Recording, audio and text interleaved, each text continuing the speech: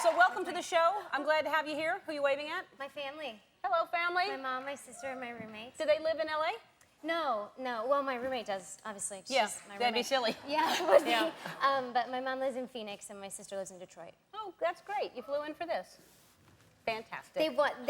My sister watches your show a lot, and I made a promise to her that if I ever came on your show, it would be, she's pregnant right now. I know she's hating this right now that I'm talking about it.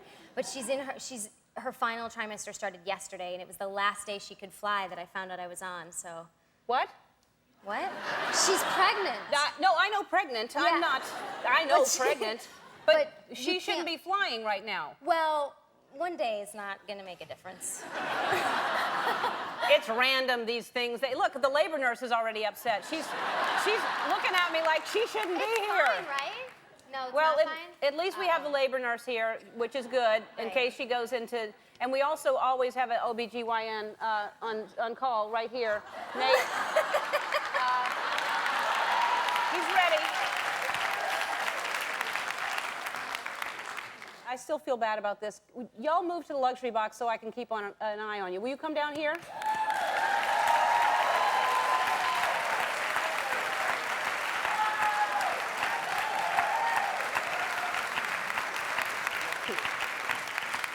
That's going to be cozy. I just want to keep an eye on you, and I want Nancy to watch you, too. Nancy, keep an eye on her. All right, so your family is Polish, I heard. Mm-hmm. And what does that mean? Do you have, are there Polish words that you grew up with that you... That's the funny thing about Polish people is a lot of the Polish people I've met use Polish words when they're growing up, and specifically when I was growing up, I didn't know the American words for some things, so we always called, like, a comforter a pajina, so when I would stay the night at a friend's house, I'd say, do you have a pajina? And no one would really know what I'm talking about. And they do that for a lot of things, like slippers are paczkis and donuts are punchkis and your Wait, butt slippers are paczkis and donuts are punchkis? Yeah, so be careful with those ones. Yeah, don't put your foot in a punchki. Yeah. That would feel squishy. Your butt is your dupa, which they always said. Your butt is your dupa? Yeah. So you'd say you have a super dupa? Yeah. That was super dupa. And it's fun. It's more fun than saying butt, so. Yeah. It is now. I'd never thought of that before, but dupa is what I'll use from now on. Okay. Yeah. So you put a diaper on a dupa? And Yeah. there's so many things you can do with a dupa. So, all right, but how old do you play? Because I thought you looked really young on Deadwood even. What do you play on your show? I play 17, and I was about 17 on Deadwood as well. Uh-huh. And how old are you really? 24. Mm-hmm. You say that reluctantly. Because I'm turning 25, and I just wanted to remember if I had or had not turned 25 yet. And what is your birthday? I'll help you out. It's embarrassing because it's in July, so. Uh-huh. Yeah, you have not turned 25 No. yet. I'll tell you that right now. Thank you. Okay. Yeah. A little slow in the kagoonchka. Because your dogs are adorable, and I love that you rescue little dogs. Tell the story. First, this is the one you first had, right? I rescued 2 this year. This is Lola, our first rescue, who would actually come to work. I know, isn't she sweet? She's How old like is a she? fox. She's 2. Uh-huh. And she's, a wonderful rescue. I actually lucked out because a lot of the rescues are a little neurotic and have had some street time, so. Yeah. That'll ruin them. The street time really, it hurts them. It will. Yeah. Keeps them on edge. And so you've had her for how long? Since July. Okay. She's almost 2. And so that's when you turned 24, by the way, in July. Yes. I got her for my birthday. Yeah. Okay. Yeah. Well, you can remember, and she'll... Help me. Okay. All right, and then what made you get this cute little thing? Mr. Shakes. We got Mr. Shakes because we wanted a friend for Lola, and I had to rescue him, so I took him home, and I've been trying to rehabilitate him because he's always in the garbage, and he's a scavenger, and he's really paranoid, and like when we watch TV, he'll sit in front of the television staring at us. Hours. Lola's like sprawled out, and she's comfortable, and he's just... And I always am saying, Shaky, either get in your bed or get on the couch, but don't just sit there and stare at us because it really bugs me out, but he's... And then what does he say? He just... He sounds adorable. He's great. Oh, that's actually, I got a dog, the same thing. I just so screwed up from being abused and everything, but I had him for 13 years. He was the greatest dog in the world, and it takes some time to work with him, but it's worth it. It actually. All right, we have to go, and don't panic. Your sister's in labor. No. Veronica Mars is on Tuesdays at 9 on UPN. We're going to continue Tara Reid's Search for Love right after this. Thanks so much for being here. You get it? Ring my bell? I got it. Did you get it? It was really nice. Really clever, right? Yeah. Yeah. You hear that a lot? The song plays or something like that? Listen, I expected nothing less. Oh, good, good. I'm glad we didn't disappoint.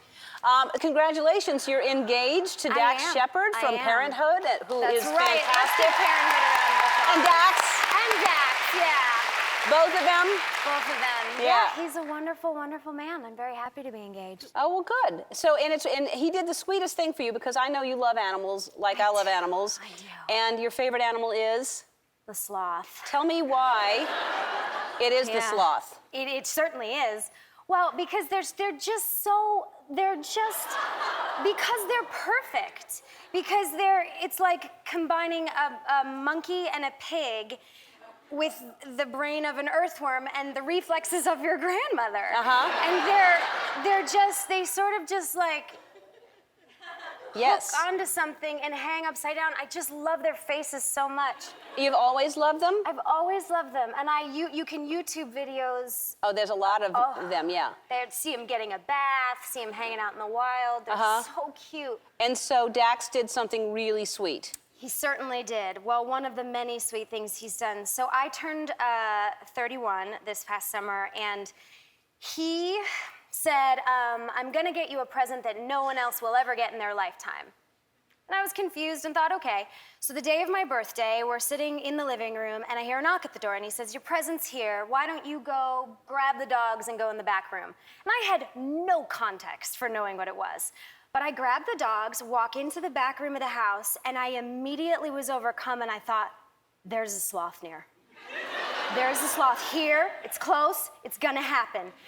And I didn't know how to process that because my entire life had been waiting for this moment where I would get to interact, I'm serious, with the sloth. And first thing you should know about me, if I'm not between a 3 and a 7 on the emotional scale, I'm crying. You're crying if it's too sad, I'm crying if I'm too excited. Happy. Always. So between 3 and 7 is you're fine. It's a good zone. Okay. And right now, I'm at like a 6, 9, 7, so we're lucky that I'm not crying right now because I'm excited to be here. Good. So I am sitting on my bed, knowing that a sloth is here. Where are you now on the scale? 11. Wow. I start to have a full-fledged panic attack. I don't know how to compete with all this emotion, so I just kind of crawl up on the bed, and I'm crying so hard, and Dax knocks on the door, and he has a video camera, and he's like, surprise, I want you to come out into the, are you all right? And sees me basically fetal on the bed, and I think you brought a little footage of that. It's embarrassing. I cannot wait to see it. It's worth watching. Yes. Because it's embarrassing. So we can take a look. Oh, there's a little sloth. There one is. All right, let's watch the, oh no. I wasn't joking. I was absolutely...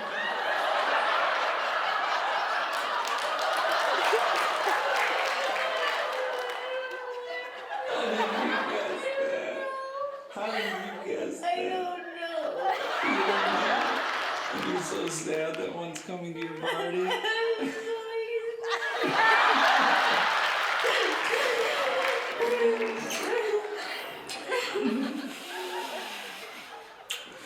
Do you want to come be a part of setting up his little habitat? He's coming for the party?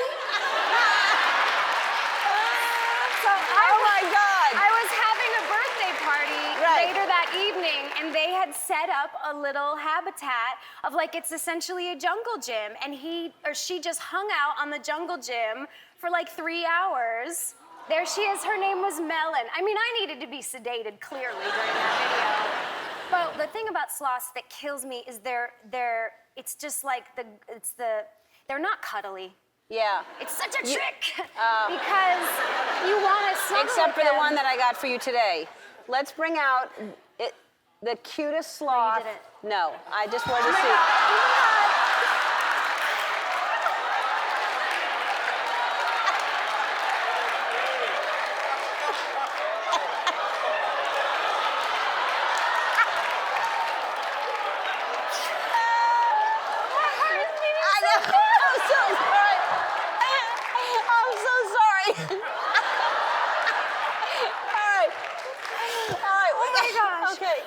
We're gonna take a break. Oh, why would you do that? I know. It was horrible. It was horrible. You've already had a sloth. You don't need another one. All right. Okay, that's fair enough. Okay. Oh, wow. We'll take a break. We'll be back. No sloth is going to be here. We'll be back. We're back with the wonderful Kristen Bell. And so the movie is Big Miracle. It's based on a true story, which you had heard of the story before you did the movie, right? I had, yeah. It took place in 1988, and it was basically about the rescue of these 3 gray whales. And the story caught on like wildfire because we didn't have a ton of journalistic outlets. You just had the nightly news in the paper, and everyone covered it. And it basically was the rescue of these 3 gray whales. And there's so few times in history where everybody sort of collectively wakes up and blinks at the same time, and everyone came together and saved them. And I remember the story because I was very into whales when I was growing up, and I'd sponsored a whale. Like you can send away at the World Wildlife Federation and things like that, where you can send them $5 a month, and they send you a picture of the fluke whenever it comes above the water. I mean, it could have been anyone's fluke. I don't know that it was my particular whale, but. Right. All right, so you love web videos as much as I do, and you brought a web video to share with us. I did. This is the Kung Fu auditions for a film that I haven't been able to figure out what it is, but if anybody knows, please, I'm sure it's brilliant. And it's just, you know, it's a wonderful audition masterpiece that goes wrong. Someone who is trying to do Kung Fu. Yeah.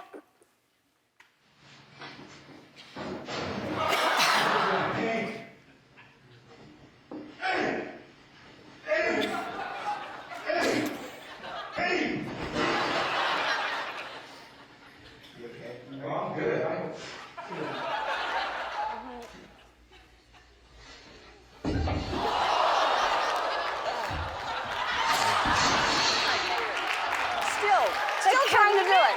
The commitment. We can learn something. Still trying to do it as he falls out of frame. I hope he got the job. Yeah, I hope be someone. honest. Yeah, I'd like to know what movie that was also. Hilarious. All right, to see that entire video, go to my Yahoo Shine page. Big Miracle is in theaters this Friday. I want to thank Kristen Bell, Simon Baker, Victoria Azarenka, and Adrian. I'll see you tomorrow. Be kind to one another. And happy birthday, Portia. Bye. Hi, how you feeling there? I'm feeling pretty good. Yeah? Yeah. Do you really? I do, honestly. Well, just watching that clip, I realized I might have had more hormones prior to getting pregnant than I do pregnant, but... Yeah. I'm a little nervous about if you're that excited about a sloth, what this baby's gonna do to you, because, you know... I honestly have no idea. Will you love it as much as a sloth, do you think? I hope so. Yeah. I hope so. You don't love anything more than a sloth, except Dax, maybe. I do love to, and you know, and that's, in all fairness, it was 50% of the breakdown, I think, is attributed to going like, oh my gosh, my significant other went to these great lengths to make this happen, and so that's why I was kind of... Yeah. If you haven't seen the whole thing, you should go to our website to see the entire thing, because you were really hysterically crying over the fact that a sloth was there. It was bad. Yeah. Yep. So... We call it a panic attack. But it wasn't a panic attack. You were excited. You were crying because you were so happy. I was. Because you were like a 7 or a 10 or what? Yeah, I was a full-blown 10. You were a 10. Right. Yeah. Right. Now, so the baby is due what time period? End of spring. End of spring. So I've got a hot minute. Wow. Yeah. And do you know if it's? Are you finding out the sex of the baby? We did find out the sex. You do know. Yeah. But we're keeping it our so secret. now you're thinking of. Yeah, I'm not going to ask you that. Is it a boy? That's right. Are you thinking of names? We thought of a couple names, yeah. Yeah. I don't know, it's hard until you actually see the baby to know what you're gonna Oh, it's not name going to look like that at all its life. Don't name it Crinkly Thing or something, you know, like... They do look like earthworms when they're born. A lot of them do. Yeah. So how can you know the name when you look at it? I don't know. I mean, does instinct take over? You're asking, I don't know. I'm just as clueless. Yeah. I don't know. Yeah, but you're excited about it. I am, Are you gonna do a natural childbirth? I got nothing to prove. No. No way. No. I mean, I I feel like when I arrive at the hospital, I want like a glass of whiskey, I want the epidural in my back, and I want to be hit in the face with a baseball bat and just wake me up when it's over. Because Wow. I've seen the videos and it looks terrifying. Yeah, it sure does. Yeah. It sure does. And then people do it again, so it mustn't be that bad. Right, I guess so. Well, I feel like maybe if you've had an enjoyable pregnancy, because I've had a lot of really good like dopamine hormones, my self-esteem has never been higher. Really? Yeah, and I look in the mirror and I think it's like the reverse body dysmorphia, because I can understand what my shape is, but I see Brooke Shields. And I just think, yes. And it doesn't make a lick of sense, but for something that the baby's giving me hormonally makes me feel really giggly and happy. And, Oh, that's fantastic. Yeah. And Dax is excited about all this? He is, yeah. Yeah. In different ways than I am, yeah. He is just thinking about all the off-roading he'll have in this tiny partner. So it's a boy? Maybe?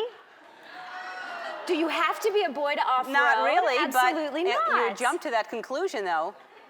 I think he's gonna force, even if it's a sloth, No matter to what it off-road. is? Yes, he All right. can.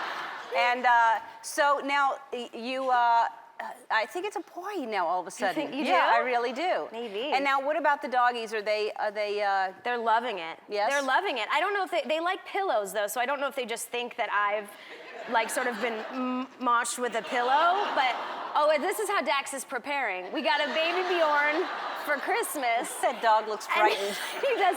You know what? I like to title this photo, Son Helps Father Prepare for Newborn. Because he did get in there willingly. He didn't know what was going on, Yeah. but... But then once he was that high, he probably didn't think he'd be walking around like that. No, he just went limp. Yeah, I And know. he said, I'm here for you. But they let us do crazy things to Yeah, I them. know. So You dressed him up. That's Lola loving the pillow, yeah. That's her name, Lola? Lola, yeah, That's a that's good Lola. name. And then you dressed your dogs up like Downton Abbey, didn't you? I did for Halloween, of course. Yeah. Well, of course. That's They so, love of Downton course. Abbey. Yeah. Yeah. They're big fans? They're big fans. Yeah. They like, and they're very mischievous. They like Thomas and O'Brien, who's pictured. And yeah, I went and I was really excited about that. I got a hair piece for Lola and I spiraled it. And it took me a long time to find that children's military coat for Shaky. Really? Whew. Yeah. You find that the children aren't in the military that often. They're not taking them this young No, anymore. not this young no, yet. This is a real No. vintage one. All right, we have to take a break, and we're going to talk about House of Lies. And I have a surprise for you, because you're going to have a baby, so I have a surprise. Do I need to be scared? You should, yeah. Okay. Yeah, we'll be right back. That's Kristen Bell and House of Lies. Now, how are they they're shooting around your pregnancy? Ooh, they're doing the best they can.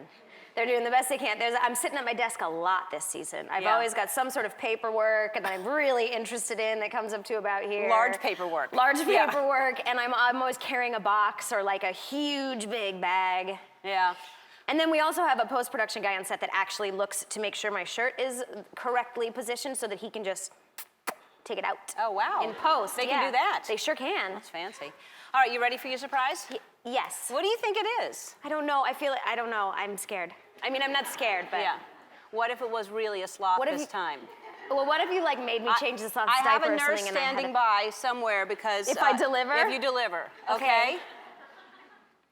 And her name is Lola. How weird is that? Come on out. No, this is really the sloth Lola. I know there's a sloth in LA named Lola. Oh God! Don't touch it again.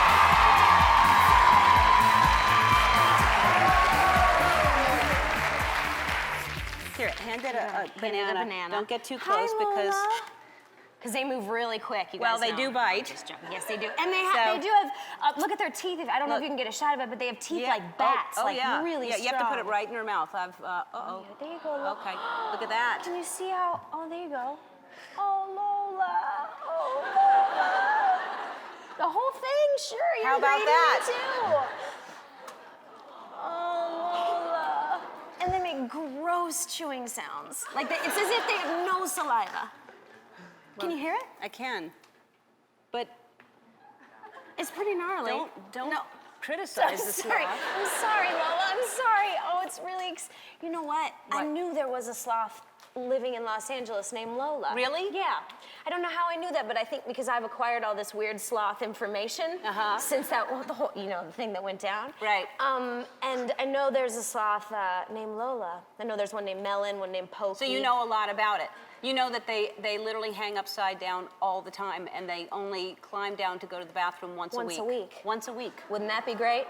No. I don't know. Sometimes going to the bathroom's a big waste of time. You gotta get going, and you're like, I gotta stop down. But it's got to anticipate when it's going to go, because you know how slowly it has to crawl down a tree. Forever. This actually is kind of a representative, an ambassador to remind everybody about deforestation, because we're losing these guys because of all the trees. So she's used to being around people, and she's used to noise. But they just hang upside down all the time. Isn't that amazing? Yeah. Look at the stomach muscles that thing has holding itself up like that. That's pretty impressive, right? And it's those nails, too. All right. I have, those are long nails. It needs to go to the salon. All right, I have some gifts for the baby. Let's bring out the basket for the... Who cares about the baby? Yeah, who cares about the baby? All right, we have all kinds of sloth things and piggy parking, which we didn't talk about, but you know what that is, all right? I do. Okay, and then when you want to dress little, whatever his name is going to be, we have a sloth outfit.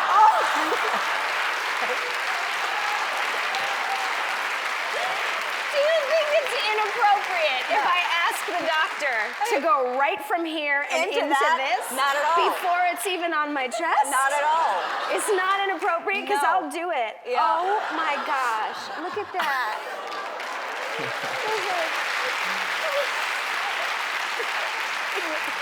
All right, House of Lies airs Sunday nights at 10 on Showtime. We'll be right back. Hi, Kristen. Hi. How are you? I'm so happy to be here. I'm happy to have you back. Last time you were here, you had a baby inside of you. I certainly did. And now it's outside of you. It is. How old is she? She's a girl. She's a girl. I predicted a girl. She's a girl. You didn't. You predicted a boy. Oh, whatever. Whatever. So, she is just one of over the two. 2 months. 2 months old. Yeah. And how is it? It's actually better than I expected. It's Really? pretty wonderful, yeah. Yeah. It's a lot of fun. Better than a sloth? Is she watching? Is she here? I'm sure it's better than a sloth. Yeah, I'm sure it is too. So, and then how's Dax as a dad? Like, the best. It's like he's just made a new best friend. He just talks to her all day and sings to her all day, and it's wonderful. That's sweet. Yeah, That's it's sweet. nice. Now, of course, we wanted to, there's a picture of the two of you. We wanted a picture of the baby, but you're not That's us. showing a picture of the baby. You're waiting until it's her choice to. Yeah, well, we're not quite positive that she wants to be a public figure yet, so we're gonna leave that up to her. And if she wants to, she can do a bunch of selfies. Who cares? Yeah, that's but, right. We're just not gonna make that decision for her. All right. But does she look anything like, well, let's just show a picture and let's say, does she cuter than that? Is she cuter than that? She's close. That's a baby sloth. I mean, have you seen a baby sloth before? Only in pictures Yeah. and video. And There's then- nothing cuter than a baby No. sloth. What about a bucket of baby sloths? There's a bucket Oh, of baby sloths. jeez. I mean, come on. Look at those dingbats. if you want to rescue a dog, I found a dog that looks just like a sloth. Wait, if you did, I will take it. I swear, and I'll show it to you during the break. If somebody will bring me my phone during the break, and there's a dog that looks just like a sloth, and I Three's the thought of legal you. limit. I only have 2. Fantastic. It needs a home. I've looked it up. It's cute, and it looks like a sloth. This is a possibility. All right, good. His name is Harry. He's cute, and he needs a home. I'll show you, Okay. and I'll put it on the website. All right, so just describe, we're not going to get a picture, but describe to me what the baby looks like, and I'm going to try to, does it have a round head or more like an egg shape? Or? No, a round head, nice round fat head. Okay. The eyes big and round, or kind of like slits, or? Kind of like slits, believe it or not. I mean, that's a weird word, but yeah, Yeah. they're a little bit inset. Eyelashes or no? Big long eyelashes. All right. Chubby cheeks, but more chubby towards the bottom, as if she was sort of being shot to space. And And the hair or no like hair? that. Like 3 strands. On the top? More like what a balding man would be. More like just here. Oh, all right. Just more on the sides. Okay. 3 on each side then? And nose, fat, thin, what kind of nose? Sort of just baby nose. You know, they all have those little snub noses that kind of look the same. All right. It doesn't, I don't know what her nose looks like What yet. about the mouth? A bow mouth, like a bow, like, you know, where it comes like 2 triangles. Yeah. And then kind of slope down. Like kind of pouty like that? Yeah. All right. And then What do any we other got? features, any freckles or anything like that? No. She is usually really smiley despite the downward, because I think that's me. Yeah. That's me. All in right. her. What do we got? Does she look anything like that? Those are the cheeks. Ellen, I told you I didn't want to show a picture of her. Look at this gobbler. Well, you said she had cheeks like that. It's strikingly close to what she looks like. What's her name? Lincoln. Lincoln. Now, that's an interesting name. O-L-N. Yeah. You know, it's always been Dax's favorite name. I'll just sign it so He's that when bigger than me, you bring it so- home, you can frame it. Of course, are you kidding? Of course we will. Yeah. Why Lincoln? Well, it's always been Dax's favorite name, and he's substantially bigger than I am, so I lost. I see. What are you gonna do? Now, has the baby changed your life in any way that you are surprised, or are you staying home more now? Definitely staying home more. It's a lot of fun to hang out with her. But actually, you know, we've had to go through all these, because, you know, we're not married. I know, and I tell people why. I really admire you for this. Well, I mean, there's no admiration needed. It's simply something we believe in, but we're not getting married until gay marriage passes in California. It's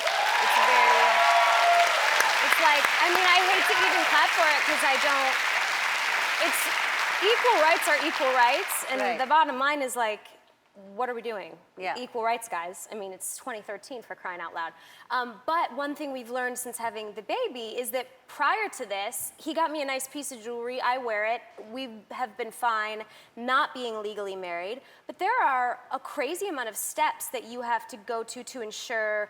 What if someone's on a ventilator? What do you do with your will? Where does the money go? All these things about raising a child that made it very real for us, that now we feel firsthand why we're fighting for it. That's fantastic. You know It's what I true. I mean? don't think people understand what you have to do. You don't, and I love that. it can be done, but it's too frustrating and it's not necessary. People Yeah. should, if you have a child or love each other, you should be able to get married, period. Yep. Well, great. Good for you for understanding that, because a lot of people just don't think about all the things that we have to do when we don't have that. It's hard not to do it firsthand, but man, try it firsthand and it's like, oh yeah, yeah. think about other people once in a while. You're wonderful people, the two of you. All right, so let's take a break. We'll talk about the Veronica Mars movie, which you're breaking records on the amount of money you raised. And we'll be back. We'll talk about the movie. We're back with Kristen Bell, and this is the dog, and it's at a pet store on La Cienega here called Spot, and it needs a home. cute. And this is the dog. So it needs a home. It's at Spot on La Cienega in Los Angeles. Anyway, let's talk about you now, but let's get this dog rescued also. Okay. So Both. Veronica Mars, so tell us about, first of all, you raised a lot of money. A lot of money. chunk of change. So it's happening. Yeah. Oh, it's happening. Oh, it's happening. We're pulling It's the on. trigger. Yes, June 17th we start. We're very excited. You know, from the day Veronica Mars was canceled, we had always wanted to make a movie or just, I don't know, reincarnate the show. We just loved it so much. And the studio was kind of never interested. It wasn't a very big numbers show. It didn't make sense. And then this Kickstarter platform came out where you can basically ask people to fund any project and it's up to them. And they basically, you pre-sell anything. You can do a movie or a video game or a music album, whatever. And we made that video like a year and a half ago, or almost 2 years ago, I guess, and brought it to the studio, and they still were like, this is a very iffy thing to do. And then finally, someone this fall said like, hey, by the way, why don't we do that thing? And we were like, ugh. And Rob wrote the script, and it's awesome. We asked for $2 million to make it. We were gonna go so bare bones, and we made $1 million in the first day, and we wrapped at 5.7 million. And 5.7 million. That's amazing. we're thrilled. I mean, we all get along like gangbusters, so we're excited, and it just means we can make a better movie, and we broke a bunch of records, and we give. You also give gifts away. Like you can, like $25 is a T-shirt, or $50 is like a download of the movie the day it comes out. And there's a ton of stuff. We gave away tickets to the premiere. It's borderline prostitution. It's like tickets to the premiere, tickets to the set. Every day someone new comes to have lunch with us on the set, because we were like everything to get it made. I'm positive that I have to sleep with someone. I don't know who yet.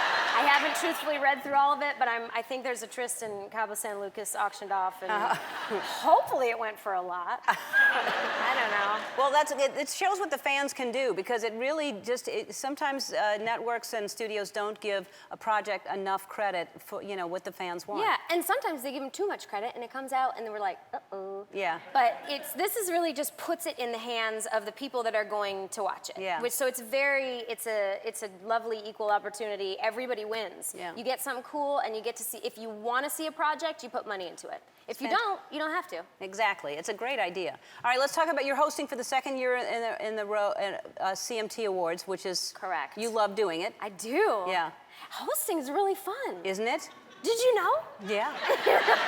It's real fun. I mean, I had no idea, but I had Yeah. such a blast last year. I was very nervous, but then it turned out to be so much fun, and I'm coming back. Yeah. Now, will you sing again this year? I think they are doing something, yes, because they knew I was up for it in the beginning, but then after they wrote a little bit where I was singing, I got so nervous, and I kind of got real professional about it. And Dax watched me during the rehearsal, and he was like, no.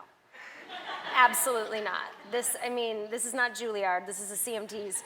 So later on that night in Nashville, when we took a walk like through the city, I was like humming it to start to get to know the music, and he was like, no, louder. He was like my Ike Turner. He was really laying down the law. Wow. He was like, absolutely not. And he was like, if you can't sing in front of these 8 strangers, how are you gonna do it on national television? And I was like, you're right. So by the time we got home to the hotel, I had screamed it up and down the streets of Nashville. Oh, good. So, and now you're completely prepared. And now I'm prepared. I'm hoping I'm not going to need that much practice this year again, Yeah. since I've run through that, but yeah. Well, it's exciting. I'm so happy for you and the baby, and she's adorable. Isn't she cute? She really is. The cutest thing I ever saw. She looks so much like you. Thank you. She really does. Thank you very much. All right, well, say hi to Dax, and you can Will catch do. the Country Music Television Awards this Wednesday at 8 on CMT. One Republic will perform after this. Kristen Bell.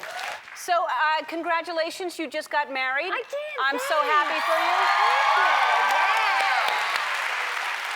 you. You were holding out, and I love that. I admire that you and Dax were holding out getting married until it was okay for everyone to get married. Yeah, and we wanted Doma to be off the list, and we were up at 6 in the morning waiting for it to get out of town, and it did. And it then did? Yeah. And now you can get married. And then we got married. And, well, how long have you all been That's together? how we celebrated. Yeah. We have been together for 6 years. 6 years. Yeah. And you got married in like October? October, yeah, right around Halloween. Okay. And it was a huge wedding, right? Gigantic. Yeah. It was the 2 of us and $142 in legal fees. Uh-huh. And we signed our name on a piece of paper. But it was interesting that it was around Halloween, because our wedding pictures that we took at the window where we signed. You went to City Hall. We did, yes. Yeah. We went to just the courthouse. And the $142 he tallied up, that includes the gas that it took to get there. And it might have been the playlist as well, buying the songs online, because he had a playlist in the car. But our wedding picture by window 1 where we signed is us and then like a big zombie cutout, because it was right around Halloween. So it makes the pictures interesting. Yeah, your wedding pictures. Yes, not our too wedding many. pictures. Yeah. And who did you bring a witness? We did, yeah. My best friend Amy came. She had said since the day we met that if we ever got married, could she be our witness? So on the Thursday morning, we decided to go. We said, can you come? She said yes. And the interesting thing about that is her husband is an actor, Ryan Hansen, and I was going to work later that day and had a fairly intimate scene with him. And so when I left my wedding, I said to my best friend, thanks for witnessing my wedding. I'm gonna go make pretend love to your husband. And I did. How was it? Good? It's pretty good. Pretty good. Does Dax get jealous? Is Dax jealous when you do scenes like that? No, surprisingly. Wouldn't you like him to be? Maybe a little bit. Yeah. But I appreciate, he's so like open and honest and wants to talk about everything. He's like a girl. No, he's super trusting and trustworthy, so he could care less. He's a great guy. He is He's a great guy, and he's hilarious. I think so. Very, very great guy. Yeah. And you have a new little baby. Yeah. You have a little baby that, how old is Lincoln, right? Lincoln, she's 8 months. 8 months old now. And that's going well? She's amazing. You're and gonna keep her? hilarious. I think so. At this point, yeah. And for Thanksgiving, are you having, everybody's coming to your house or are you going someplace? No, hosting. My whole family. How many is that? I think we're having it's either 15 or 16. Because I have 2 sisters and one of them has 4 kids. She has a set of Irish twins, so there's going to be a lot of babies and my parents and a couple straggler friends. It'll be a big. And who's cooking? Not me. I'm actually volunteering that day for an organization called PATH, which is awesome. So I'm going to get out of the house, go help out there. PATH? It's called People Assisting the Homeless, and they have a huge event at Pink Taco. Good for you. Yeah, it's so much fun. That's fantastic. Yeah, and they work a ton with transitional housing from people who finally are getting into permanent housing, and they're just an awesome. It's epath.org if you want to look it up. So you're going to go do that? I'm going to do that, and I'm going to leave the cooking to my family. Oh, good. Yeah. Brave. Do you like their cooking? I do, except recently I found out I saw my mom microwaving her fruit. Yeah. And I kind of feel like now I should leave someone else in charge, which is hard to say to the matriarch of the family, like, hey, I saw you nuke that fruit, and I need you to take a back seat. And I've purchased every vegetable that the earth is producing right now and stocked the fridge, but I kind of want to just let her know that we can't nuke fruit, because it's gross. She said, I don't want it to be cold. I was like, it doesn't have to be cold, just, you don't have to heat it up. Does no one find this weird? Yes, I do, because... It's not a popsicle. Microwave is not the best thing in the world anyway to do. Right. And here's something that's healthy, a piece of fruit, and you're putting it, I mean, it's just kind of canceling out the goodness of the fruit. Yeah, but that's how she likes it. Yeah. She takes a nice, fresh bowl of fruit and she'll nuke it. Yeah. All right, well. Want to come over for Thanksgiving? I do not. We're going to take a break and we'll talk about the movie Frozen that everybody is raving about. We'll be right back. We are back with the lovely Kristen Bell, and the movie is Frozen, and tell us about the movie and who you play. Ooh, I play a character named Anna. It's this kind of action comedy about 2 sisters, one that has this magical power and she freezes the whole kingdom, and my character goes on this adventure to kind of save the kingdom. All right. There you go. I hope it works out. I hope in the end it works out. Okay, good. All right. Since the movie is called Frozen, we're going to play a little game, and we each have a bucket of snowballs here, and there's our faces over there, and we're going to take turns, and the first person to knock out the other person's face wins nothing at all, really, but wins. I'm in. All right. I will let you throw first, and Just throw? You're aiming for my face. I'm going to aim for yours. We'll take turns. Which one's you? They're both blondes. Okay, they're both gorgeous. This looks blondes. bad already with the form, shoot, but let me get. Okay. Hold on, yep, guys. That's right. Yep. We're the worst. No, I got mine. Oh, come on now. Oh, yep. Oh.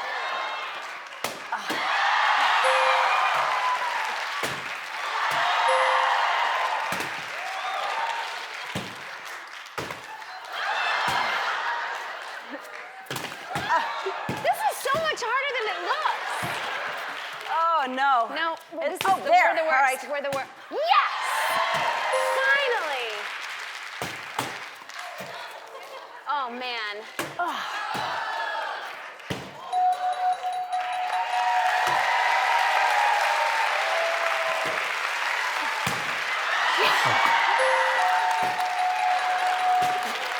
We can't stop. All right. It's really fun. Frozen opens in theaters tomorrow. Jason Mraz and Travis McCoy will perform after this. Kristen Bell, everybody. That is a beautiful dress. At first, I thought it was like a map of some sort, and there were countries on you. Nope. It's All flowers. roads lead to me.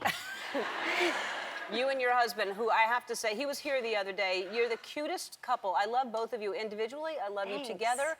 And Dax Shepard, if you don't know, her husband, so funny. He's a dreamboat, you guys. He is. He's a dreamboat.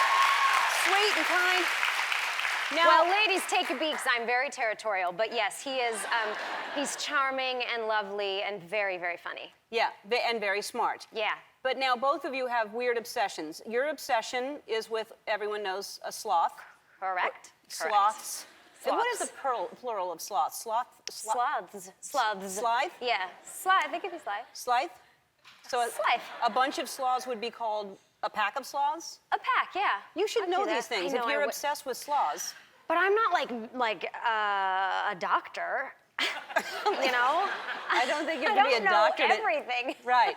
But I mean, like, there's a pack of wolves, there's a murder of crow, there's a And pride of lion, A and there's a... big old group of sloths. That's right.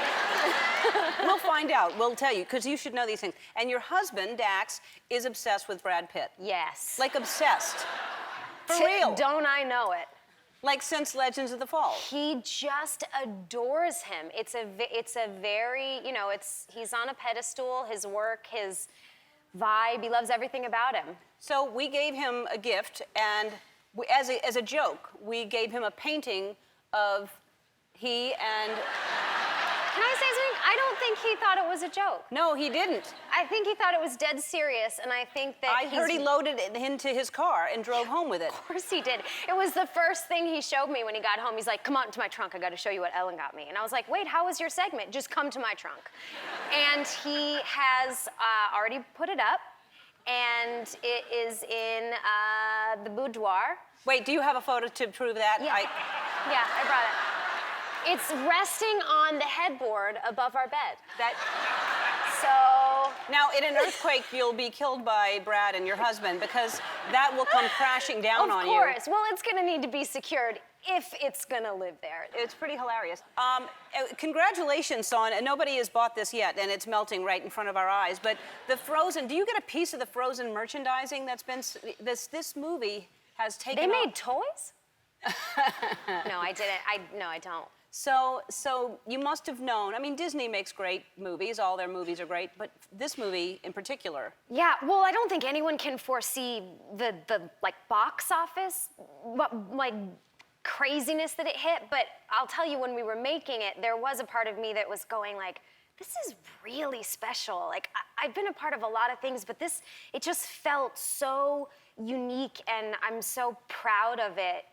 Because it's unlike anything they've ever done, and I love the fact that it's not about romantic love, it's about believing in someone, even when they don't believe in themselves, and I just get so proud when I think that I was a part of a project that's shown to kids that, you know, just tells them, like, be who you are, be different, be quirky, and let it go, you know? And let it go. And your daughter will grow up and watch this movie and go, my mommy was in this amazing movie. Yeah, You've got to be proud of that. It makes me very proud. And you hope that there's a sequel, I assume. I would certainly do a sequel if anyone asked me. Yeah. Well, hopefully they won't wait as long as Finding Nemo, because Finding Dory, 10 years! 10 years! You can imagine, like... I can't, no. It was so successful, and I'm like, well, for sure they'll make a sequel. Yeah. And then it's like 10 years later. That's so strange. I wonder why they do that.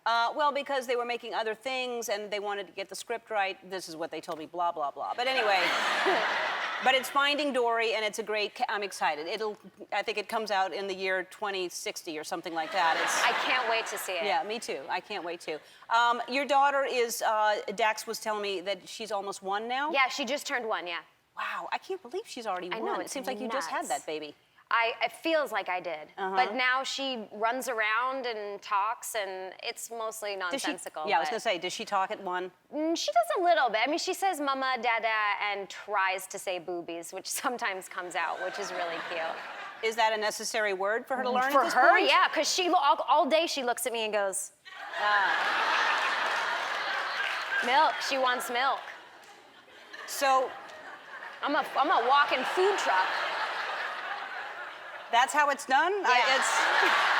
No, that's the signage for it. Okay, because I thought there wasn't necessary that. No, it's a lot more comfortable than that. That would be annoying, really. Yeah, just give her a bottle. All right, we're gonna talk about your obsession. You and Dax have an obsession with Naked and Afraid. Is that what? Oh, big time. All right, we'll talk about that show. Big time. And maybe put you to the test of something. Maybe. Am I- To see if you would survive it. That's what I'm saying. Does that come off easy? I can to handle dress? We'll be back. That guy in the That was audience, unbelievable. that was an unbelievable extension of a leg. Yeah, that was stellar. Wow. That's something to be proud of. Maybe going into the next break, we have to show people at home that, because that was crazy. Does your baby dance like that? Not like that, but she does love to dance. And Is she a good dancer? She's a pretty decent dancer. She points at the jam box in our living room when she wants to dance. Wait, you have a jam box in your living room? Of course. Like, what a silly question. Like the kind of Yeah. thing you used to roller skate to Yeah, in the you 80s or You something? can put it on your shoulder if you felt like it, but you can throw any music to it. And she loves R&B, and she has like a series of moves where she just lets her hips take her away, and she loves to Jersey Turnpike. I don't know that. What is that? Have you not seen the Jersey Do y'all Turnpike? know that? I'll do it for you. Wait, can I get a beat? She goes like this. That's what she'll do. She'll go.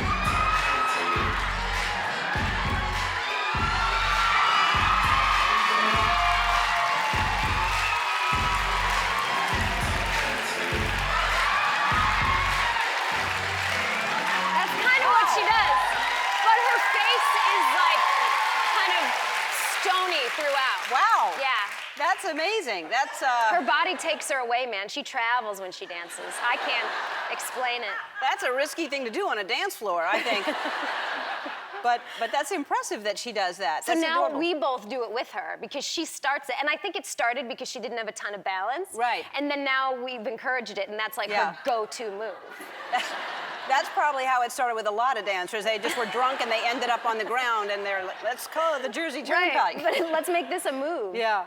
And I want to talk about this important issue you and Dax started, and you reached out to Portia and myself, and you said, will you get on board with this? And Yeah. we immediately said, of course, that it should not be allowed that paparazzi takes pictures of children. It is children, not yeah. their choice. Yeah.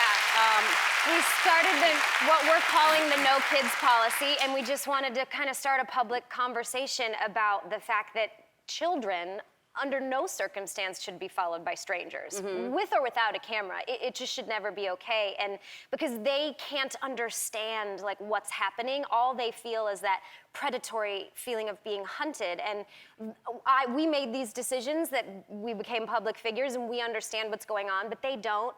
And there's so much erratic behavior that happens around schools and around parks and around kids. And I just feel like we should, put a stop to it. And we've had a lot of outlets and like other public figures that have said like, we are absolutely on board, we'll support with anything you need. So we're so grateful. But I've been really surprised and happy with the amount of outlets that have said, oh yeah, you're absolutely right. We won't under any circumstance buy paparazzi photos with kids in them. And it's a lot of them. Entertainment Weekly, Glamour, People, Us Weekly, Access Hollywood, E! Entertainment, E.T., The Insider, Extra, GMA, ABC News, a lot of people. And a ton of blogs as well. And It's great. Yeah. It's great. Because it isn't, it's a very scary thing. And I understand people's curiosity. There's nothing cuter than course. babies, period, much less celebrities' babies. You're like, Of what do they look course. like? But you have to respect that it's not fair. Well, minors deserve their anonymity until they choose otherwise. I mean, that's what I believe. Like, I mean, if Lincoln wants to pursue, being an actress, great, but she can decide that. I'm not going to make her a public figure. I don't Right. think that's my decision. And I just wanted to, reach out to consumers, especially who are standing in line at the grocery store, and let them know that there are going to be outlets who, believe in protecting children and outlets who don't really care. And there's still quite a few of them, like Life and Style and In Touch and OK, and all of them have made it kind of clear as day to us that they're still going to be buying paparazzi photos of kids. And for me, I'm going to no longer consume that type of Right, media. but then that's how we voice our opinion, and we don't support it, and it goes away if we you say vote with your dollars always. Exactly. All right, let's talk about Naked and Afraid. This is a show. Have you seen Naked and Afraid? Have you heard of Naked and Afraid? It's the best. It's the best. It's people that are naked and they're just dropped off in the wilderness. Terrified. And they're strangers and they have to survive. It's a For man 21 days, and it's a man and a woman. And it's in the middle of nowhere. And my favorite thing about the show is that because it's in the middle of nowhere, they always hire a local to drop them off. And if you think about it, this local who's driving the boat or the truck is taking someone to their destination, and then they watch this American get out of the truck or boat, take it all off, throw their sandals back in the truck, and then they just walk away. And the local must be like, American television? Yeah. Like, what's going on in that guy's head? That's my favorite part of the show, looking at the boat driver going, as they're getting naked. I just don't understand the cameramen, anything. And there are tests that you can take to see if you would survive, It's right? called your PSR, your primitive survival rating. And have you taken the test? Of course. And what does it look like to you?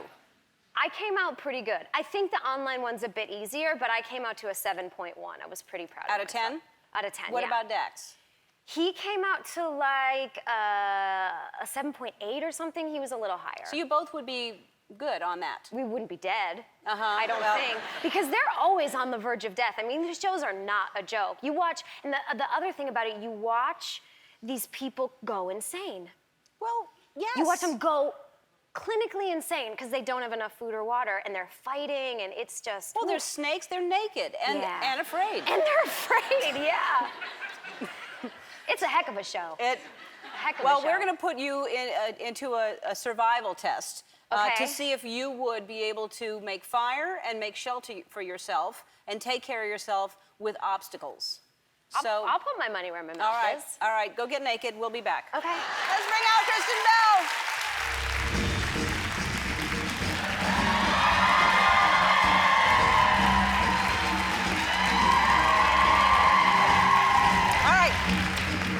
All right, so we have a little set over there, and all you have to do in 60 seconds is you have to build fire and make shelter in 60 seconds.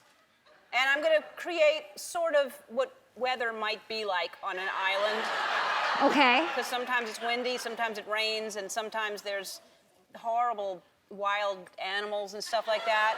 All right? That's true. That's true. Okay. So let's go. You're naked, and you'll be afraid in a minute. All right. Do All I right. disrobe now? You can disrobe right when you get over Okay. there to the set. Okay.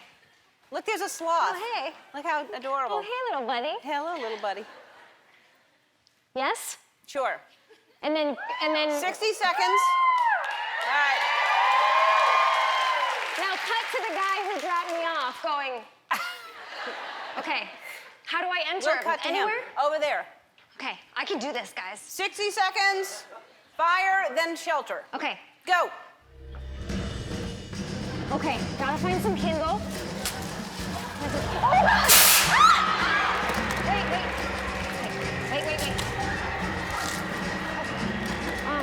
How can I light it? Whoa! How can I light it? That's really sad. I have nothing to... Hold on. Ooh, we have fire. And protection from bugs. And build a shelter. And I gotta build a shelter. Okay. Nice. Perfect. Again. What's my time?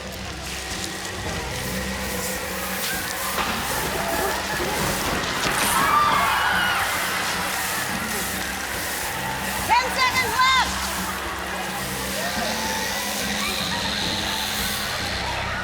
5, 4, 3, 2.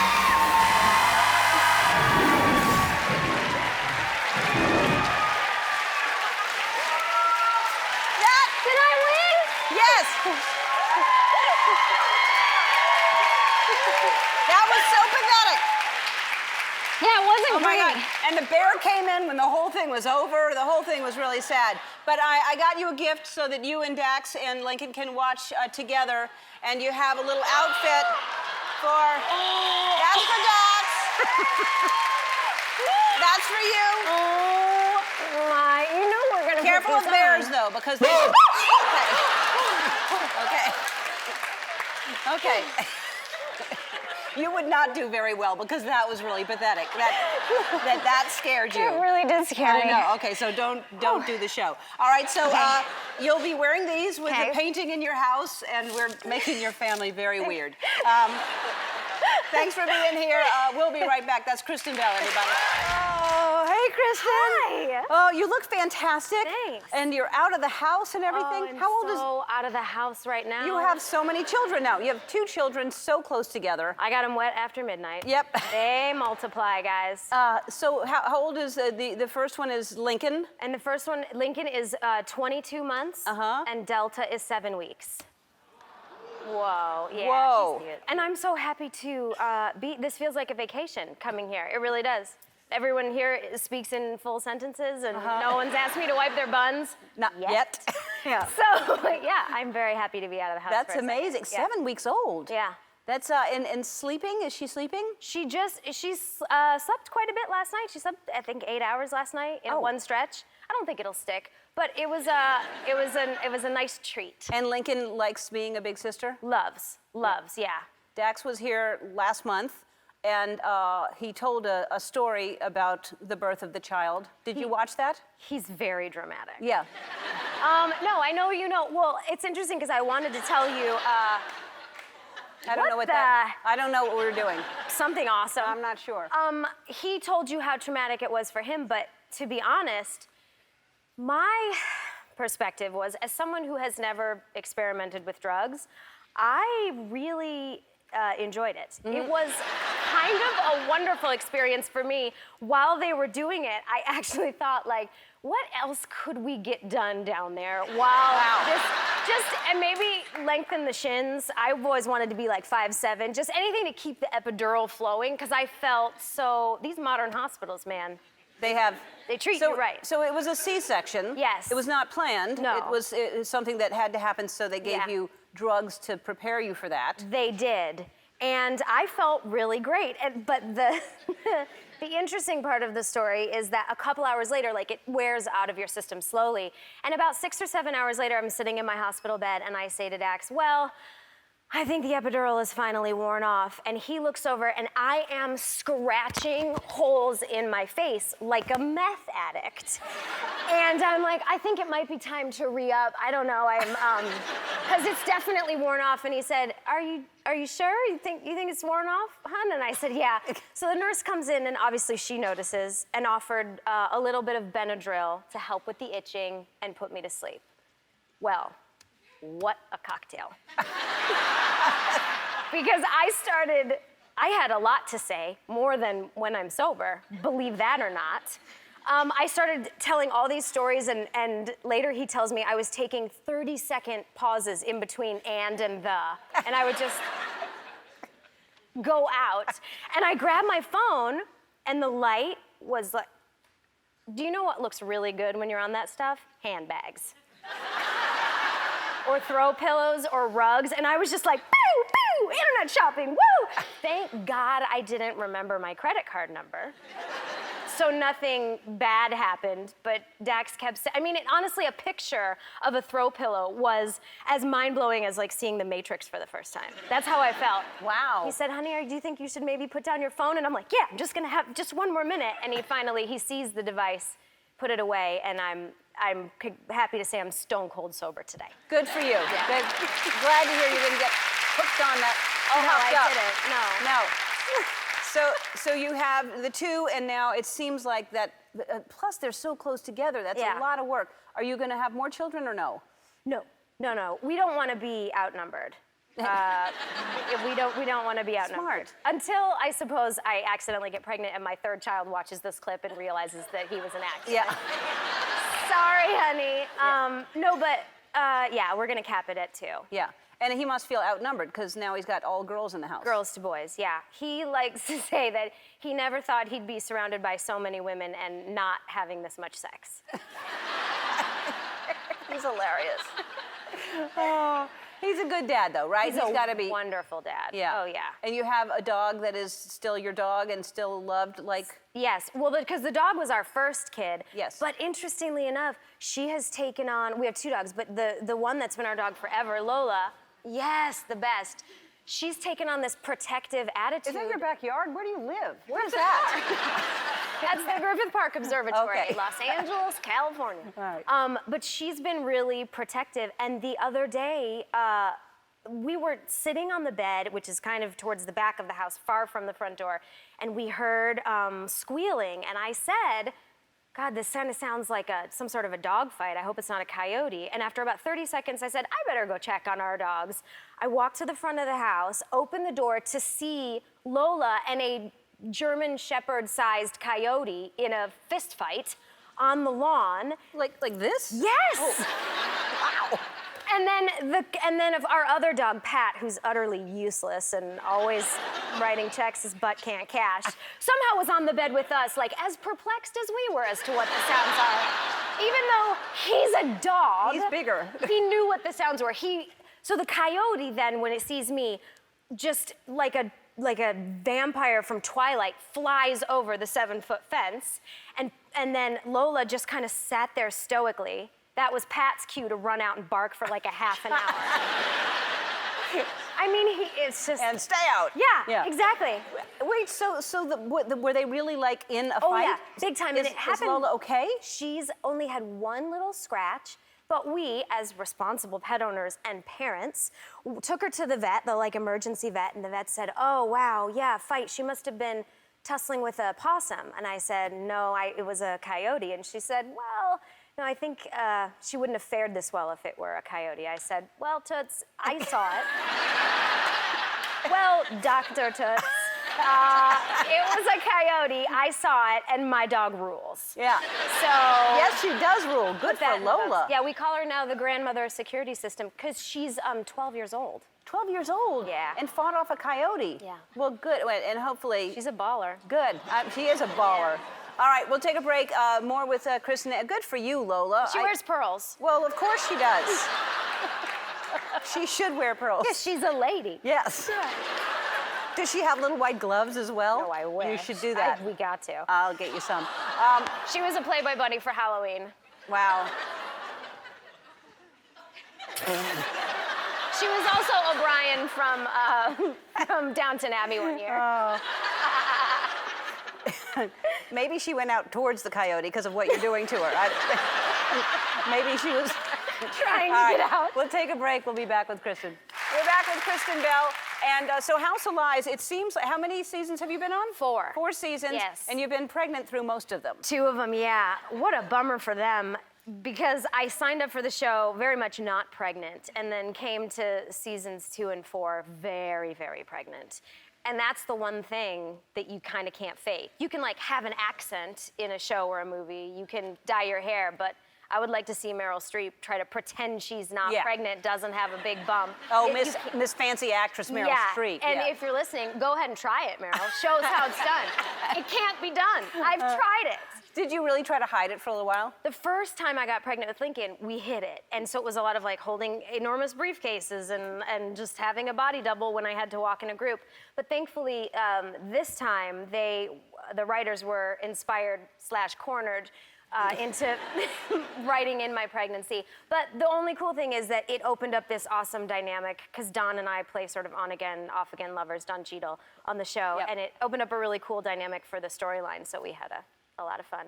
And you're going to host the Independent Spirit Awards. I am, yeah. That'll be fun, right? I think so. Now, was this something that you wanted to do? Well, I do. I mean, I like hosting. I think it's really fun. Mm-hmm. And it feels flattering to be invited, because in like a sea of awesome hosts like you do, Neil Patrick Harris, Amy and Tina, it feels very flattering to be involved. But it's the first time it's live. They conveniently didn't tell me that when they invited me. But I'm doing it with Fred Armisen. Hilarious. So, yeah, he knows how to improv. I know how to read a teleprompter. I feel like it's gonna be really smooth.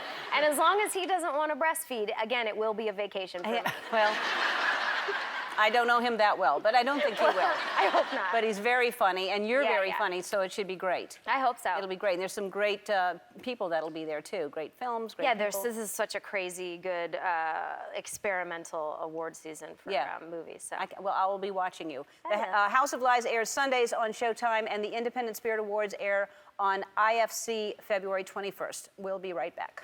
I love it. Thank you. Now, was it scary to cut your hair? Because it's been long for a while, right? Yeah, it's been long for a while, but I just feel like I needed a change. Yeah. Brightened it up a little bit. You know, it's summertime. Yeah, you look fantastic. Thanks. Now, your adorable and sexy husband Dax was here not too long ago, wearing his... Get in line. Yeah, he's Get in line, girls. wore his Chips outfit. I mean, look at that. I know, look at that. I mean, hubba, right? Yeah. Nobody pulls off a nude, skin-tight suit quite like Dax Shepard. No, he looks real good in He's that. so cute. Look how cute he is. He's cute, he's funny, he's all kinds of things. know. Yeah. And you two together are cute. And can we talk about the Africa? They made this video. It went viral. The Toto song "Africa." Yes. You went to Africa. Yes. You put this video up. Yep. It's like over 5 million views or something, maybe more. I don't know. I wonder why. Dax in the tub.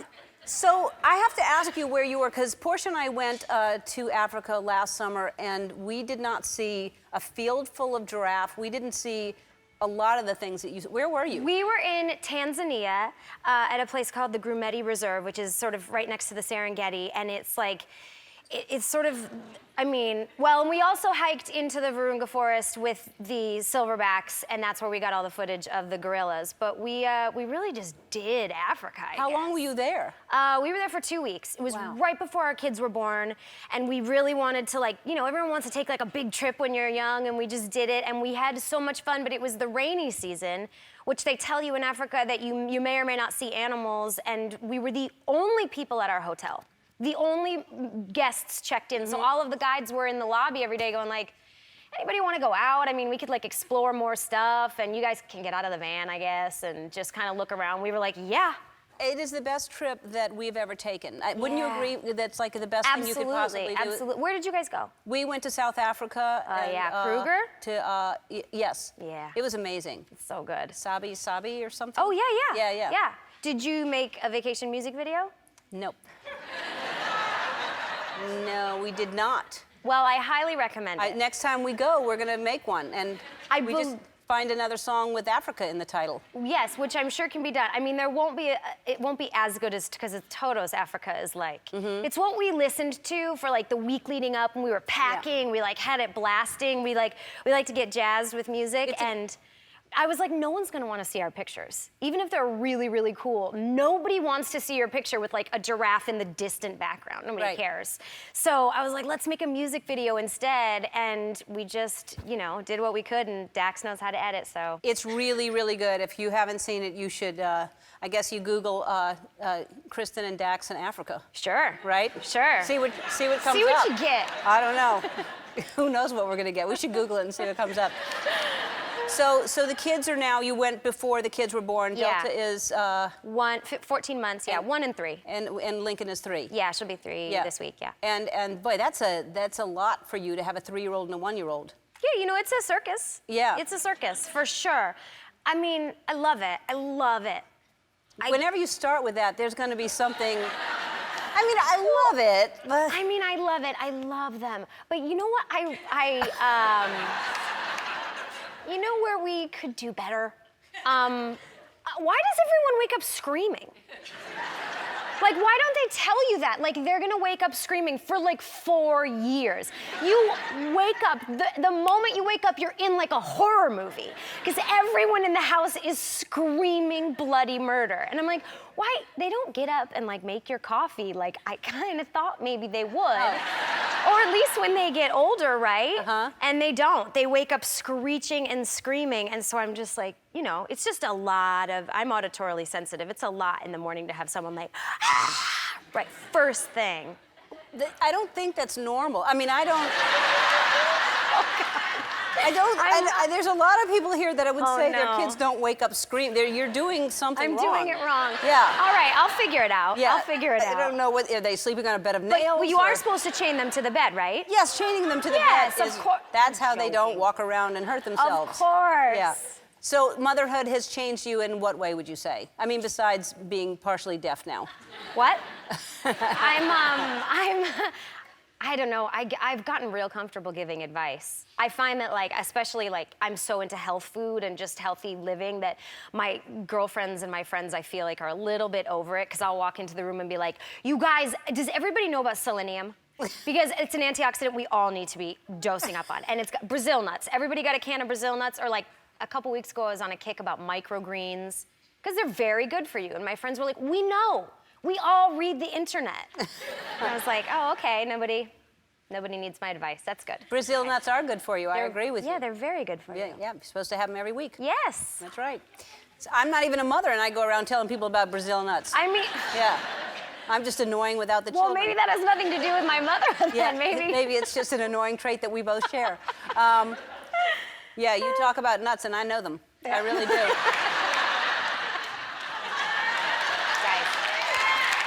Listen.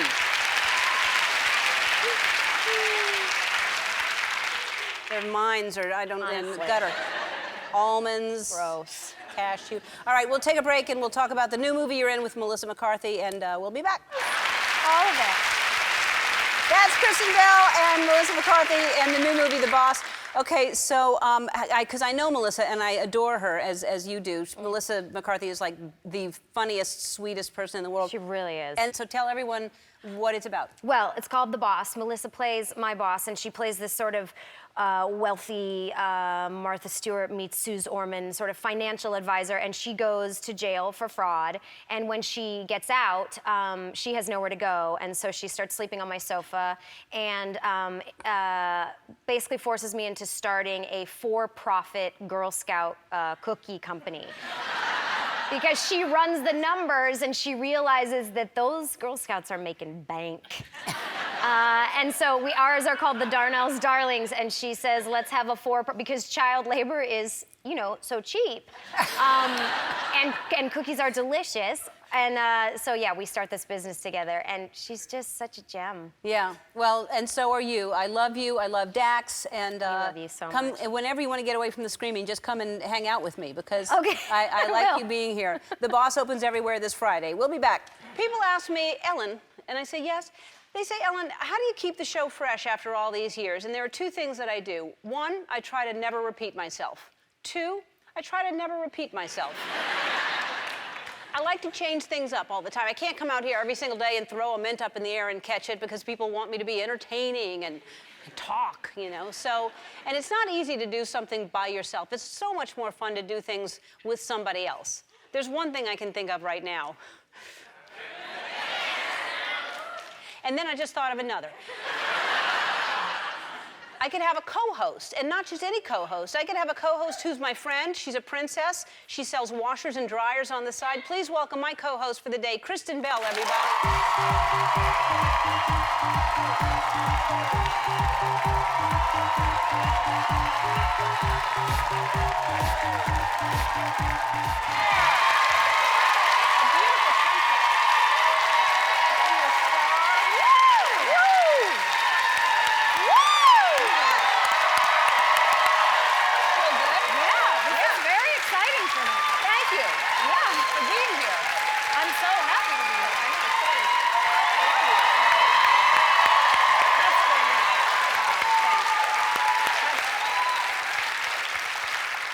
That's funny. She's the co-host, not as much as applause as you gave me. Have a seat. Thank you for co-hosting with me. I'm so thrilled to co-host with you. Isn't this? I talk all the time, and no one is usually listening, so I'm excited to be here and talk, and there's an audience, and it's great when you talk and there's an audience, and you walk out and there's this applause. It's incredible. It's so wonderful, yeah. You got here early today. Yeah. And I showed you something. We were watching an infomercial that I had seen the other day, and I thought that Kristen should see it, and I showed Kristen the infomercial. What'd you think? I saw it, and I cannot ever unsee it. Yes. That's the thing about this particular infomercial, and I feel like because we saw it, I feel like you deserve to see it. And when I say deserve, I apologize in advance.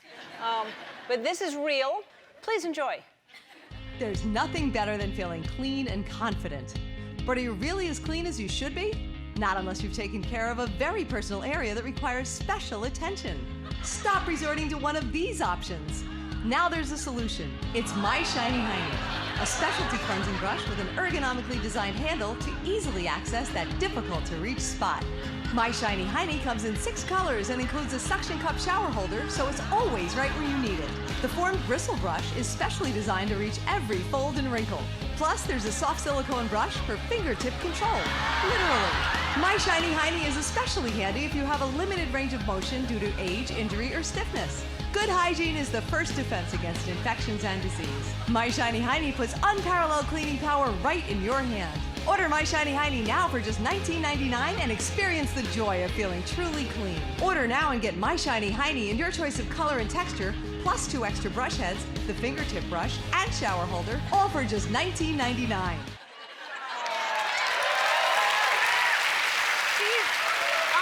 She looks so happy at the end of the commercial. Yeah. Like, I'm wondering, how bad must it have gotten back there that she's that happy at the end of the commercial? She's spinning. She's so happy. Oh, she's ready to see the world. Yeah. It's a real thing. That's the thing. I can't believe it's real, but I know it's real because I ordered one. Let me show you. Feel it. Oh, it is very soft and gentle. There's also, they sell hard bristles as well, in case you want that. No judgment, no judgment. Look at that. You hold it. You're That's the co-host. fantastic. I'd love All right. to. But there's so much to talk about. I mean, first of all, let's recap. Yeah. Here are your options before this came along. You could use that man's hand. That's a man's hand. Only that man's hand. Whoever he is, Yeah. that guy. There's a towel. The guest towel, it looks like. Looks like from the guest Don't bathroom. want to mess up your hand. Then there's a loofah, which is, to me, too large. That looks large. And possibly painful. Like, Unless you order the hard bristle and if that's what you like. Again, no judgment. No judgment. Then there's the finger brush, which I'm really confused about because now it's just one-sided, and that's my question about the finger brush. Yeah, and so I guess you have to really Okay, all right. twist your finger. If you want to get yourself clean and have a shiny hiney. Yeah, I've got a big job interview tomorrow. Better use a finger brush. Yeah. There's the doctor, which I think they said, you know what, we're going to cast this guy, but let's not put a lab coat on him because that's going to look false. No, too professional. There's not even a diploma in that room. There's nothing on the shelves. No, he's ready to leave it whenever someone knocks on the door and says, you're not a doctor, and he can grab his files and leave in a moment. And where is he putting that stethoscope? I don't know, he's wearing it, and he says, I've got your lab reports here, and it looks like you have a filthy hiney. And you're gonna need this. The crazy thing is she went in there for a migraine. Yeah. So you can imagine how confused she was. All right, I think we should put this behind us, and you know what I mean by that. Let's shake our shiny honeys with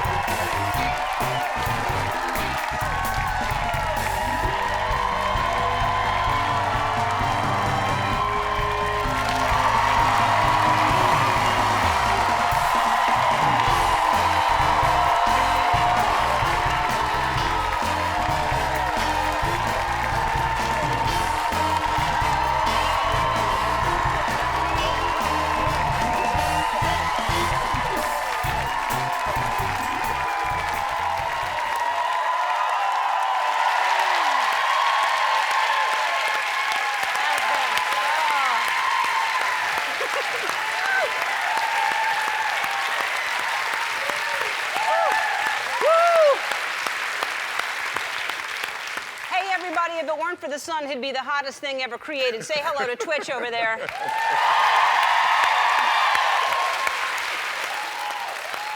Hey, Kristen, you looked amazing at the Emmys the other night. Beautiful dress. Look at that. What was that fabric? It was a duvet cover. It was a duvet that we cover. Just snipped up, we put on, we Wow, thought, let's do it. Seems like that'd be heavy. No, it's a wonderfully talented designer named Zuhair Murad, and he's amazing, and I had a wonderful hair and makeup team I just put it on, in truth. And I sat there while they painted me, so I can't take much credit. Beautiful, though. I got you a gift for co-hosting with me. Andy, will you bring it out? Every color that you possibly want.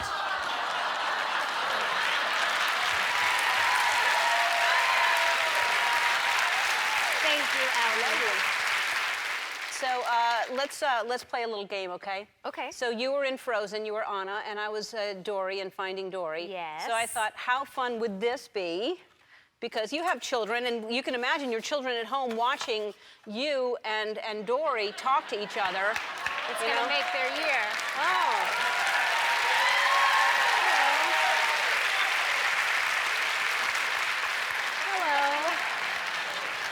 Hi, Dory. I'm Princess Anna. Hi, I'm Dory. Who are you? Princess Anna. I'm Dory. Hi. Hi. Do you want to build a snowman? I'd love to build a snowman. Great, let's do it. I'm Dory. Who are you? Wait, what? What? I'm Princess Anna. Hi, Princess Anna. I'm Dory. Yep. I heard ya. Want to build that snowman? Let's build a snowman. What snowman? End scene. Okay, That was very good. We'll be back. That's my co-host, the lovely Kristen Bell, and the new show, The Good Place. Very funny show. We'll talk about that in just a minute, but let's talk about you for a second and your summer. What did you do? We actually went home to Michigan. Dax and I are both from Michigan. What part? Oh, yeah. That's what you do I've when been you're there. from Michigan. Yes. I'm Near the thumb. just outside of Detroit. He's from Milford. But we actually went over here to Grand Haven and stayed on one of the lakes and, went kayaking and paddleboarding, and it was just lovely. We invited all of our friends from high school and their kids. We had like 21 people staying at the house. We just made food, and it was lovely. That's fantastic. He swam in the lake every day. I'm not much of a lake person. Because you can't see what's beneath you? A little bit, yeah. Like I don't love to get my temperature changing in the water. But I found out paddleboarding, that's my sport. You don't have to get wet. Well, you don't have to unless you fall. Correct. So you're good at it.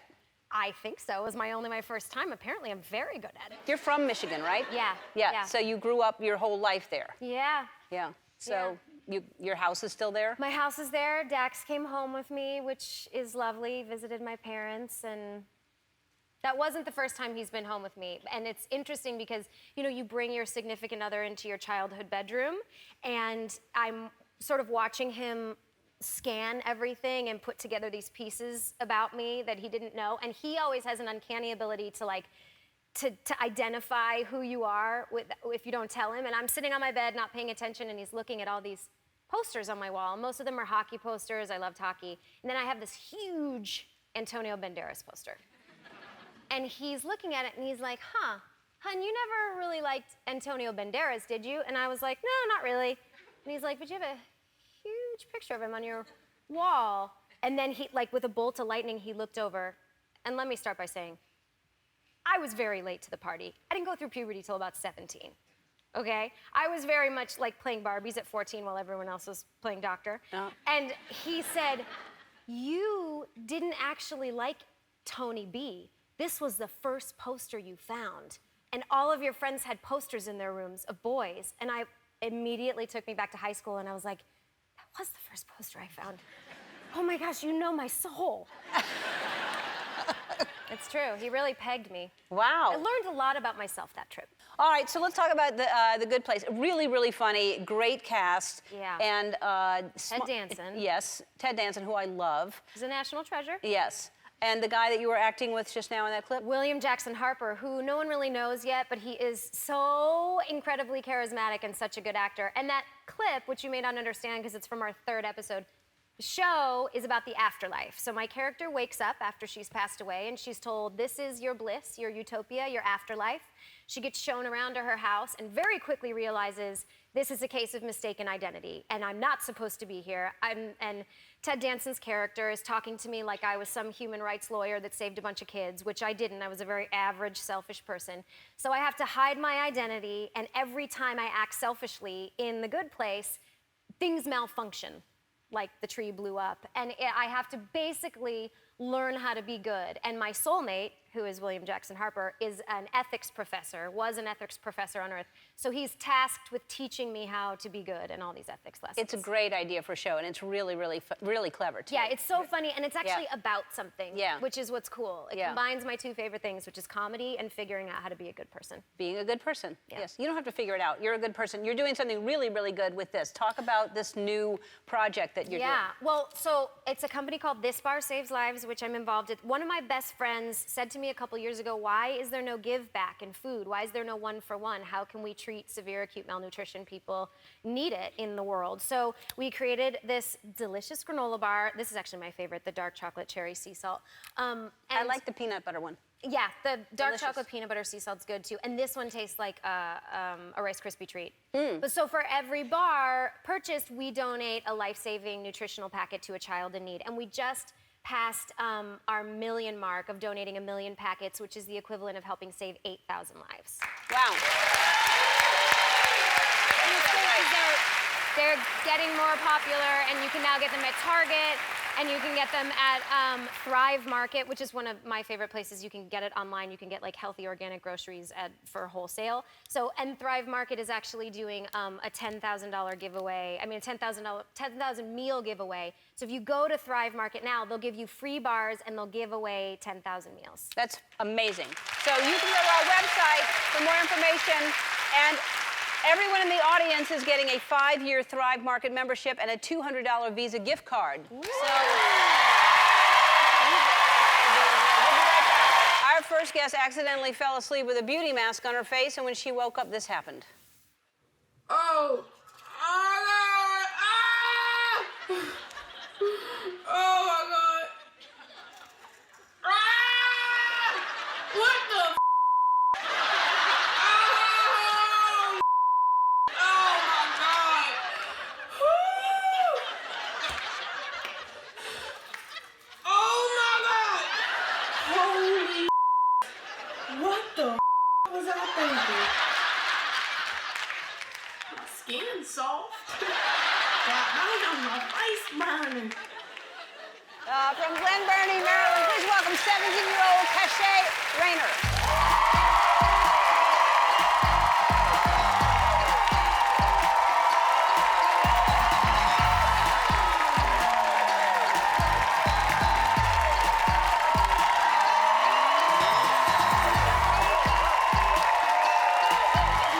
Touch your skin because it looks so soft. Can I touch your skin? Oh, it's so soft. It's beautiful. It really is. It's very, very soft. Okay, so nice to meet you. Thanks for being here. What were you thinking? So did you put it on thinking you're just going to close your eyes for a while? It was right before you went to sleep? Like all night long you slept with it? No, I actually slept with it for an hour, just an hour. Just an hour, 1 hour. And you had never tried that product? No, I had seen it online, like on YouTube, and I'm like obsessed with makeup and stuff. So when I seen everyone trying, I was like, okay, maybe I should try it. And what did it advertise that it was going to do? It's supposed to take away like pores, like blackheads, pimples, and Rip them everything right like off. that. Yeah. Right off. Yeah. Like the first 3 layers of your skin. So there's. I was terrified. That was only an hour. Wow. Yeah. So you obviously were in pain. I was in a lot of pain. How long did it take? We saw a time lapse, but how long did it take you to? It took about like 3 minutes to take off, but I cut like a little bit of the video out. Well, that's. It's too much. Yeah, that's ripping off the worst Band-Aid ever. Yeah. You for a minute looked like you were gonna try to rip it off, but the whole thing came off in one. Like it was like Formica. It was really all together, right?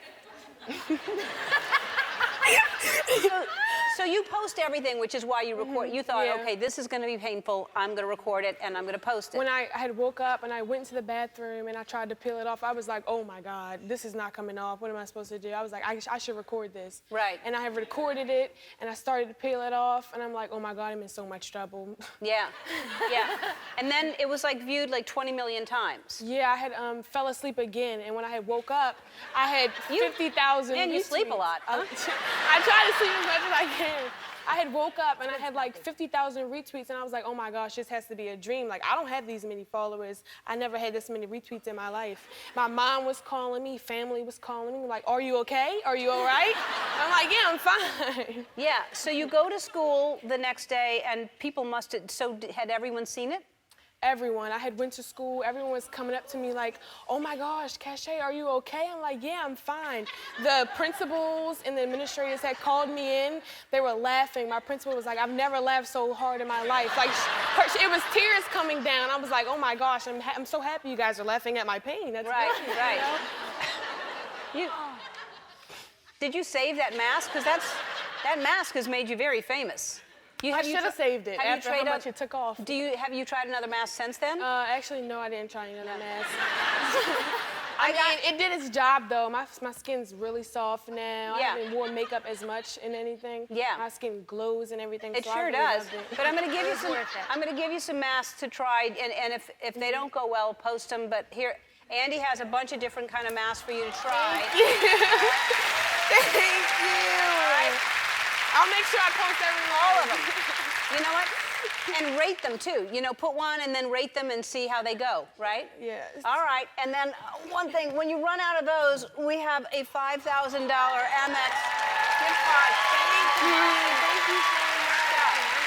We'll be back with an incredible 23 gold medals. Our next guest is the greatest Olympian of all time. Take a look.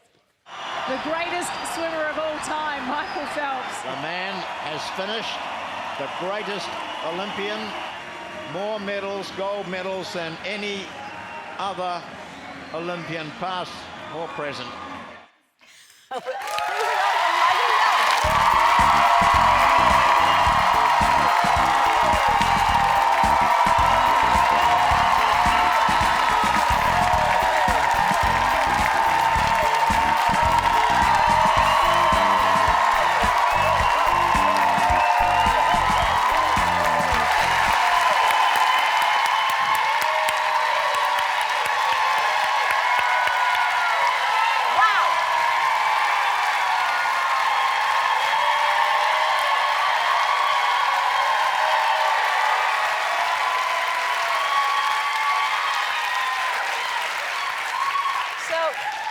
I mean, you just must get that everywhere you go.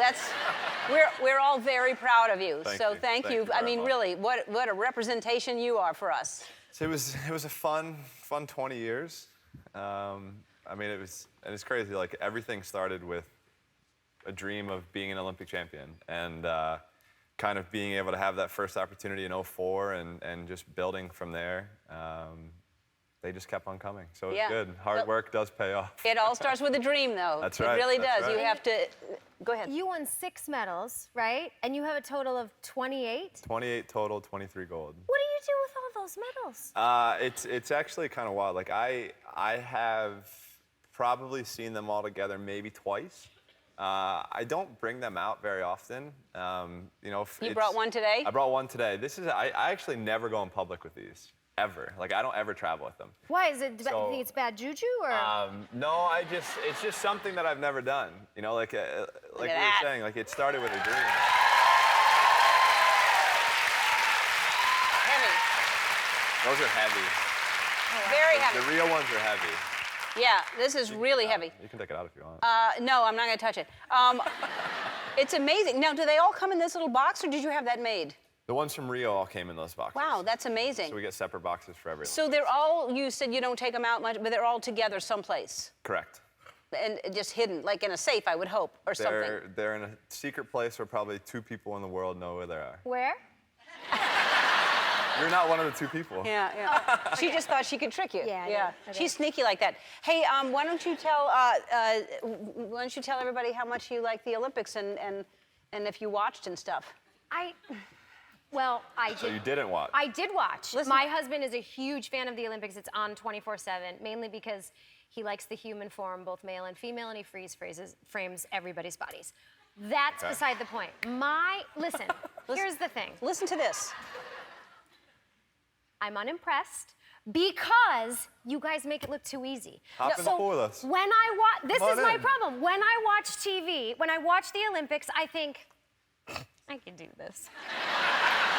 I mean, you make it look so easy that when I watch it, my ego goes bananas. 'Cause you have to have a real person competing so we can see the difference. So many people have told me in the last like 2 weeks, they're like, there are 2 empty lanes on each side. Put some My random dad! person in there. Yeah. Just to see. Or you. how it is. Or me. Yeah. I You guys tried. are more than we'll welcome see. to hop in and I know. and I go tried to for get it. her to go with you today, and or it's her kid's first day of school or something like that. So I know, kids are the worst. we are going to put Andy in the pool with you later today Yes, I'm because we're looking doing forward this to it. segment called Average Andy, and Andy's going to learn how to do. I might teach him butterfly, which will look Oh, that'd be great. amazing on camera. Yes, butterfly. A couple different ways. Looks like you're just drowning. Yes, Butterfly is yes. impossible. to It'll do. be. I've heard and watched some of the segments with Average Andy, so it'll be Yes. fun watching him try to swim butterfly. It's not the easiest stroke. Is that the and hardest for you? It's the stroke. Like I made my first Olympics in 2000 in the 200 fly, so Mm-hmm. it's kind of our family has always been good at butterfly, so Mm-hmm. it's something that I have gotten okay at. Mm-hmm. So it'll be fun to try to teach him how to do. Well, you make it look very easy Yeah, you do. not. to It's do. not easy. You make it look very easy, and it messes with my head. And you have a kid, right? I do. Your kid, Yes. Boomer, right? Boomer is here. Was in the stands. He was in the stands. Was He had that headphones wonderful? on most of the time. He loves the water. He absolutely loves the water. We have to heat it to a certain temperature, so he gets What's in. the temperature? Like 85, 86. That's what a little we. warm. No, that's how we keep it. I love it warm like that. But it's tough because Arizona's a little hot, so. Oh, when so it's not like refreshing. 120, and Yeah. you get into 85-degree water, it's not that great. But he He needs loves his own being- pool then. He needs his own little pool. He has. I guess he can take the little hot tub area. Yeah. We'll put that to 85, but he just like kind of flaps around, and he loves being in the water. He feels the best. He's so relaxed in the water, so it'll be fun looking forward Yeah, he looks very to casual. the future. Wow, he's very cool. I have a gift for him because he really is going to be a swimmer, I'm sure of it, and he should have his own pool. Okay. So let's bring out Boomer's gift. He's got his own.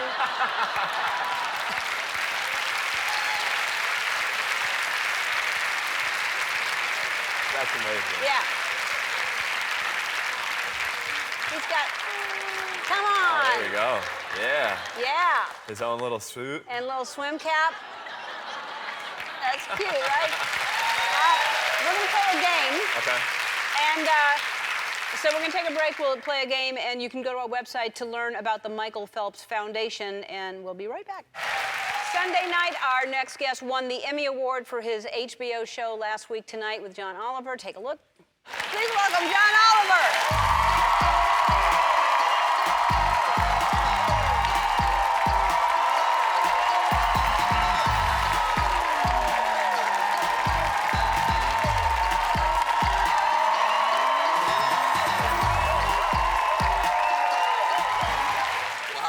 Well, you said if you won, you were going to do some whiskey, and that's what you wanted. So Do some whiskey. Yes. That is the preferred term, isn't it? Is this real? It is. Do you? Is that what Do you it. like? Do the Do it. whiskey. I will. Do the whiskey. Do I the do whiskey. succumb to peer pressure. Do the whiskey.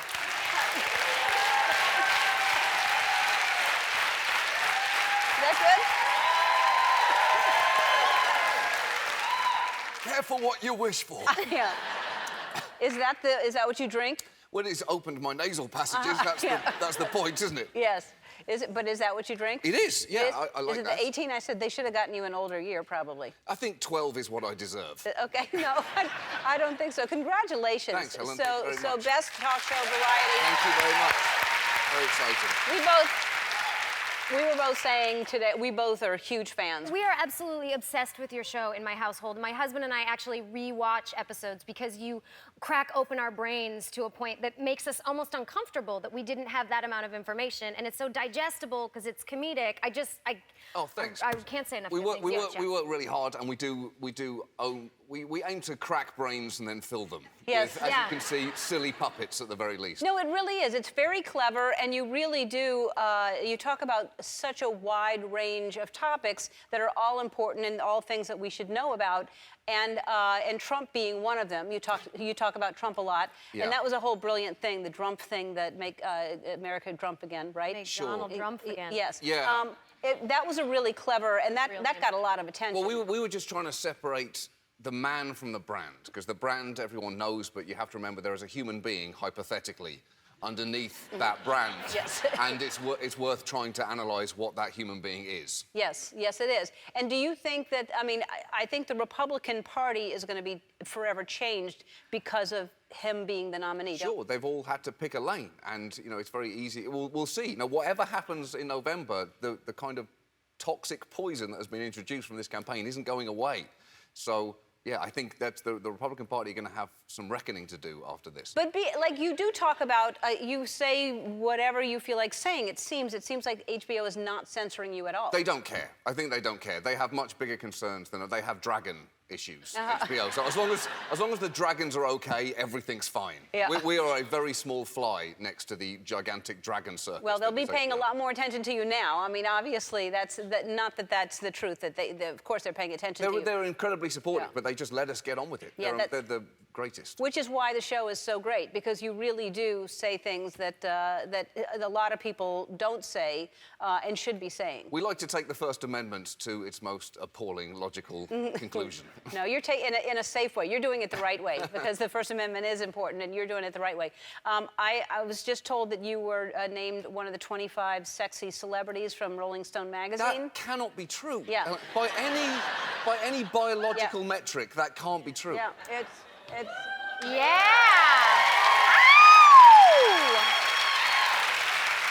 There you are. I just think, unfortunately, that photo undercuts the headline. That's the problem. Yeah, no. Unless it's all looking unconventional people that you might want to give a second look at and realise, well, OK, he's fine. No, that is not true. You're underestimating how sexy Smarts I is. think I have a pretty good sense of how sexy I am, and it's low even with a television show. No, and I heard that you're a huge Project Runway fan. I am. I love that show. So I got you something because you're fashionable. I know you watch Project Runway. watch it You're all the sexy. time. So, you have it. I've got it. I've got it. What have you got? Come on, do something. You're the What is it? host. It's a jacket, and inside the jacket. Nice. Yeah, right? See, now, that is a man who knows how to dress. Yeah. That is a sharp, natty dresser. He makes it work. And so do you. This blazer is for you now, and now Thank you. we know when we see that on you that's underneath. I'll be having Tim Gunn happily behind me. Right. Yeah. Right. Yeah.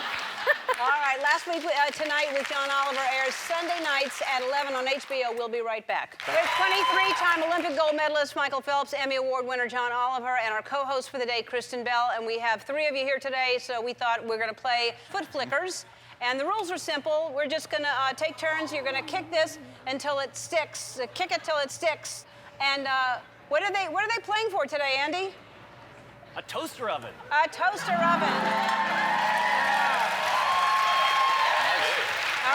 I'll take it. All right, let's see. No pressure, but we played it last week, and this is what Katie Ledecky did.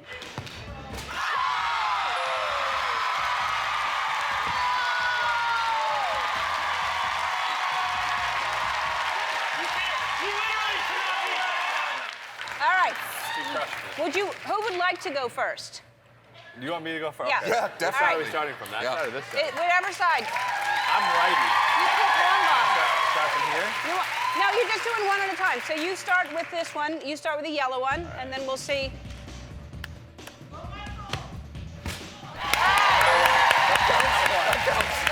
I'm on the board. Go for it. Oh, this is not going to be good.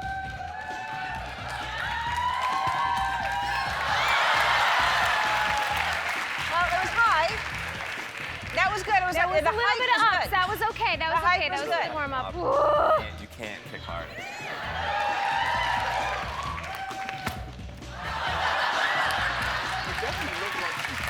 Oh, yeah. Hold on. Let me get my microphone situation straight. I'm having a Mike, are you feeling differently about the Olympics when you're looking at people? It's so easy. This is a lesson for me. Everything's so easy. Oh!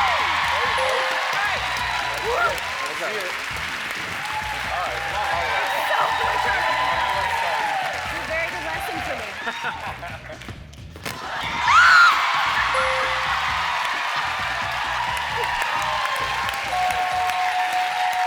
Unreal. That's right. We'll be right back. I want to thank my co-hosts, Kristen Bell, John Oliver, and Michael Phelps. I'll see you tomorrow. Be kind to one another, everybody. Bye-bye. These are beautiful, and both of you are beautiful, and thank you so much. I had never danced with a prop, and I almost fell down. I don't know if anyone Twice. saw that. Twice, yeah. You covered. Thank You covered very well, though. Just barely. You didn't fall down. I did not fall That's down. the takeaway. Big victory. That is the takeaway. Good for you for seeing the positive. Thanks for being here. I saw y'all at the People's Choice Awards the other night, and you both Yeah. looked beautiful. And You too. You had a very similar velvet. it was beautiful. maroon. It was This is- red. Yes, And it said love on the It said back, love which on is the super back. cute. It's Show it, the yeah. same So, one. isn't that cute? Except I make them in wonderful. different colors. So Nice. Yeah. Yeah. It was great seeing you, but we felt a little bit nervous when we saw how close you were to Justin Timberlake. That was a It- very effusive introduction. Yeah, It's like, and we he's like feel my like best, we're- best friend, Ellen. And we were like, We're third tier is what we figured Yeah. out. We definitely figured out maybe fourth tier. no, it's It fine. was a little. We just, no. reality set in. We were Yeah, like, just a oh, little, yeah. just a little bit. Yeah. No. But what's great, we feel very happy to be fourth Yeah. tier. It's still a great tier. But again, maybe the takeaway is who's on the birthday show? That's right. Good point. He's Good not point. here. You're here, and that's all that matters. So you were at the Golden Globes. You were wearing an outfit. I did wear some clothes. Yeah. Yep. You were wearing some clothes that were. Minimal clothes. It was a plunging have- deep V. Well, did you have the sticky tape? Of course. Well, listen, when you have a plunge like that, well, you should be nervous. If I were working with more, I would have been more nervous. But I just used double stick tape. Right. Then I went, take it a step further, use double stick tape to double stick the tape in, quattro stick tape. 4 tapes. Felt fine. Oh, so you knew that she had the 4 tapes. Yeah. I learned later. Yeah. I didn't really know that it was happening while it was happening, but later. He doesn't pay much attention. No. She started breastfeeding our children 3.5 years ago in front of almost exclusively my dude friends, I feel like. The baby was always hungry when my guy pals would come over. So you just get over it real quick, and it becomes like white noise. Like, they might have been out. I don't know. I can't say for sure when they're out and when they're They're not just boobs. Yeah. You Yes. know, Yeah. it's like they're just boobs. Right. out. They're life sources. Yes. Well, yes, they are that. Yes. And then they're attractive, and you were wearing an attractive Yeah, outfit. but I was conservative, even though I was, plunging. Oh, I thought you were beautiful. I just would worry, and the double stick tape sometimes doesn't work. I've learned Portia wears the double stick tape. Yeah. I wear it just under the clothes for no reason. But and I heard that you said, and now you have a crush on Brad Pitt, and I heard you ran into someone at the Golden Globes that you have a crush on. Who is that? I do. Riz Ahmed. Oh. I find In the night of, Yeah. Star Wars. Star Wars, just the a- OA. Yeah. Well, yeah. Night of, he's great. He's so good. I find Indian men irresistible. She does. Really? She Oh, has I do. a real fetish Yeah. for Indian men. It's Which so beautiful. shouldn't alarm me at all, right? Because I often get mistaken from being from the subcontinent. Yeah. All the Yeah. time. Everywhere I go. But I find I you saw him attractive, first, too. and I thought she might be too shy to kind of go up to him. He was so I'm my gonna, I'm wingman. gonna break the ice, and I said to him, "Hey, my wife has a crush on you. I'd love to introduce you to her." And- Thinking that she would be nervous to say that, and then here was her first line. I she walked up to him. and I just, out of my mouth came, I find you very attractive.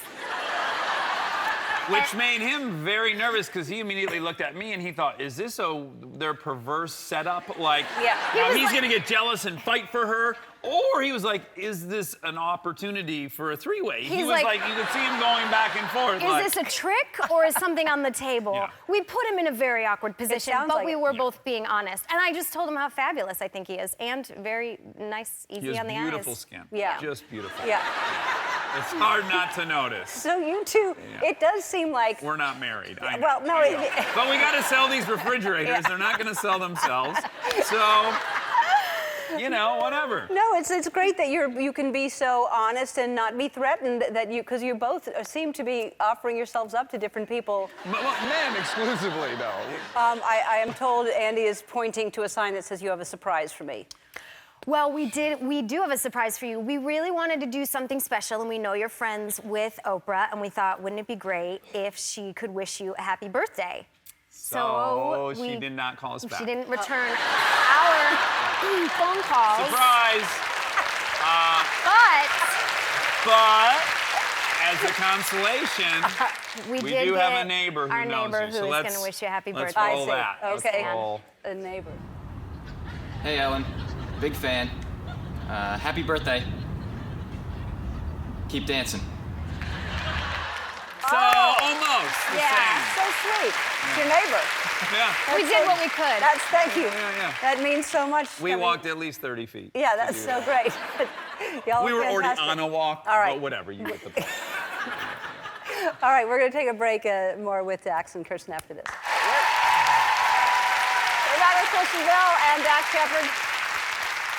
So the last time you were on the show, you wore that uniform. I did. We were shooting, and I came by in it. Yes. So you wrote, directed, and star in Chips, and it looks so good. And congratulations. Thank you. It is so good. It looks so good, and I can't wait to see it. That was like a sort of more hardcore cut preview, but it's actually very, I mean, if I can be your publicist for a second. Yeah, please do. It's like incredibly romantic, and it's so funny, but it's not spoofy. It's like, it's just wonderful. And it was like a higher testing than Warner Brothers has ever seen, and I'm so proud of him. Yeah, you should be. That was like my mom was here. I loved it. Yeah. But I'm serious. Super hot I'm version so of my proud. mom. And I'm honored to be in it. You're in it. You play his ex-wife. Yeah, I play his like trashy, estranged ex-trophy wife. Yeah. Oh. I set out, I had one goal. Kristen's never been unlikable. I'm going to try to make her unlikable. It was a really noble goal, I think. Did you do it? I think so. I think she's pretty unlikable. I'm pretty unlikable. But she really she thought, well, I'm playing a trophy wife. I think she would probably have fake boobs. So what I'm going to do, since she was breastfeeding, is she did not pump for at least a day, I think. Yeah. And I was supposed to be pumping every 4 hours. Yes. So by it the was time like... we shot her...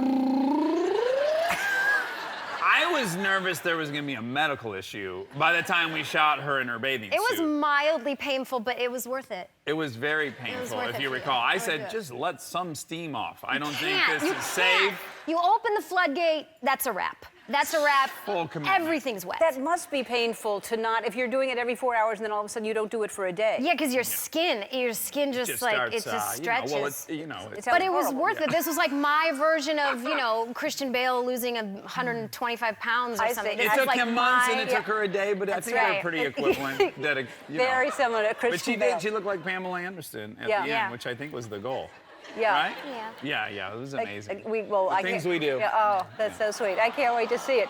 I wish there was a way for me to repay it, like not pee for a couple days or something. I don't know what I would do. Yeah. Try it. Okay. Let us know. I'll start now. Start now. I'll start let now. us know. I'll call you in a couple days and see. Chips will be out in theaters March 24th. We'll be right back. That's fantastic. Thanks. Who makes that? We should support that. I can't remember, but I'll tell you in a minute. Okay, after the break. Well, lingua franca. Lingua franca. Lingua franca. Credit where credit's due. Lingua franca. Yeah, they're awesome. They put a whole bunch of cool stuff on there, and they put like "Who Run the World" girls on the back. They're really, really cool. I won't be stealing that. You'll see those on my T-shirts very soon. So let's talk about. So Dax was here a couple of days ago. Yes. And we talked about the lazy boy that is in your media room. Yeah. It's that's not right.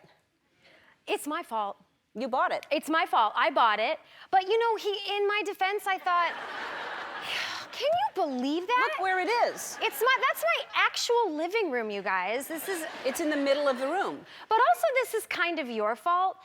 And he pointed that out because the thing is that I actually maybe would have gone for it had I not come to your house and seen how like jaw-droppingly elegant it was. Like I can't come to your house anymore. That's the point. I wanted to tell you. Well, I can't come over anymore. It's bad for my marriage. Thank you. Well, first of all, thank you. I thank you. No, because it's beautiful. And then I come home and I see, I mean, it's a comfortable Look, chair. everything don't get in me that wrong. room is fine except for the No, I lazy know. boy in the middle of the room. If I can just get him to turn it. Or yes, it should be angled towards like to be a conversation area. Because he said you can see. Because I said, where does Kristen watch TV if you're in the middle of the room? I'll show you where I watch TV. That's where I watch television. That's I you sit behind him. Right behind him. And I feel like I'm in an actual movie theater in my living room where I have to like shimmy next to him, like, excuse me, sorry to go to the bathroom. Like I mean, that's, yeah, it's You not... should yank the back of the chair like people do when they... That's my face as we're watching that Sam Jones interview. That's what I feel like. So let me ask you another, first of all, that's not romantic. And then there's a photo of your wedding, which also doesn't seem you connected at all.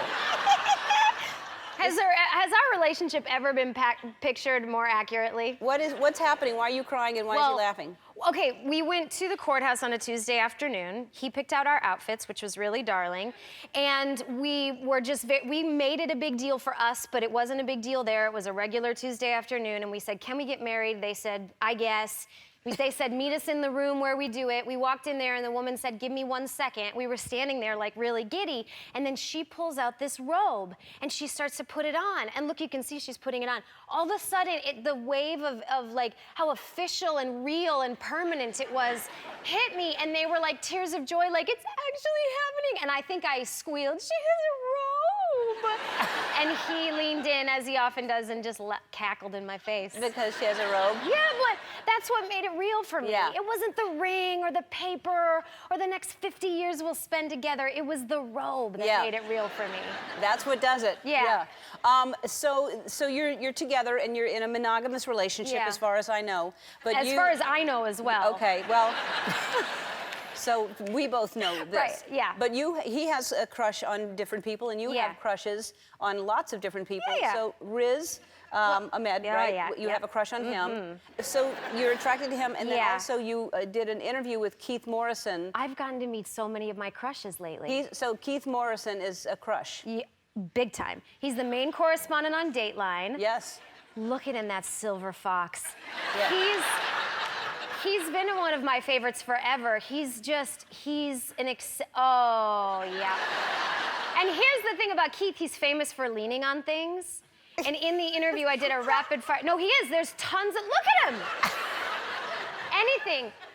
Fire, wind. I've legit seen him lean on barbed wire. Wow. His pipes are so velvety and smooth and silky.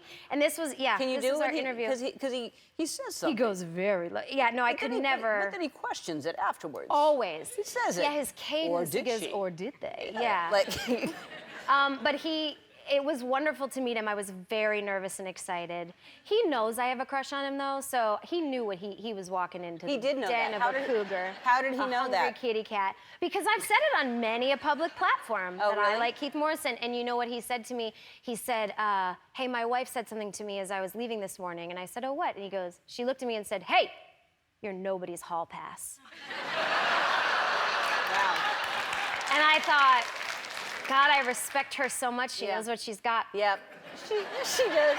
She knows what she's got. She knows what she's got. You got to respect her. And you've got quite a lot, too. We're going to talk about this movie that your husband wrote and produced and directed and I've heard of it. Stars. You're in it. I know. Yeah. All right, we'll be back and talk about Chips. Kristen Bell and Doc Shepard in Chips. All right, so he really did. He wrote it, and he'd worked on this for a long time. Yeah, for like almost 3 years. He wrote it. It was his idea, took it to Warner Brothers and was like, can I please write the movie Chips? And they were like, I guess, who are you? They just were like, yeah, sure, whatever. And then he wrote this brilliant script, and yeah, I'm so proud of him, I can like hardly articulate it. So were you supportive and happy when he said, yes, I want to do this, and they're saying yes? Yeah, I mean, initially I was like, I didn't really understand it because I didn't watch the show, but then after I read the script and asked to be in it, and then when particularly when he hesitated on casting me, that's when I really got interested. And you play the ex-wife. I do. And Josh Duhamel is your boyfriend. Well, he's who I give swim lessons to. Right, right. And make out with a little bit. Yes. Like, kind of a lot. We did What was that like for him to direct you making out with a guy? We once saw this video of Chuck Norris, okay? Don't worry about why we were watching it or how we got. The point is we saw it. And it was Chuck Norris kissing this girl in the front seat of a car from one of his movies. And he leans over and he literally opens his mouth like a fish and just envelops her whole mandible. And we thought, what on earth is happening? So we constantly reference the Chuck Norris kiss because he'll say, I'm gonna, as a threat vaguely, I'm gonna Chuck Norris kiss you, and that means I'll eat your face. And then he said during this scene, how would you feel about Chuck Norris kissing Duhamel? Well, Duhamel had this pretty decent handlebar. That's not Duhamel. Duhamel looks so different. Very different. But Duhamel had a nice mustache, so I just went in there and sucked yesterday's sauce right off of it. Yeah. And your director directed himself to be naked a lot in that movie. Always. He loves being naked. He loves when other people are naked. He just loves the human form. And he thinks, you know, butts and penises are very funny, as they are. And so he wrote this scene where he's just... Those underwear are painted on for the purpose of this, but in the movie, panties. they are not on. No. In the movie, there's no underwear on, and Michael Pena trips and falls into his package. Into his crotch. Yeah. And Dax loves it. I mean, he loves it. He's he's a free spirit. Yeah, he is. Yeah. But look at his buns are so cute. How could you not he's got a good show body. them? He has a very good body in Yeah. that. All right, we're going to take a break, and we're going to play a game after this. Okay. We'll be back. We're back with Kristen Bell. In honor of the holiday, we thought we'd play a special St. Patrick's Day version of Heads Up. But first, we have to put on our costumes. We'll be right back.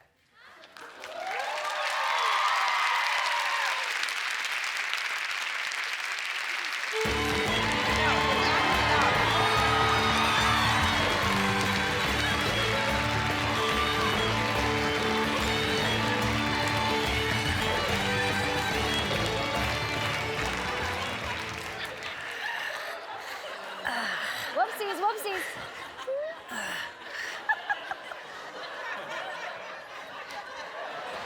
Okay. All right. Kristen, you're going to go first. Okay. All right, so act it out. You can't talk. You're acting it out. Okay.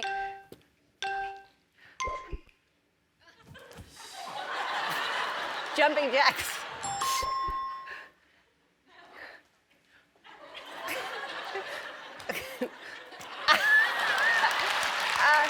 I don't know what that is. Pass. I don't know what that meant. Surfing. Hula hooping. Touching your toes, bending, yeah. Push-ups. Oh, catwalk. Walking model of walking like a model. Whew. Are you skipping? Yes. Karate kick. Yes.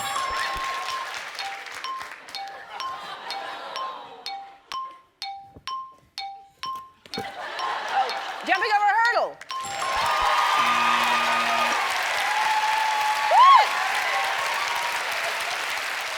All right.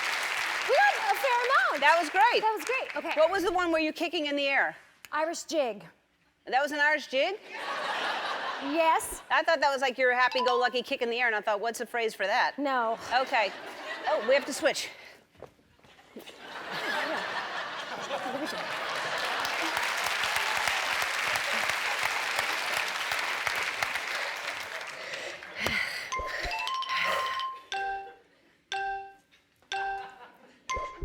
Oh.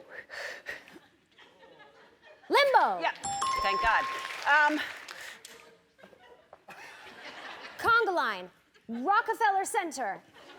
The Kick Girls from Rockefeller That's right. Center. Close enough. Can. Can.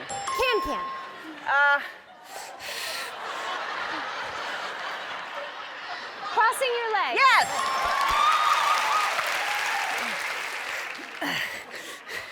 Having a nap. Laying down for the night. Sit up. Yep. Tightrope walking. Yep.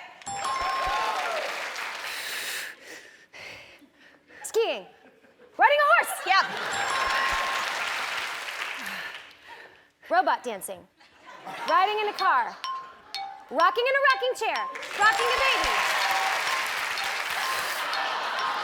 doing the split. Yes! I saw by the look on your face. That's all right.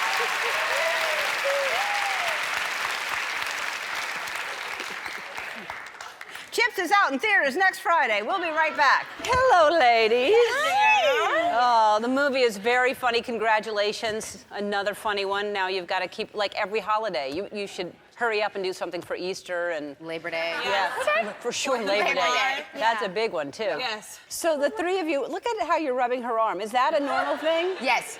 Who knew who first? Somehow it just happens. Like we start the day, like our first interview, we're we're like trying to sit up massaging straight, and then by the end of the day, it's just like devolved. No, into, we're like a basket of we had a kittens. great Look at time us. making the movie. We're literally It happens kittens. very quickly. It happens real quickly.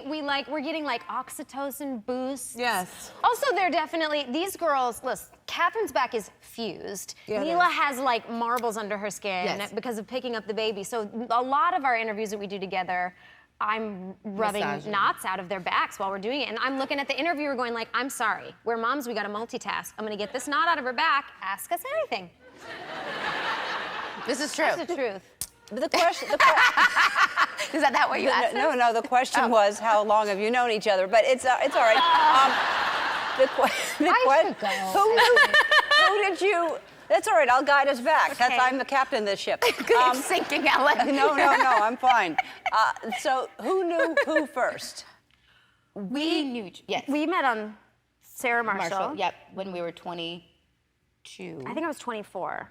Yeah, and you were 22. Yeah. Yeah, so we met forever ago. Okay. And then when did Catherine join this Just trio? like so the last person to just like the stranger on this couch. Well, No, we did it. We got to know each other. We met during this, which was awesome. Doing the auditioning and then getting the part on this. Yeah. Yes, the first day that we did like a pseudo table read, Kaba was in LA, had to Skype in, and it was the first time I met Catherine, huge fan, and I was like, oh my God, we this were is all like, amazing. Catherine Hahn's gonna be this But I want you to understand, so Catherine and I were next to each other, and I was like, oh my God, this is magical. And then K-Bell's just like on a giant screen Skyped in. And as we're reading the script, you see her face just getting closer and closer into the screen, and the rest of her body just keeps kind of like getting out of the Yes. screen. And then you hear I was this- going down. Yeah, it was just, And then it was you just a hear giant this face, just sound. a giant face. And then you hear this. I didn't know I was on a movie projector. I would have loved a heads up. I thought it was like, we're gonna Skype in and be on a computer. And I was home because I wasn't going early because I still had a little one and I needed to pump. And I'm sorry, when you gotta do it, you gotta do it. And I thought like, they're not gonna care. Also, it's not gonna be very loud. Again, I didn't realize I was on a 200-inch screen on like speakers in a conference room. I thought it was someone's computer. And then they both like, I see them look at me like, No, there's no mistaking that sound. It was very. I knew what that sound was when it was a very good impression of a breast pump. So your head was just this giant head on a screen. And you were like, and the boys in the room were like, there's static on the, can we check that call line? we The were call like, looks like it's no. fuzzy. And Mila and Catherine were like, she's fine, it's fine, let's just keep rehearsing. Yeah. They were covering for me. Hey, so each of you have 2 children, right? Yeah. And you have, since you've been here last, you've added a new one. I do. I have a little boy. You have a little boy. How old is he? He's 11 months old. I have a 3-year-old and an 11-month-old. Wow. Yeah. And then you have 2 little girls. 2.5 and 4.5. Yeah, I mean, I sort of have a boy and a girl. Like what, you know, I mean, I have a girl and then like a bruiser. Yeah. When in doubt, knock them out. That's her motto. The one that's on the little motorcycle. No, weirdly enough, Oh, that's it's not like Lincoln? the elegant one. Oh, she's Yeah, so the other awesome. one's like I see. way more street than that one. Yeah. And you have 2, and how old are they? I have, my son just turned 11 yesterday. I'm recovering from Benihana's. Happy guys. birthday, Happy Lord! birthday! It was a Salt Lick. 11? 11. And And- then our daughter May is 8. Yeah, So, nonsense. all right, I'm going to take a break. When we come back, the whole story, the whole movie is about bad moms. I assume because yours are older, you have more stories. I might. I'd like to hear all the stories. Catherine's got a lot. Oh, good. Oh, good. So you're... It's good for my ego, my mothering ego, just to get these stories out. Get them out now. Publicly, in Good. a public forum. Apologize now so the kids see it and it'll avoid Good. therapy. You'll And get they're it. still alive. All right. Well, It's a happy ending. You've been great then. All right. We'll be right back. We're back with the cast of The Bad Moms Christmas. And the audience saw it last night. You loved it, right? That's so exciting! Hey! It's very funny. Hey. It's very, very funny. I am not a mom. I don't have children, and yet I was laughing very hard because I can. You laugh whether you're a mom or not. So you do not have to be a parent to enjoy this movie. Thanks, Ellen. Yeah, you're welcome. Yeah. All right, let's hear all of Go, the. Catherine. Unless you. Oh, gosh. These are my bad mom confessions? Well, yeah, I mean, there's so many. Be vulnerable. There was this one time my son was crying so hard, and I didn't know what was I didn't know what was the problem. I was looking at all of his digits, and I had no idea. I was like, is he fed? Is he like, what's happening? And I opened up his diaper, and one of my hairs had wound itself around his situation. Almost castrated the son. Oh my God. Anyway, that was good times. That felt good. Oh, that's. Hopefully he doesn't see this. Happy birthday, Happy birthday, 11 years old. There was another time I wanted to do like have like a spa time with them in the tub. I think I told you guys this. And I was like, this is gonna be the coziest, like, bedtime ever. I'm gonna dim the lights, have candles. It's gonna be a lavender bath. Such high two expectations. children. It was like just high expectations, exactly. Just didn't know that you shouldn't use like straight lavender oil, like that it should be diffused. Oh, so you do now. Well, because it they burns. sat in. It was, yes. Yes. Literally, they like sat in. It was so relaxing for 2 seconds, and all of a sudden, it was like, bloody murder. Yeah. Literally grabbing frozen washcloths and putting. Anyway, that was a fun night. Yay! Yay! Thanks, guys. Happy birthday, Leonard. Justin Hartley is in the movie, and he looks good. Yeah. He looks good. Catherine, what are you looking at when you're waxing him? There's a picture of you. What are you looking at there? God, look at that. Look at that. I mean, that is pretty beautiful. Yeah. You know, it was really, honestly, a fugue state. It was like a fever dream. I don't really remember. It was like I really kind of blacked it out. I have no idea. Yeah. There was like a lot of eye contact and a lot of like soft focus. You know what I mean? I tried not to really. Right. Because all I kept thinking watching that scene is how hilarious that must have been and how many times you must have laughed to get through that, both of you. We did. Because it was hilarious. We really did. And then there's a Santa that this guy, whoever that lucky guy was that you're all grinding on the... He's Santa. Yeah, he was Santa. actually That was actually Santa. Santa. You guys, we got Santa for Bad Moms too. Wow. Yeah. He was really Yeah. game. He was great. That's amazing. So game. He smelled so much like vanilla. Like, Yeah. you gotta go for it. You've got to. He smelled like vanilla? He was Yeah, like from that. Bath and Body Works. Yeah, he did. He had So much like vanilla. It was like overpowering. And I even said, I was like, this suit must have been through so much because he's like compensating for. Oh. Yeah, there was like a lot of vanilla. And we had to afford him as Santa the whole day. Yeah. He's been around for a long time, Santa. Yeah. So Yeah. I felt like it was only fair, since you would grind on Santa, that Santas would grind on you. So.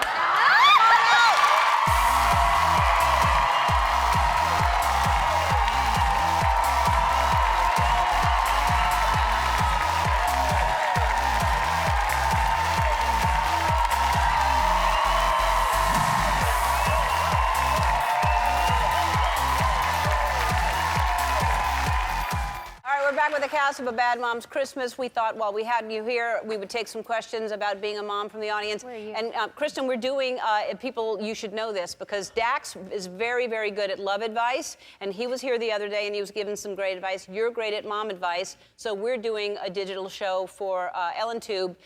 Look for that. That's coming up soon. Oh, it's yeah. called You're Doing It, Mom. So you're going to help people with That's mom, right. being a mom. That's awesome. That's right. It's Yeah. gonna be great. Helping moms. Moms helping moms. All right. Stand gonna be great. That's awesome. All right. Awesome. So we're gonna take some questions. Who's Susie? Where's Susie? Hi, Susie. Hi, Suze. Hi. Hello. Wearing that turquoise, Suze, yes. My question is, what would you do if the first grade teacher contacted you about your daughter's journal entry about her favorite things, and her favorite drink is Pabst Blue Ribbon beer, and her favorite place is the local pub? Well, you know, take it away, K-Bell. You got a show. How old is she? Well, she was 6. All right. First grade. Well, you know what? I think you would first identify, like, wow, she's really attentive. You know, she's paying attention at home. And then I would, to be honest, seize the opportunity and go, like, maybe I'm also gonna do things around the house that set a good example. Not that that's not a good example, because unwinding is a fine example. But you could use it as, like, you know, you could just put out a bowl of broccoli and be like, oh, God, this broccoli is so good. I love this broccoli. Like, understand that she's paying attention and use it to your advantage. My kid likes wine, if that makes you feel any better. Yeah. Also, everybody's kid, yeah. My kids ask for O'Doul's at the dinner table. Which I can't say no, because it's like a strict honesty policy, and I'm like, there's not alcohol in it. Because when we would walk with her at night, my husband would hold an O'Doul's, because he likes O'Doul's, and then she would grab it when she was 6 months, and by the time she was 12 months, she would hold it, and by the time she was a year and a half, she would drink it. We'll sit down and make grilled cheeses, and she'll be like, Mom, can you give me a beer? I got no problem with it. I love you, Susan. I love her taste. See you. You're welcome. You're welcome. All right. We're going to rethink that show we're doing with you. All right. Aisha. Where's Aisha? Hi, Aisha. Hi. What do you do for a living? I work in nonprofit. I've always worked with seniors, and I try to give back. Oh, good for you. Good for you. All right. What is your question? I don't really have a question, but I just wanted to say thank you. I'm a single mom, and I was on the Mother's Day show 2 years ago, and you literally changed my life. So. Well, then you come here. Ellen. You come down here. Ellen. God. I changed your life. Changed your life for the best. Wow. Oh, Aisha. Thank you. This is beautiful. Oh my God. Hi. I'm trying to cry. It's okay to cry. It's okay to cry. Aisha, come sit down. Here. I want to talk to you. Welcome. Hi. Hi. I changed your life just because you were here for the Mother's Day show? Yeah, you really did. Sorry. Wow. Don't be sorry. Yeah, I'm a single mom, and it's been difficult. And as much as I like to give back, I don't have much to give. But when I try to volunteer, I always know that there's someone that's worse off than I am. I watch a show, and people are like pushing their cars to work, and there's 8 people in an apartment. And for me and my daughter, you know, as long as our bellies are full and I have a roof over my head, it's been just That is so amazing. sweet. Your mom must be so proud of you. I hope so. Yeah, she I hope is. I'm so. pretty sure she is. Mom, come on out.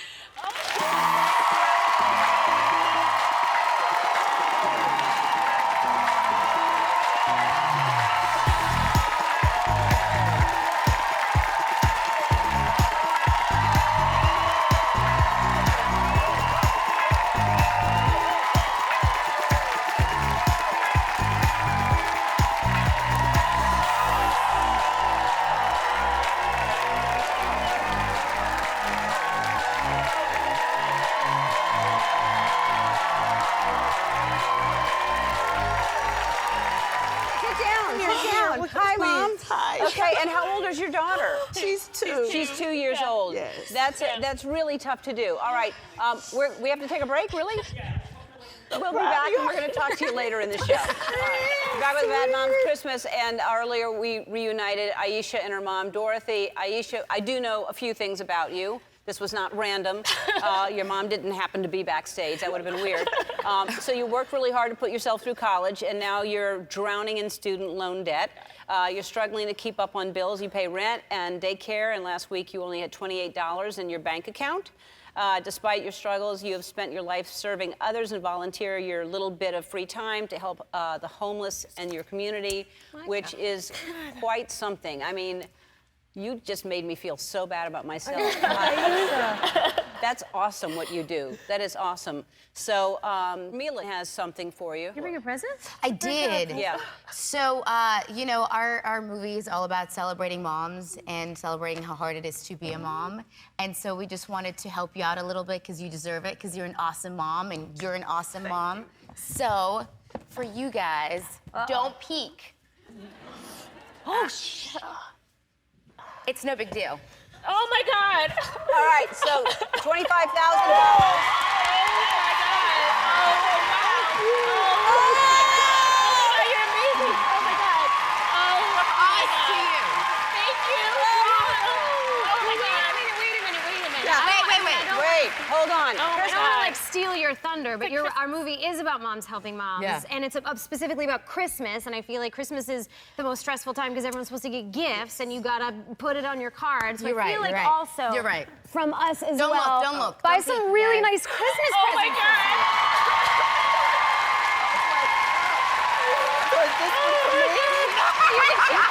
You can share.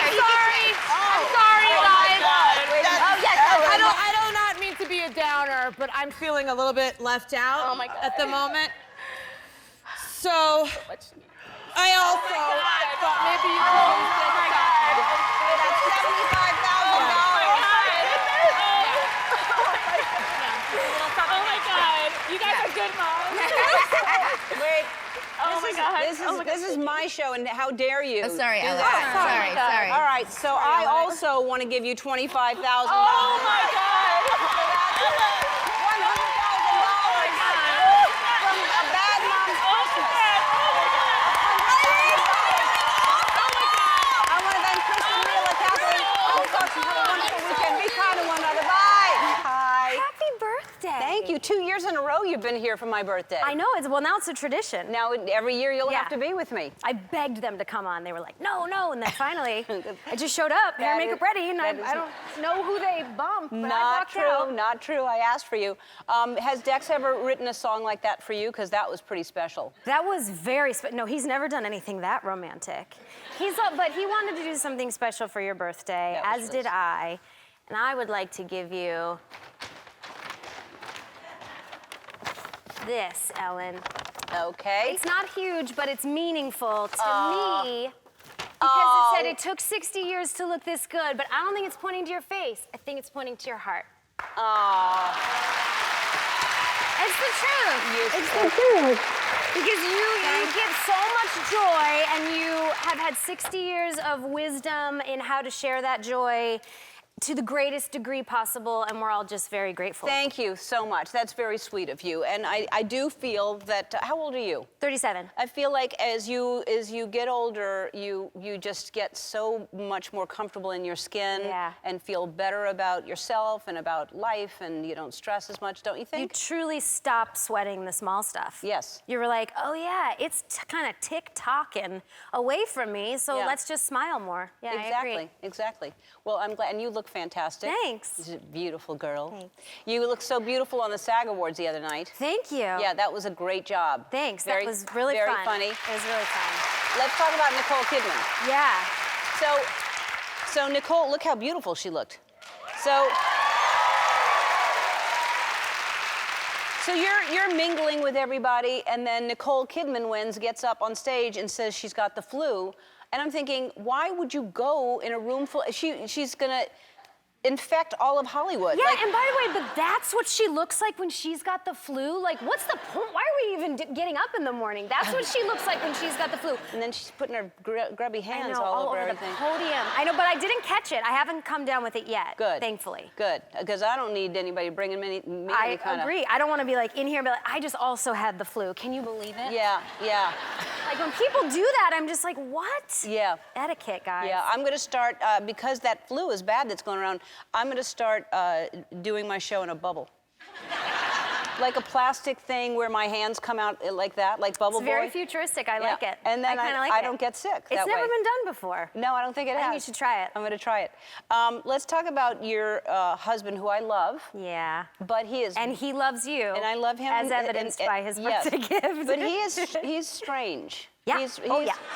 So he was on the show the other day, and he showed, and I'm sure this is real, there's a poster of Antonio Banderas on the ceiling above your bed. Yeah. Well, this is why we're a perfect match. It's not actually his poster, it's my poster.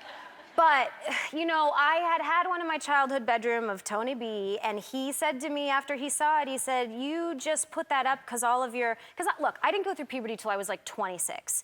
So he was like, that was the first poster you found, wasn't it? And I was like, yeah. I just was like, wait, everybody's putting posters of guys up. Okay, I guess I gotta put one up. And I immediately put that up. So as a joke, our friend got it for us, put it above our bed, and it has been there for 9 months, since my birthday. So he claims that looking at that helped him prolong coitus. Yeah, it has the opposite effect. That's for me. what he, yeah, okay. But that's what he said. He thought might help him, but look at him. It's a very, he calls it the most successful poster. He says it's a very successful poster because Antonio's just really giving it. He really is. He's not holding back. Few guys in the world can pull that off. He's not ashamed of posing like that. That belt and a necklace and a hip joust like that? Yeah. Get real, no. All right, we have to take a break, and we're going to come back and talk about your new show because it is so good, and I can't wait for people to see it. It's really good. We'll be back. We're back with the adorable Kristen Bell, and so we are doing a show together. I'm helping it be out there for the world. Yeah. It's called Momsplaining, and it's going to be on EllenTube, and hopefully it's going to be everywhere. I mean, it's really good. Tell people what you're doing. Well, we had well, I wanted to work with you forever, and the idea was, look, my truth is that I didn't even know that I wanted to have kids. They're like, I don't really like anybody else's kids. I mean, kids are cute, but like they're sort of dirty and gross. And the idea of having them, I was like not super into it. And then I got pregnant and I was like, okay, here we go.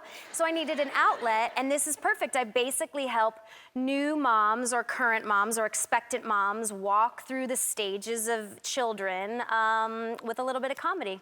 Yes, and with a lot of comedy, and it's we momsplain. You momsplain. It's really, really funny, and so this is the little clip from. Do you want to set up the clip? Yeah, so we took an expectant mother, Raya, out to lunch. Catherine Hahn and I, my good friend Catherine Hahn, who I know you know, and she has 2 kids, and we basically wanted to let her ask us questions about pregnancy and birth, and just sort of give her some tips, make her feel comfortable. All right.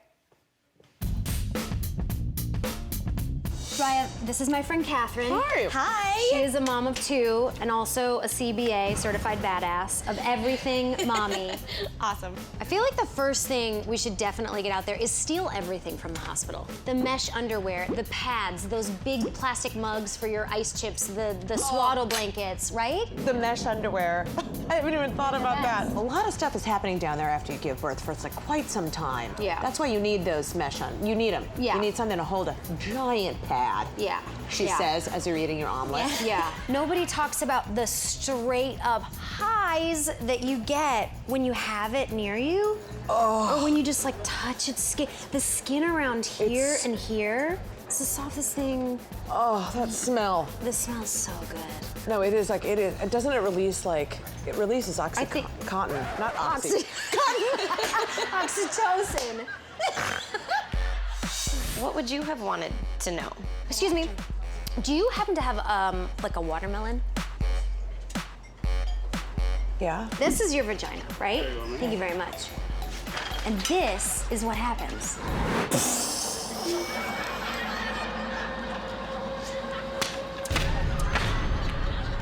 Oh my God, that's horrifying. Yeah. And sometimes that happens. And if it does, they can sit you up. But then look at this! What you get. I've got a beautiful big-headed watermelon. It's so good. It's so good. So, the first 3 episodes of Momsplaining with Kristen Bell will be available today on my birthday on EllenTube, and it's just so good. Congratulations. Thank you. It's very, very funny. We'll be back. We're back with Kristen Bell, and Kristen, since you're my guest, I'm going to let you choose what we do next, okay? Oh, let me think. How about since it's your birthday, we give the audience some presents? Oh!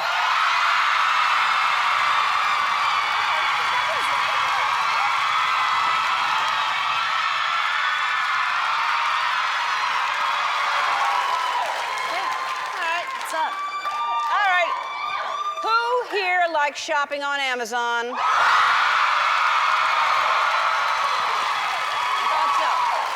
Well, Amazon carries a ton of iconic Lego bricks, and because Lego is also turning 60 this month, they created 60th anniversary products to inspire endless creativity and building options. Kristen, you're an amazing actress. I want you to read your next line as if you just stepped on a Lego.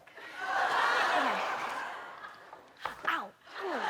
Amazon, sells these limited edition, dang it. They sell they also have millions of items with free shipping. Yeah, you're all gonna get this Lego brick set with a $300 Amazon gift card.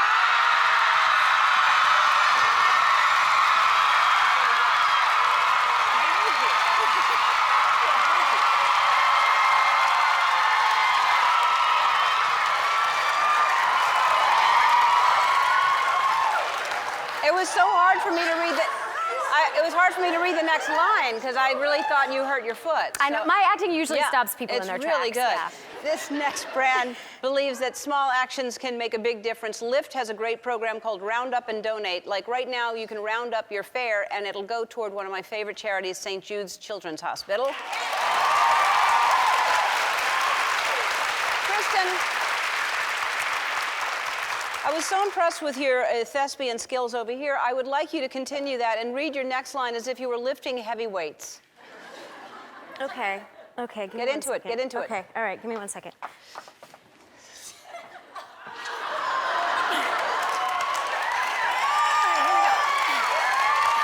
Here we go. 1, it lets its passengers support important causes. 2, by rounding up their fares. And 3, there we go. Wow, woo! That's amazing. Thank you. Woo. Thank you.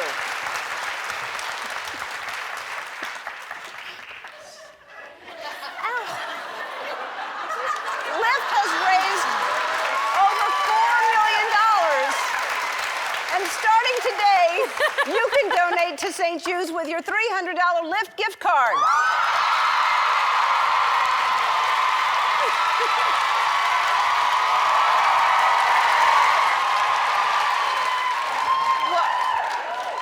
Everybody, hold on. Kristen looks worried. What is it? The audience is having such an amazing time watching the show today, and they got to see how beautiful you are in person, and I'm worried that they'll never see the show look so good again.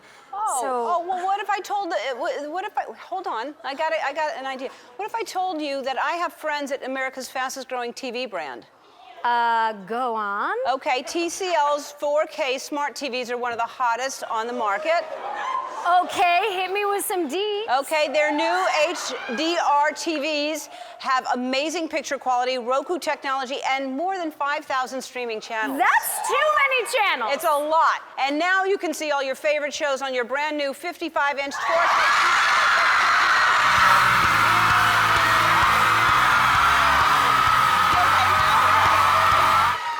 Adorable Kristen Bell. You look beautiful. Thanks, so do you. You look so pretty. Tell me what's going on with you. The last time I saw you, you were at my birthday party. Yes, your birthday party was so fun. Wasn't it fun? It was so much fun. There was a very nice dance floor, and I'd like to thank you because I had one of the best moments of my life. What? Well, you know, I got there and it was a real who's who. It was very exciting. And I was on the dance floor. Melissa McCarthy started the dance floor. Yes, she did. Demanded that everyone dance. And you listen when she talks to you. And I was just kind of casually, getting into it. And all of a sudden I see on a little settee to the side, J-Lo, like looking like J-Lo, right? So elegant.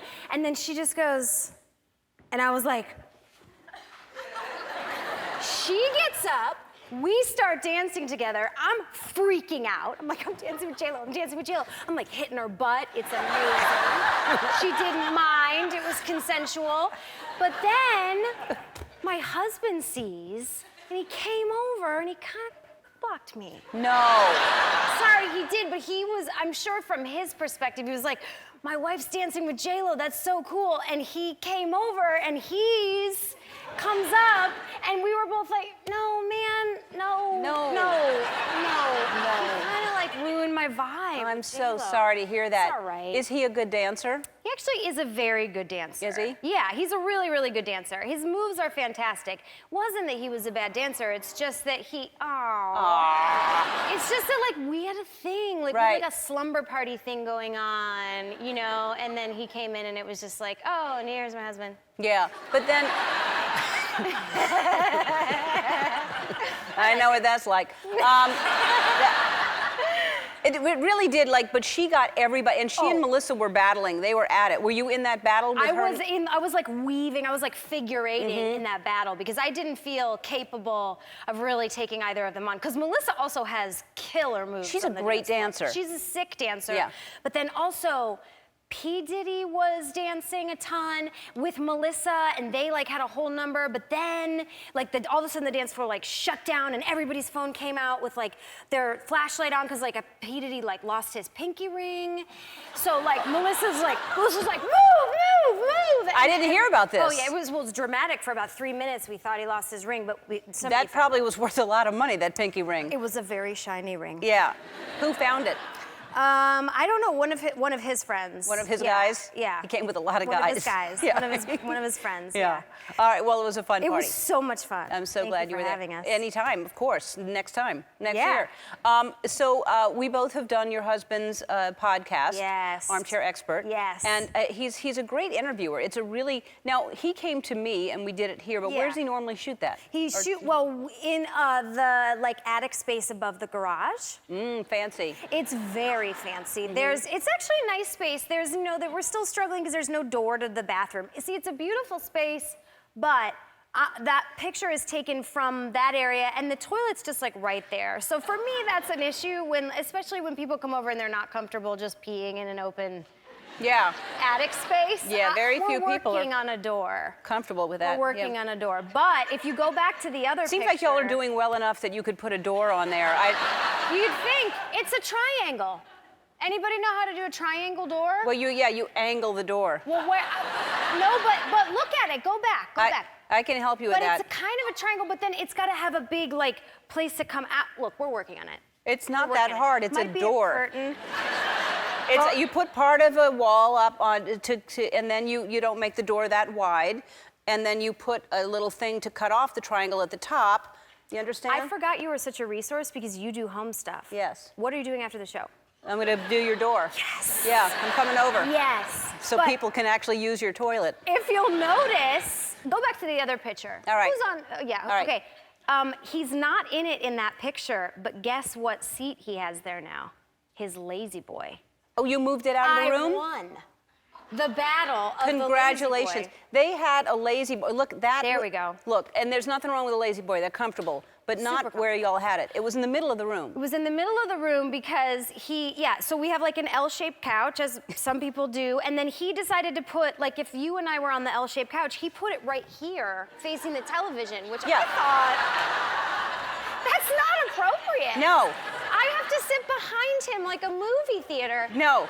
And it was this ongoing battle, and I was like, get it out of the living room. He said no, and then I realized I just have to sort of drop back and stop mentioning it. He'll come to his own conclusion. And then a couple months later, sure enough, he's like, you know what, would you mind if I moved the lazy boy out of the living room and put it in my office? And I was like, no, I guess I'd be okay with that. You did it. I won. You did it. Congratulations. All I had to do was pipe down. Now,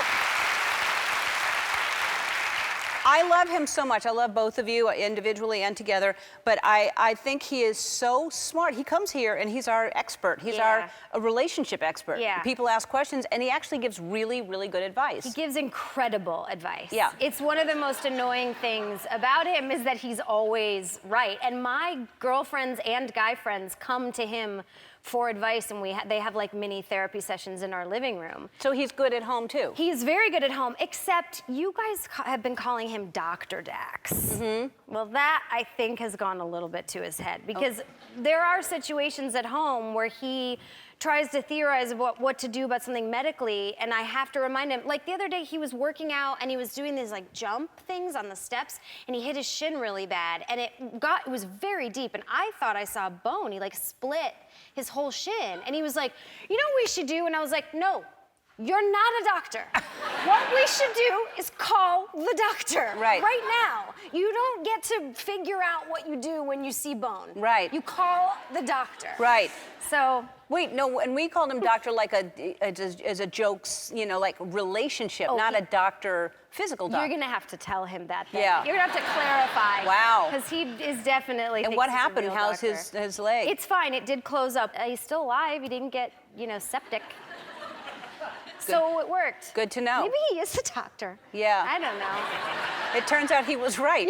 Yeah, he was right. All right, more with Kristen after this. We'll take a break. Come on. I know. Adorable. That's So Kristen cute. Bell. And it's a documentary called Pandas, and so you narrate this, but you didn't get to meet any. You just narrated it. Wish. Well, it was these IMAX documentaries, which I was already a huge fan of IMAX. They're so immersive, and I take my kids to see them.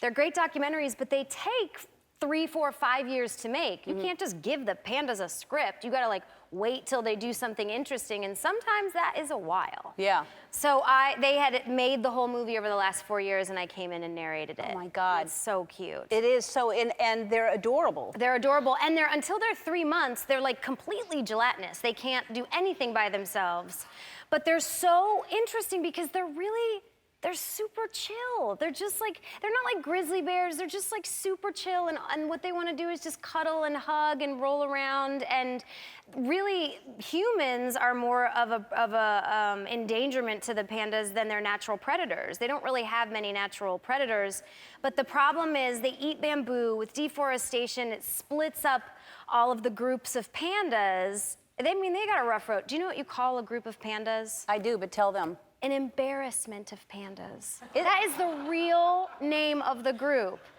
Like a gaggle of geese. There's an embarrassment of pandas? There's a conspiracy of meerkats, I think. Oh my God. Yeah, I think. Who's doing this? Yeah, I don't know who makes these names up. There's a murder of crows. There's a conspiracy of meerkats. There's all kinds of These embarrassment are of poking fun. I know. They're But just making us say things. They don't deserve an embarrassment. They're so cute. And there's all these groups in China that sort of can't get together, and their DNA is getting smaller. There's only 1,800 left. It's crazy. Yeah, it's really, really small we need population. to start paying attention to, as it gets smaller and smaller, and they're like, oh, it's too late. Same with the gorillas. As you know, I'm starting this, we're building a campus in Rwanda to save the mountain gorillas, and it's the Ellen DeGeneres Wildlife Fund if anybody wants to donate. But you've been to Rwanda, and Yes. you've actually seen the gorillas. I've seen the gorillas, and I've also seen how much they need that campus. Yeah. Because those guides are so educated, and they're so dedicated to that. Yeah, that's Dax and I in front of the male of the Susa group, which is there are 3 groups in the Virunga forest, and the biggest silverback is called the Susa group. And you can hike up to see them, and it's so amazing. And they don't really have a facility to study them, but these guides are incredible, and you walk with them, and they do tell you though, now they're not really dangerous because most animals that are vegetarians aren't crazy and attack you. Like chimps, they're nuts. Gorillas, they're pretty chill. But they do tell you sometimes when you go into the group that they won't attack, but they will let the alpha male know that they are in charge. So be prepared if they grab the back of your shirt just to go limp, and then they might drag you a couple feet. And so Dax was like, they're definitely gonna drag me because I'm the alpha male. But we went with this friend who's a Green Beret, and the whole time they were arguing about who was gonna get drugged because who was more manly. And Dax was like, they don't know your training, man. They don't know you're a Green Beret. I'm taller than you. So I don't even think he digested how surreal and beautiful the experience was. Because he was more worried about, They were in an alpha competition. That's hilarious. We took a couple joke pictures, sure. The great thing about this is the gorilla knew it was a joke picture, so we were pretending like we were scared, and the gorilla was exhausted by us. You can see him in the back. That's amazing, and how close you are. But it's That's incredible, and yeah. I love that you're doing that because they are so incredibly endangered, and they need that campus more than anything. Yeah, I can't wait. I That's can't wait. awesome. We're going to go this summer. So before we go, breaking news, Frozen 2. Yes. And, well, I can't say a lot because Disney has people everywhere. But I have recorded the movie. There will be edits before it's finished. But yeah, I know the songs. I know the story. It's very good. I can't say much more than that, or I'll get in trouble. That's so good. I can't wait. All right, we'll play a game with Kristen after this. I don't know why they call them an embarrassment of pandas. There's nothing embarrassing here. So in honor of your movie Pandas, we're going to play a couple of rounds of Heads Up, Act It Out. You're going to give clues. I'm going to guess. Okay. And we'll see if I can hear you with the air that's flowing up my Okay, face great. right now. All right. Okay.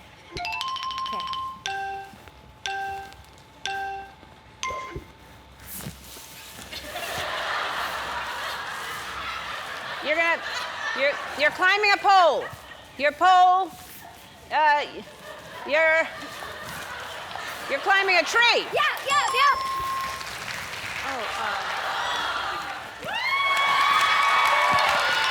You're twerking. You're jump roping.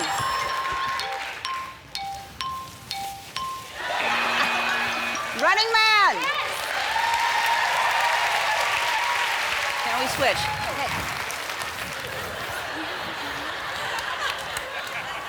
Now I know why pandas don't wear heels. Yeah. That's why. All right.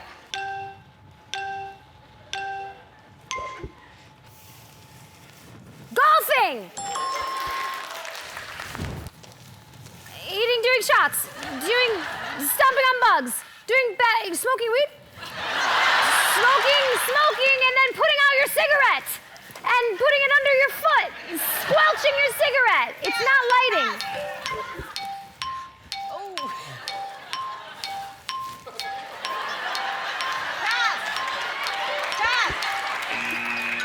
Private panda behavior. Panda's out. There's our IMAX theaters tomorrow. We'll be right back. It is. You guys, it is.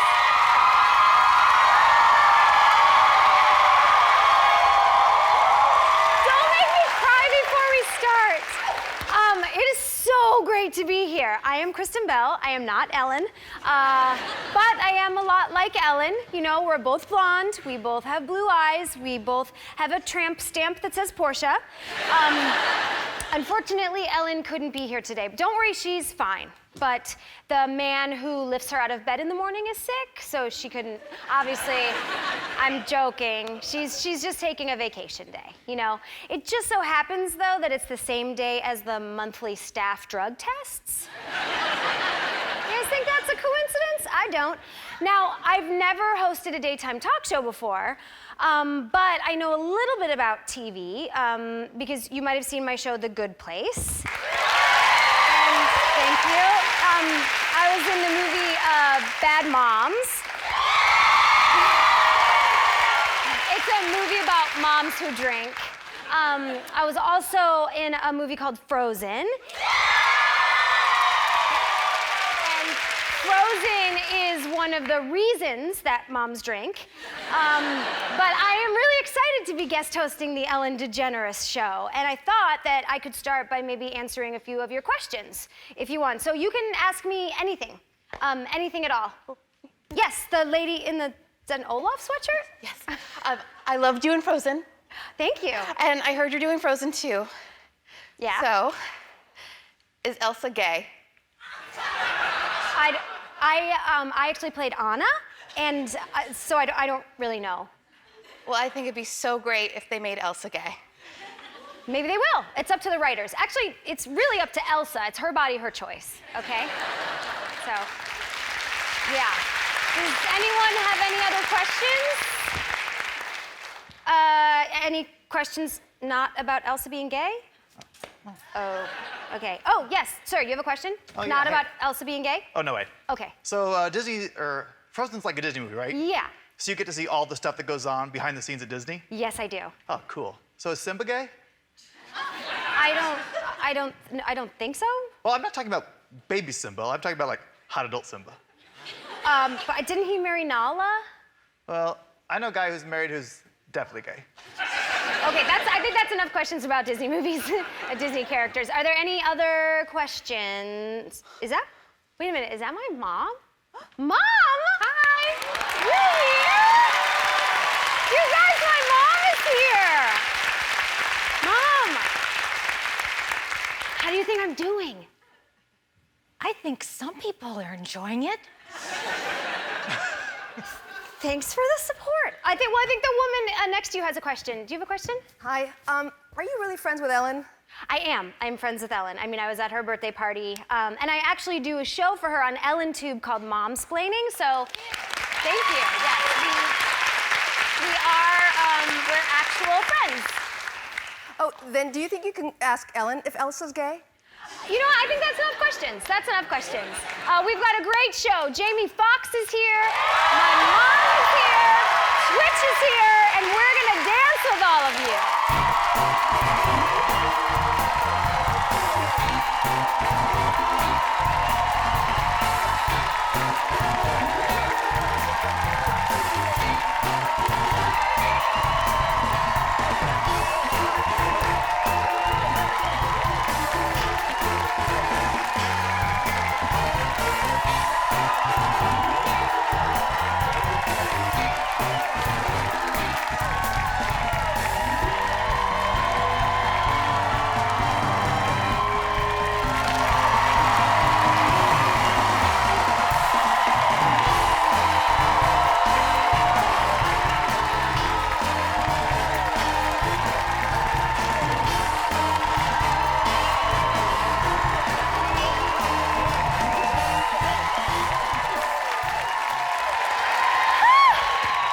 Thank you, Twitch. Woo, that was my cardio for the day. Speaking of Disney, though, you're doing something really cool right now, right? Absolutely, yes. My wife and I, Allison, we are hosting a show on Freeform called Disney Fairy Tale Weddings. It comes out June 11th, and it's basically really, really dope. We get to surprise a lot of Disney fans with like their dream wedding Disney style. That is so So we cool. have people getting married in front of Cinderella's castle.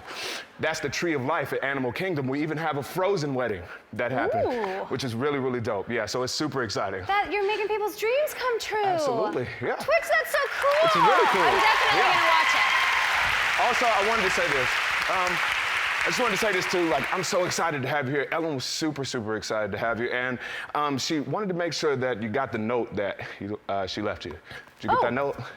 I do, yes. Oh, There we go. guys, I'm still out of breath. I'm not gonna lie.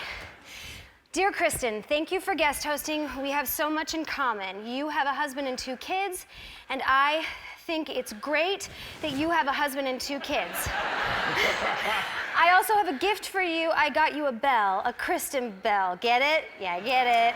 Anyway, ring the bell and see what happens. And this is the bell, I'm assuming.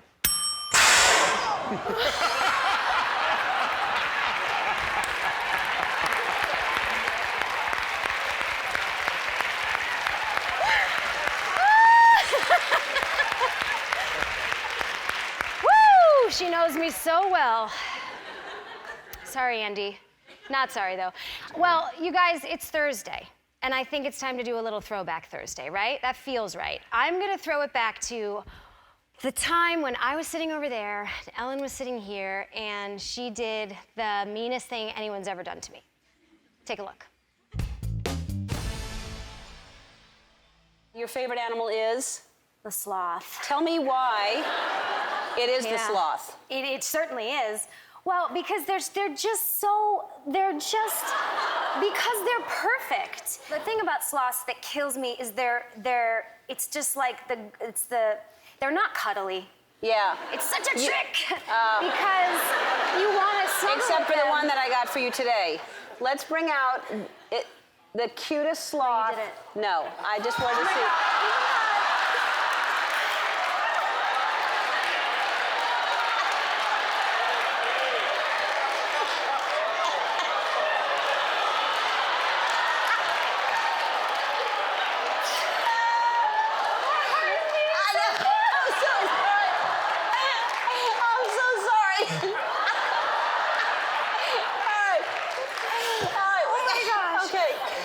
Take a break. Oh, why would you do that? I know. She really got me, guys. She really got me. It's possible that I may have overreacted. One more thing before we go to break.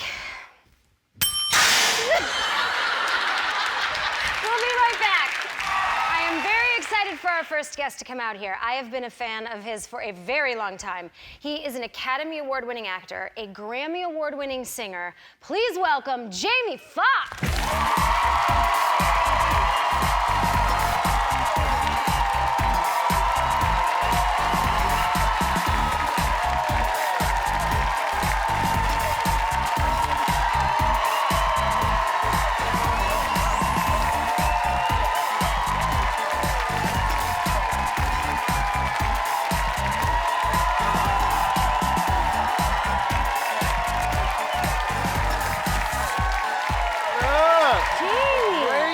Killing it.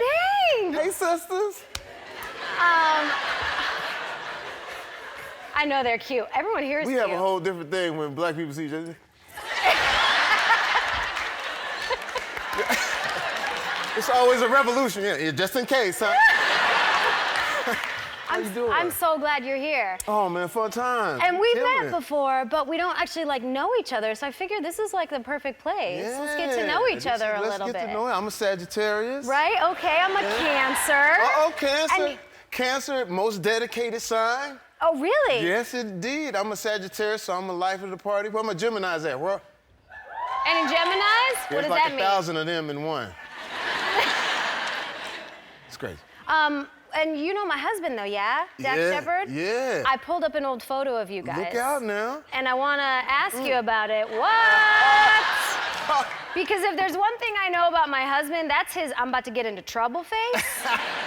Where was it and why am I dressed like that?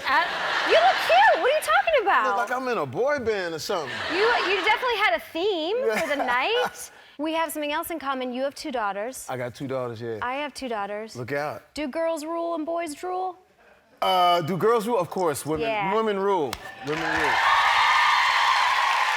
And your daughter, Corinne, who's lovely, Yeah. who's amazing, and we'll see later. And how old's your youngest? My youngest is 9. 9. Yeah. And what's her name? Her name is Annalise Estelle. There they are.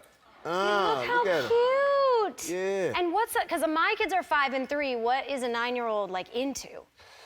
I mean, they into everything, because you know, they're on the little video games, whatever, but my 9-year-old is different. Like, she's been on all of my sets. She was on the set of Django at like 5, watching people get blown away. Like, oh, that's nice. What? They getting killed, Daddy. You just killed them, Daddy. But does she understand it's a movie? She understands the movie. My daughter, they grow up so fast now. Like, even when I take her to all the concerts, just took her to Taylor Swift, which was crazy. But I took her to Rihanna when she was like 4. And Rihanna was like late getting the stage, like 10:30. And my daughter was still up like this, up just. Oh my God, I love her. Now, my mother-in-law just moved in with me. Oh man. So I may be looking for advice, because I know you have you have an open door, Yeah, right? At your home. listen, I have a dysfunctional mansion. Everybody comes to my house, and now my mom, because my mom didn't raise me. So I got back in touch with my mom about 10, 11 years ago. So she's in the house now. But my dad, he's been living there for about 20-something years. So they live under the same roof, but they don't see each other, but he still dates. So that's a problem, because he still got the girls and whatever. Coming in, so they physically don't see each other? No, they in the same house, but every Baby, time he how has big a is this girl. house? Well, it's at least 2,500 square feet. But every time he have a date, she end up on his side of the house, just hey, hi, checking it out, all that, and then he's knocking on my door. Could you tell her to stay off my side of the house? So it's like I'm raising 2 kids. I got a feeling I'd like her too. And you were traveling, right? Because you just shot a new Robin Hood movie? Yeah. That's exciting. Yeah, it's called The Hood, Robin. Yeah. it's the hood. We had to put the hood, brother in Robin Hood, we got the hood is first, and then we Robin.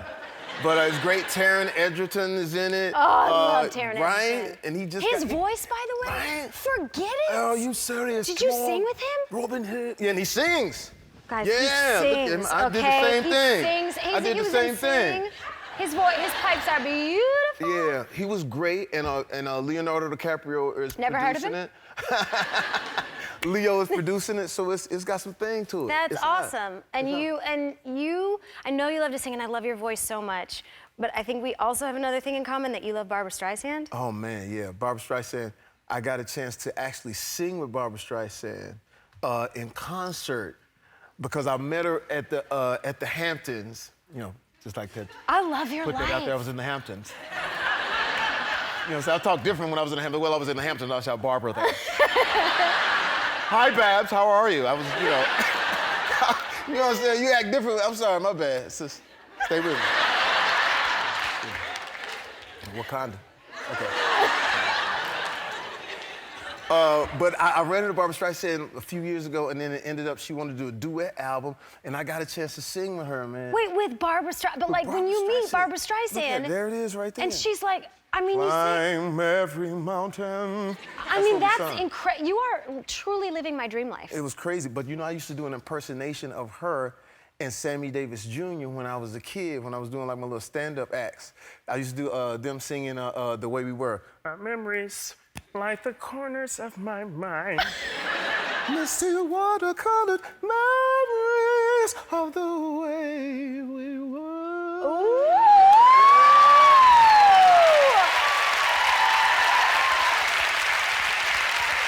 Guys! Man, you are talented. All right, we're gonna bring your daughter out after this, okay? We'll be right back and we'll meet Jamie's daughter. We're back with Jamie Foxx, and that was a clip from your new show, Beat Shazam. And now let's bring out your co-host and DJ from the show, your beautiful daughter, Corinne Foxx. Man.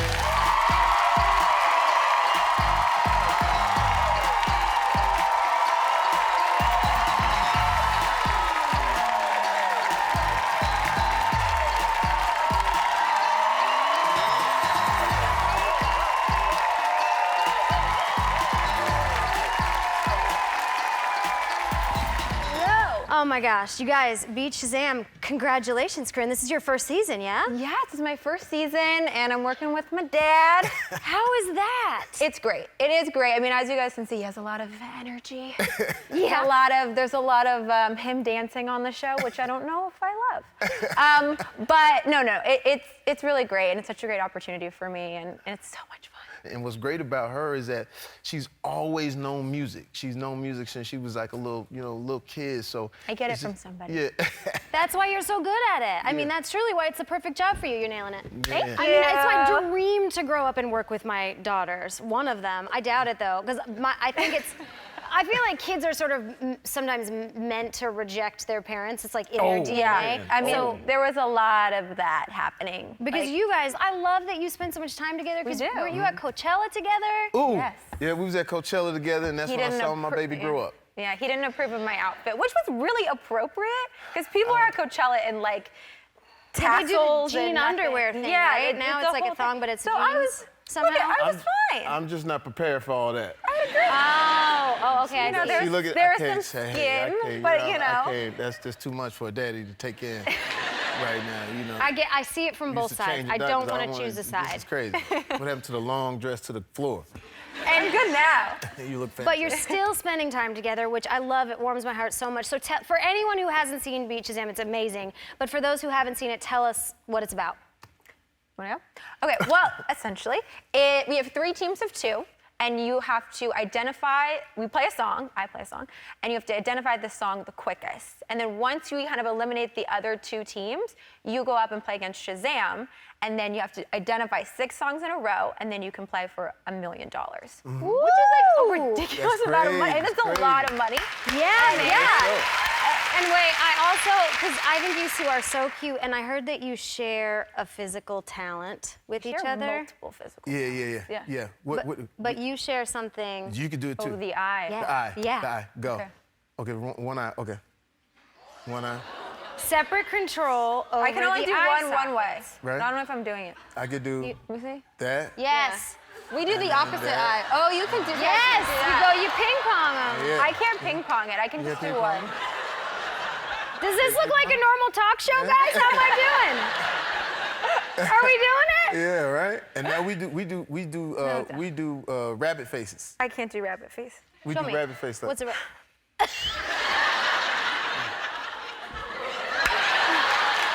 That's how I know she's mine. Oh my gosh! All right, well, we're gonna play an amazing game after this, so stick around. We'll be right back. All right, we are back with Jamie and Corinne.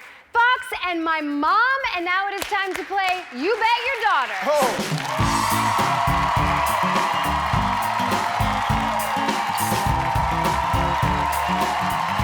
Here's how this game works. Twitch is gonna say a category like toothpaste. Then my mom is gonna say, I bet my daughter can name 8 brands of toothpaste. Then Jamie is gonna say, I bet my daughter can name 9, and so on. Or you can challenge the other person at any time. If we can't complete the bet in 30 seconds, we drop. But if we can, the other daughter drops. The first daughter to hit the floor loses. Oh my goodness. Wow. Woo! Why did I agree to this? I don't know. Why I'm here. Let's Okay. go. Okay, all right. Get it. My mom and Jamie, you go back behind those podiums All right. to ask us the questions. We will put on our blindfolds. Which are? Oh, you got blindfolds. Okay. Oh, wow. There you go. All right, here we go. Oh. Okay. Oh, I lost ya. Oh, Use your abs. Foolish Nikes. Use your abs. I'm gonna pretend that you're right there. Hot yoga. Think hot yoga. Oh, wow. Okay. Okay, here we go. There it is. First topic is breakfast cereals. Jamie, how many breakfast cereals do you think your daughter can name? My daughter can name 10 breakfast cereals. Wow. We need to communicate. Oh my gosh. I'm gonna challenge. Oh my. Let's go, Corinne. Dig in. Breakfast okay, cereals. right. 30 seconds on the clock. Let's go. Cheerios, Honey Nut Cheerios, Fruit Loops, Twix. Twix? Yes, Twix is a cereal. Did I say Fruit Loops? Frosted Flakes. Raisin Bran. I'm looking at the breakfast aisle. What do I want? Wheaties. There you go. How much time do I have left? 2 more. Wheaties. Rice Krispies. Uh-huh. And frosted Rice Krispies. Is that good? Yes. Yep. Well, yes. I didn't get it. Almost there, but you did not get it. I didn't get it. So I'm gonna have them drop you now, all right? You ready? Okay. You sure? No. Okay, cool. Corinne, are you safe? Are you okay? I'm right here, baby. I'm right here, baby. I'm right here, but if you fall, we'll get insurance money. Let's raise it. All I'm right. sweating so much. I'm sweating Next so much. category. You ready? Famous rappers. She can name 100. No, it's not. Let's learn our lesson. Think about your heritage. We can get this. Okay, Corinne, dig in. I'm gonna say you can name 12 famous rappers. What? Wow. Shoot. Okay. Come on, just think all of the littles. Okay, yeah. Okay. The little. It's 12 littles. Okay. Now, 50,000 Okay, littles. Miss Bell. Any kind of hint from Mama? All right. yeah, Kristen. 13.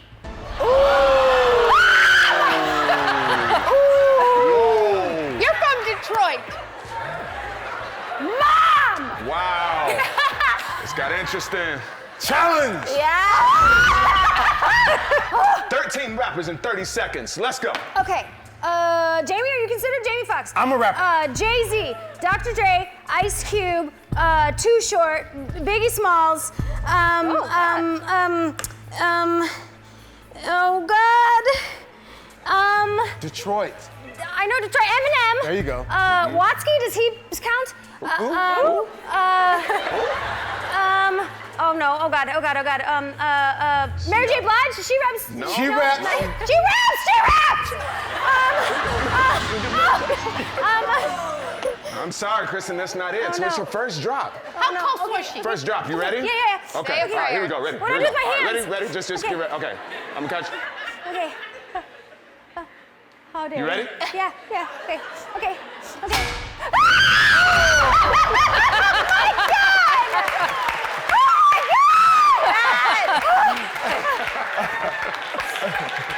Oh, man.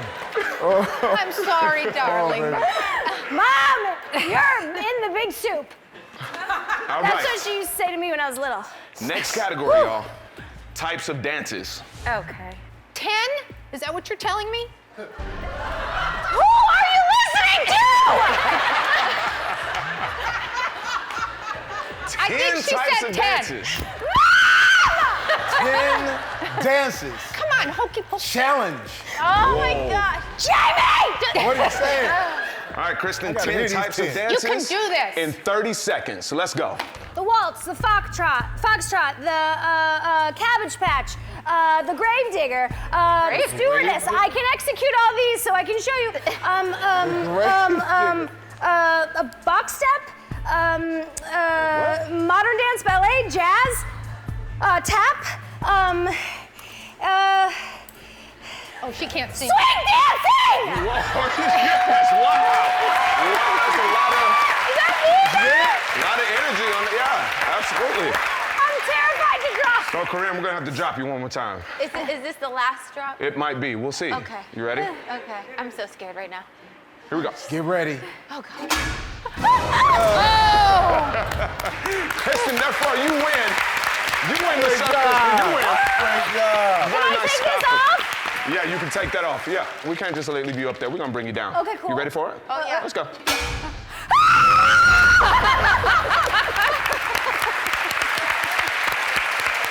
Great job. Awesome, y'all. Thank y'all so much for playing. Thank you so much for playing. And you're not going home empty-handed. Y'all getting the 55-inch TCL Roku TV. Beat Shazam airs Tuesdays at 8 on Fox, and we'll be right back. We flew our next guest over 6,000 miles from China because she is an adorable 8-year-old dancer, and she has more rhythm than I will have in a lifetime. From Beijing, China, please welcome Lil Mushroom.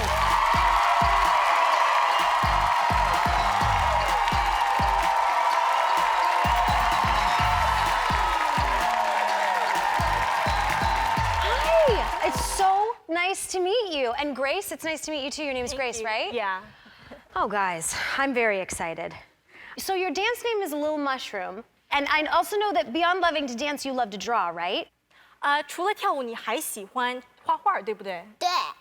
And you drew a self-portrait. 你还画了一个自画像，对不对？And you drew a mushroom.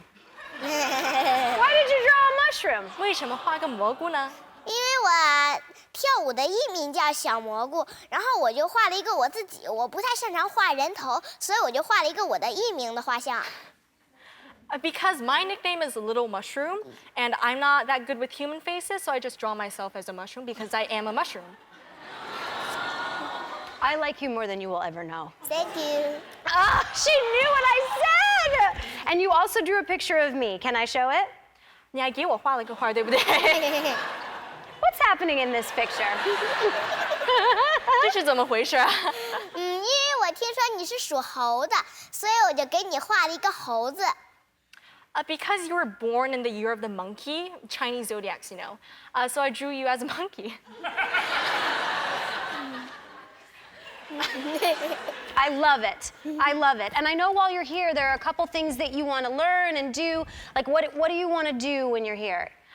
我知道你来美国，你还想学几样东西，对不对？你还想学什么呀？我还想学冲浪，我听说这边有靠海，然后我觉得冲浪特别的刺激，我能看到小鱼，但是我不希望看到大鱼，我怕大鱼把我吃掉。So, I want to learn how to surf because it gives me a thrill, and I also want to get close to the fishies, but I don't want to get close to the big fishies because they'll eat me up. Very smart, very smart. Is there anything you're excited to eat while you're here? 你来美国，你想不想吃点什么呀？我想吃熊猫快餐，我听说熊猫快餐特别的快，点完之后就给上了。What on earth did she just say? Okay.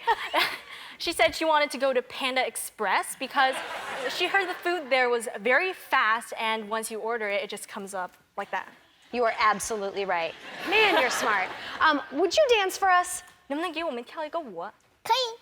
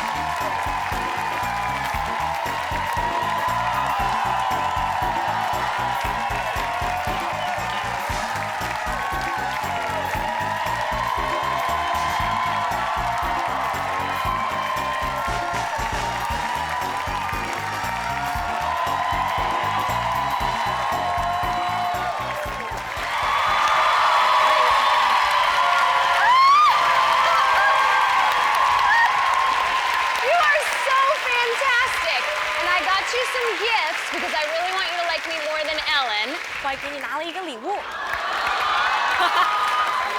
You want some Panda Express? And I got you one more thing that I really want you to experience while you're here. A personalized surfboard. You're welcome. Thank you for being here. We'll be right back. We're back with my friends Patrick Stump and Pete Wentz, you guys. Your CD just debuted at #1. That's so awesome. Congratulations. Very lucky. And I want to ask you a question, because you guys all have kids, right? And Yep. Pete, you just had a baby. Just had a baby. And I know this Very because I helped plan your wife's baby shower. Yes. And then your other guitarist just had a baby. Joe had a baby as Joe well. had a yeah. baby.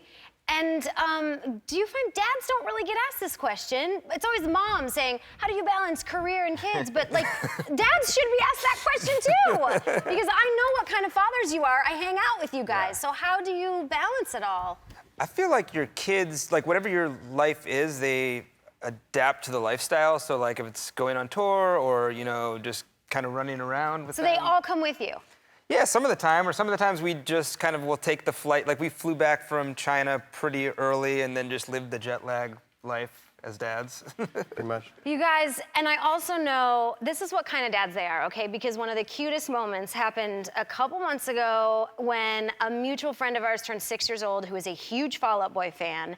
And you guys came to the party with just acoustic stuff and played on a picnic table to a group of 40, maybe 30 kids between the ages of 2 and 9. And you did a whole set. Look how cute that is. Can you believe that? Was that your toughest gig yet? That was a tough, like all last year, Millie, whose birthday was happening, she was like, you know, maybe once every month, she'd be like, just so you know, I'm having a Fall Out Boy party. And I was like, oh my God, she is.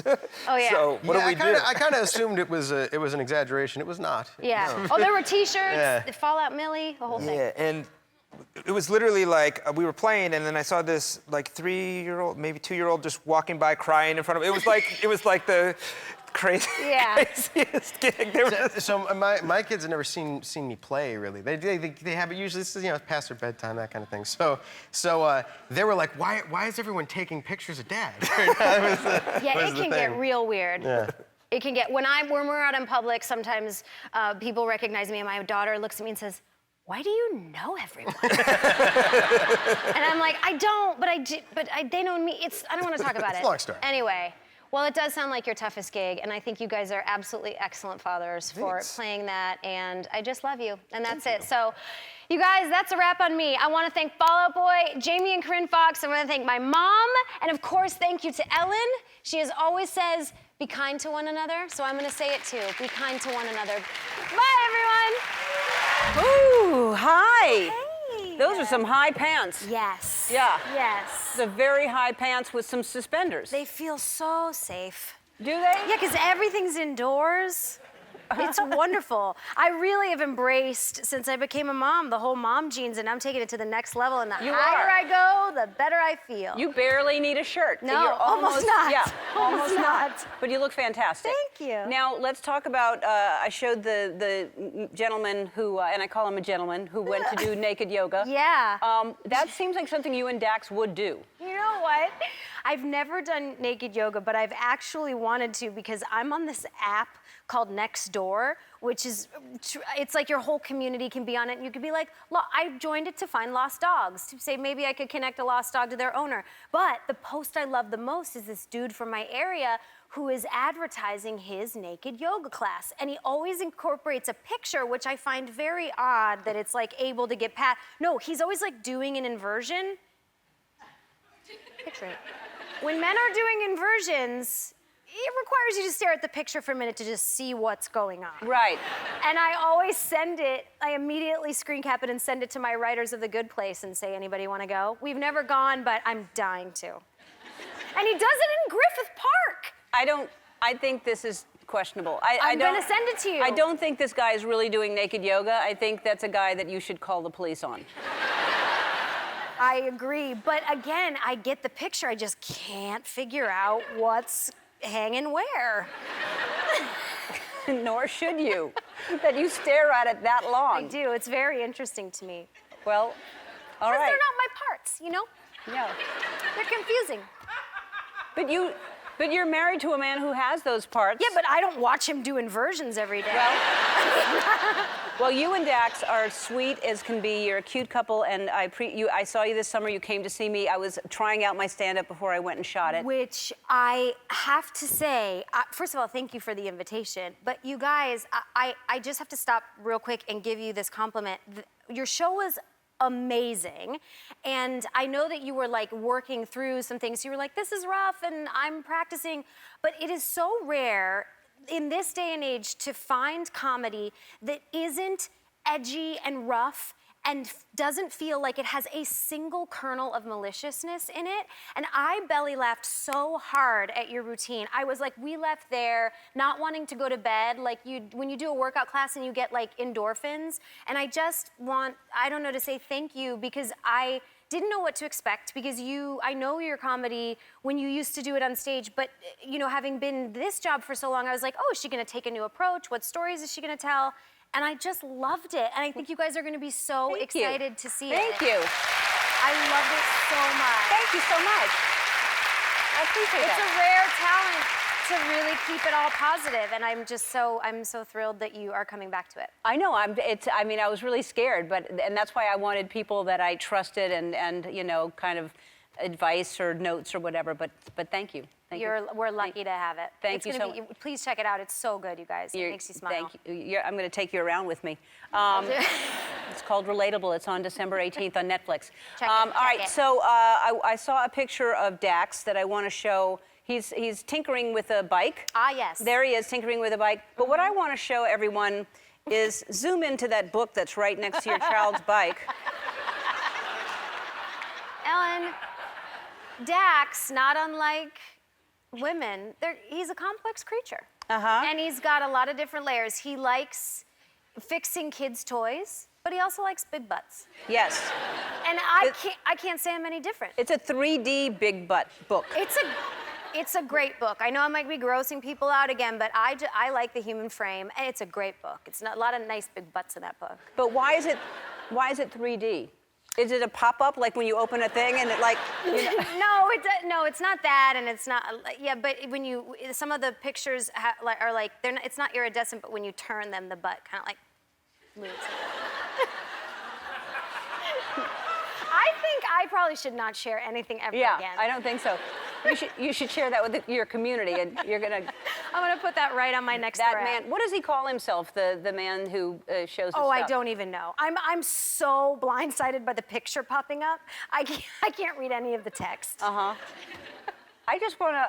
Anyway, I'm all gonna right. send it to you next time I get it. Yeah, please. Okay, I will. No, don't. What am I saying? No. I'm just kind of like, no, don't. The new season of The Good Place, by the way, premieres September 27th at 8 on NBC. We're going to be back more with Kristen after this. We're back with a marvelous Kristen Bell. And so Momsplaining, if you haven't seen it, it's on Ellen Tube.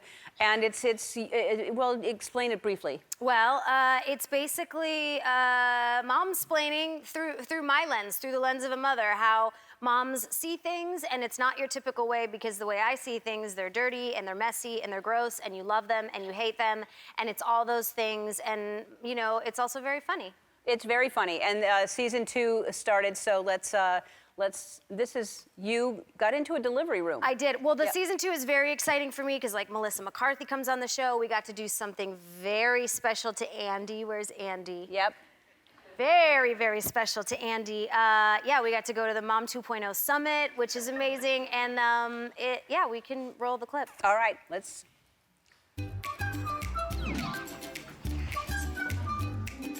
Hi, everyone. Hi. Look what you did. I know. How long ago did this happen?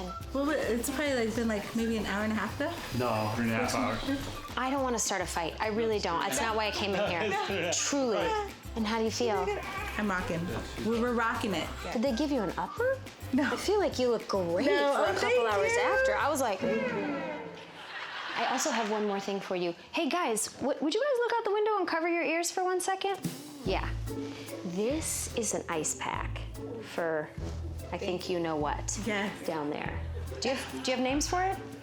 No. No, no, I have so many names. Let me see, I have hoo-ha, honeypot, baby cave, man-eater, baby cannon, hand warmer, lady junk. Dad, you know what? Why don't you turn around as well? Yeah. Nether regions, if we're really getting graphic, whale eye. Hi, Mama. Hi, I'm Kristen. Nice to meet you. Nice to meet you too. Thank you for having me here. Anytime. How? No, not anytime. How are you doing? I think I'm doing good. Yeah, I mean, I have the medicine too. Oh, you got your epidural? Ooh, girl. I'm ready for my epidural as well. You can just let the doctor know whenever he's got time. How are we doing? Hello, doctor. Hi, Tom. How are you? Good, how are you? Good. How many vaginas do you think you've seen? 40. In the hospital? Oh, in the hospital? A lot. A lot. Yeah. You all set? I'm all set. Yeah, I'll push with this. Okay. Oh, you're talking to him. You got it. Your hair looks great. My makeup. Your makeup looks perfect. Your manicure is on point. You ready? You gonna push? Oh, you have. Go, go, go. Yeah, push. Go ahead. Well, get in position. Here comes a contraction. Let's go. Give me a push. Harder, harder, harder, harder. Let's go. Lift your tush a little bit. Let's go. Big push. Go ahead. Go hard. Push, push, push, push, push, push. Push. Push. Harder, 4. harder. Hold your breath. Harder. 6. Push, push, push. 2, 3. Harder, harder, harder. Push. Atta girl. That's it. 5. Come on. You're killing it. You're killing it. You're killing it. Hey, hero, give me a push. Come on. It's right there. Yeah, take a deep breath. Don't push. Don't push. Don't push. Got it. Yes.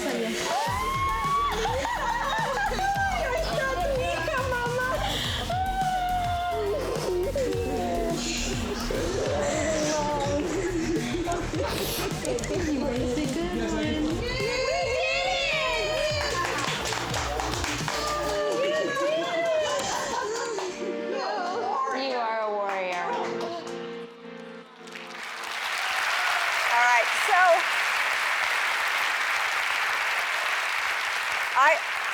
I have so many questions right now, but we're going to take a break, and then I'm going to ask all these questions. We'll be back. We are back with actress and midwife Kristen Bell, and the two amazing moms that we watched in the in that episode are in the audience. I want to hear what they were thinking. Come on down, Kimberly and Martha. Come on down.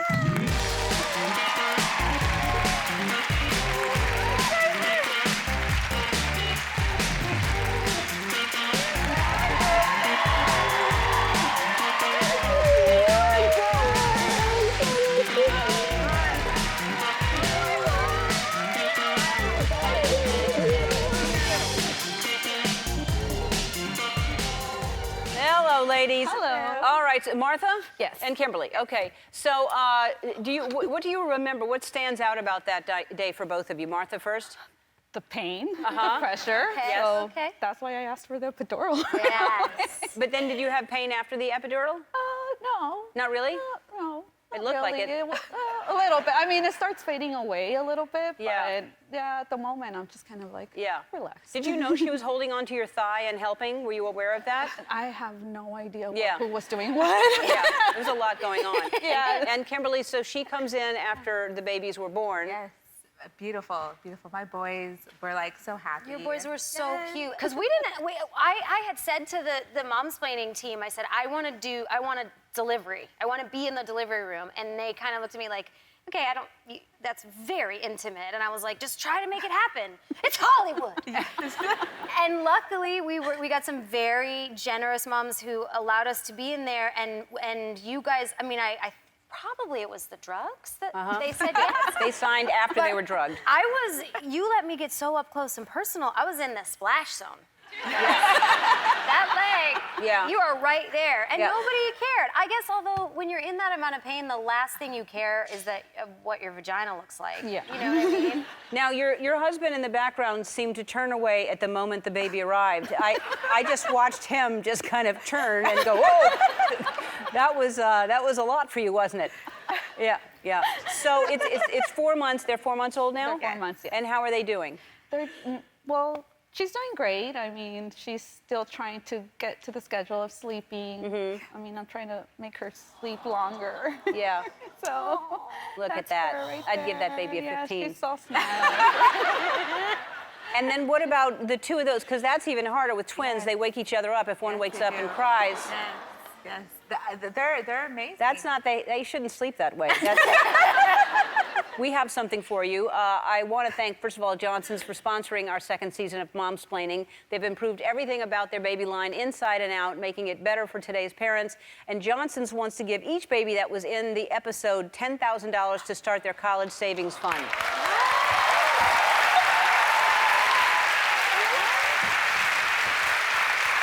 You have two. Yeah, because you have two.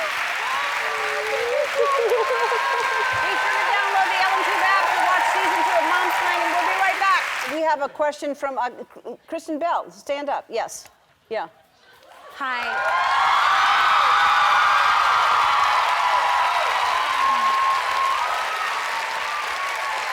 Dr. Dax, I was curious if Could you state your name? Kristen Bell. Oh, okay. Okay. Bell. What would you recommend getting someone very special, like a spouse, for their birthday? Or how would you spoil them on their birthday? Uh-huh. In the bedroom? Let's say I have in the bedroom covered. Right. Uh-huh. That's me on my eye. No, outside the bedroom. I would say, please, please, please give that person love and support for 11 years. Give them 2 beautiful baby girls.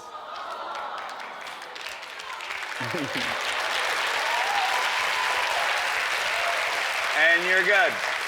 You're kind too. You sit down, young lady. We've heard enough of your questions. I love you. Actually, you need See, we had to bring her on my birthday so that people would come. Yeah.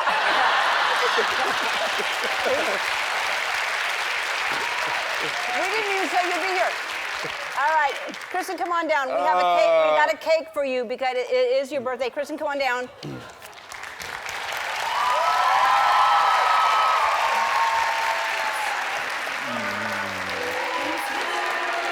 Oh my Happy goodness. birthday to you. Happy birthday, dear Dad.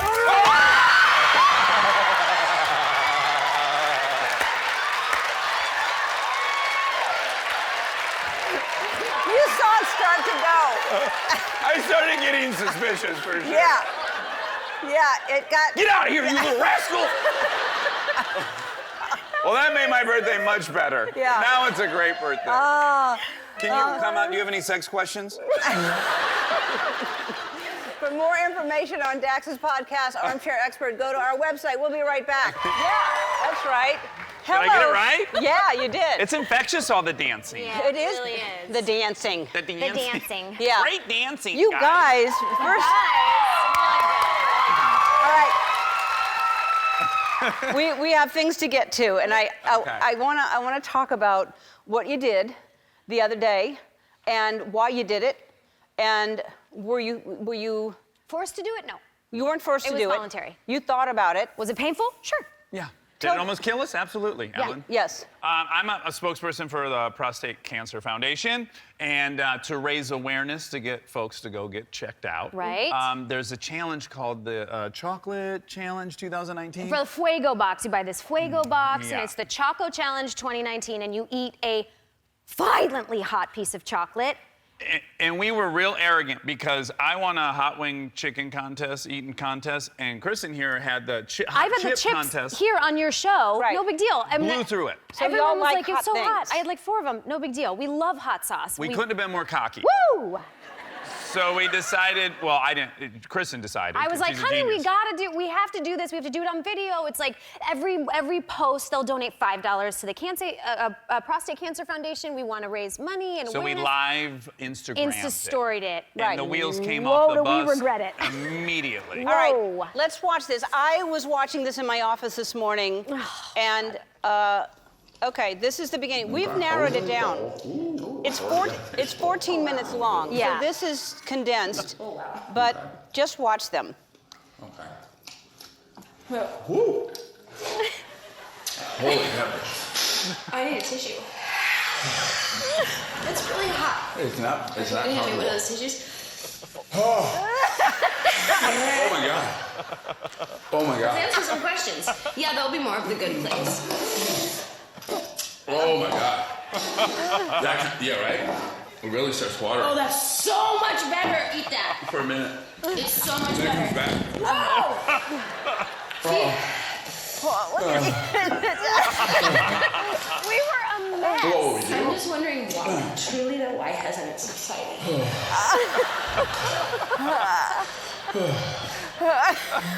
Oh my God. This was.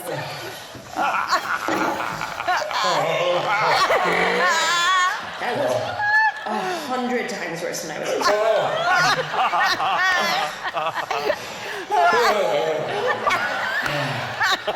Oh my God.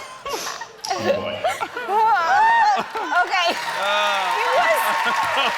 None of that was acting. We thought it would be no big deal, and that we thought we'd have to even pump it up and go, ooh, this is hot. Yeah. We were a mess. By the way, For how long? Oh, it got much worse when we stopped recording. We stopped recording and Things went south in a hurry. And again, it was 14 minutes long. This is cut down for the show, but Yeah. so it lasted maybe an hour? Yeah, well, Yeah. we did have to evacuate orally at some point. I don't know the classy way to say. Save our lives. Yes, Yeah. yes. And then sleeping was really rough. We were both really kicking around, like, 'cause you'd get like a shock of it, like, oh, it's still in there. We thought we got it out. We did not get And it I out. still a little bit have like, I'm having like flashes, like I get hot and then sweaty and then symptoms. flu symptoms, yeah. Yeah. Wow. We will never get hired to play like world champion hot food eaters in a movie after this. It was hilarious, though. I was laughing so hard. Okay, let's talk about the last time you were here. Okay, so your first crush was Brad Pitt. You've moved on. Then it was Bradley Cooper. You went to the Golden Globes because you were nominated. Congratulations. Thank you. So you're at the Golden Globes. You see Bradley. And immediately he says, I saw you on Ellen. And he said, I was watching it and it was really funny, but there was a moment where you said, yeah, I like Bradley. And he went, and he said, my heart sank. But then you said, I love Bradley. And then I felt a lot better. I thought, why did you say I It's like a you very when sweet you romance. love? And then I think we were both so moved by that then this This took place. happened Yeah. because that's. And you're off to the side watching. Well, lonely as can be. Yeah, just really wondering why I'm not involved. Yeah. You know? I mean. You've got lips. I mean, honestly. Yeah, we're not the only two with lips there. He's a great guy, though. He's very sweet. He is, and what a name, Bradley. So I'm keeping it in. Oh, Bradley. Yeah, you're gonna Bradley. keep it. Yeah, I'll even Maybe go. Paisley is next. Maybe Paisley. Yeah, Brad Paisley. There's a lot of Brads that we'll go to. Yeah, and he's a great selection, Brad. He is. Paisley. He's very funny too. Yeah. Okay. Good. That's Okay. next. Yeah, you should go to him next. All right, let's talk about this. You have two girls, and you decided to have the talk. How old are they? 4 and 5. 4 and 5. And this was the I time. said 5 and 4. You said this 4 is and 5. opposites attract, and you know anything is a natural thing. We come together because opposites attract. Okay. So. All right. We're here to promote. We're here to promote that Paula song. Abdul's album. MC Scat Cat. Okay. Check it out. Okay. All right, we're going to take a break and then we're going to talk about the fact that you had the talk with 4 and 5-year-olds, and I want to know how that went. We'll be back. We're back with Kristen Bell and Dax Shepard. Okay, so 4 and 5-year-old, the 5-year-old Lincoln. Yeah, Lincoln. You decided to talk to her about the birds and the bees. Well, she asked. Yeah, we didn't like, oh crap, we got to get around to that talk. Yeah, she She's 5. said, but where do babies come from? And we were both like, Real okay, talk? real talk. Sit down. We went through the anatomy, penis, vagina, ovum, sperm. We're laying it all out. We get right to the action. Right to the good part. And she's like, okay, I gotta go outside. And just left. Yeah, she bailed. She bailed. So She knows all the organs, but when it got to the actual... She didn't care. No. The nuts and bolts of the operation. Right. We bored her to death. Yeah. Yeah. Yeah. All right, let's talk about, there's a reason there. We have diapers out here and all kinds of different things. It's Hello Bella, right? Hello Bello. Hello Bella. Hello Bello. And talk about this. So for 2 years, am I being good? Do you want to No, talk? you can talk. Okay. For a couple years, we've been Very working on this considerate. product line because we have babies. Yes. And my wife knows everything that's good for babies. I don't. They would have worn bark diapers. I'm a label reader. I like to know what's in it. I like everything to be on the package, and I thought, and we're also a little bit preoccupied. We have a lot of family in the Midwest. When we go back to Michigan, we can't find the same standard of things we want to use for our children as we can out here in healthy California. And so we created Hello Bello, and it's premium plant-based ingredients that will not break your budget, so you do not have to choose between your baby or your budget. And this is stuff we use on our kids, and everything is on the package, and also these really cute little designs that my friend Ben drew. Yeah. And everything is at Walmart, and you That's have right. diapers, and all the diapers have cute little designs and different things on them. You can guess which one was inspired by me and which was inspired Well, by the- Belle. the We've line- got sloths on this, on her diaper. And then mine has a bunch of gears, a ghetto blaster, and a cool muscle car, and a wrench. It's a real fusion between him and I, this line, because I wanted it to be absolutely everything that I would want to use on my baby, but for a price point everyone can afford. And he wanted I just it have to a be... chip on my shoulder that we shouldn't get stuff that other people don't have just because we're on TV. So Yeah. we Yeah. met in the middle. And also, it's like, I think gonna be it's a very, very absorbent diaper. I'm not saying we've tried it, but I'm also not saying we haven't tried it. That's right. And I'm not saying we're not inviting you to try it. Okay. Okay? Okay. All right. I am wearing one right now. Is it? Yeah. Very You're slim, so right? supportive. I have not used it yet, but I am wearing one. Go for it. Yeah. It's a flattering. We'll see when it happens. But we're very All proud right. of it, and yeah, it's available at Walmart, and we're really Well, proud of it. If and when that happens, let me know. I Okay. got the diaper cream. Okay. I'm ready to get dirty. And we got diapers and lotions and potions, and we got bug spray, and yeah, it's just everything that we're very proud of. We've been working on it for like 2 years. I'm so proud of it, you, and I think this is great, and it's available at Walmart, which is fantastic. We'll be right back. We're going to play a game. All right, we're back with Kristen Bell, Dax Shepard, and the two of you have proven that you'll put anything in your mouth for a good cause, so we thought you should play a game we call Taste Buds.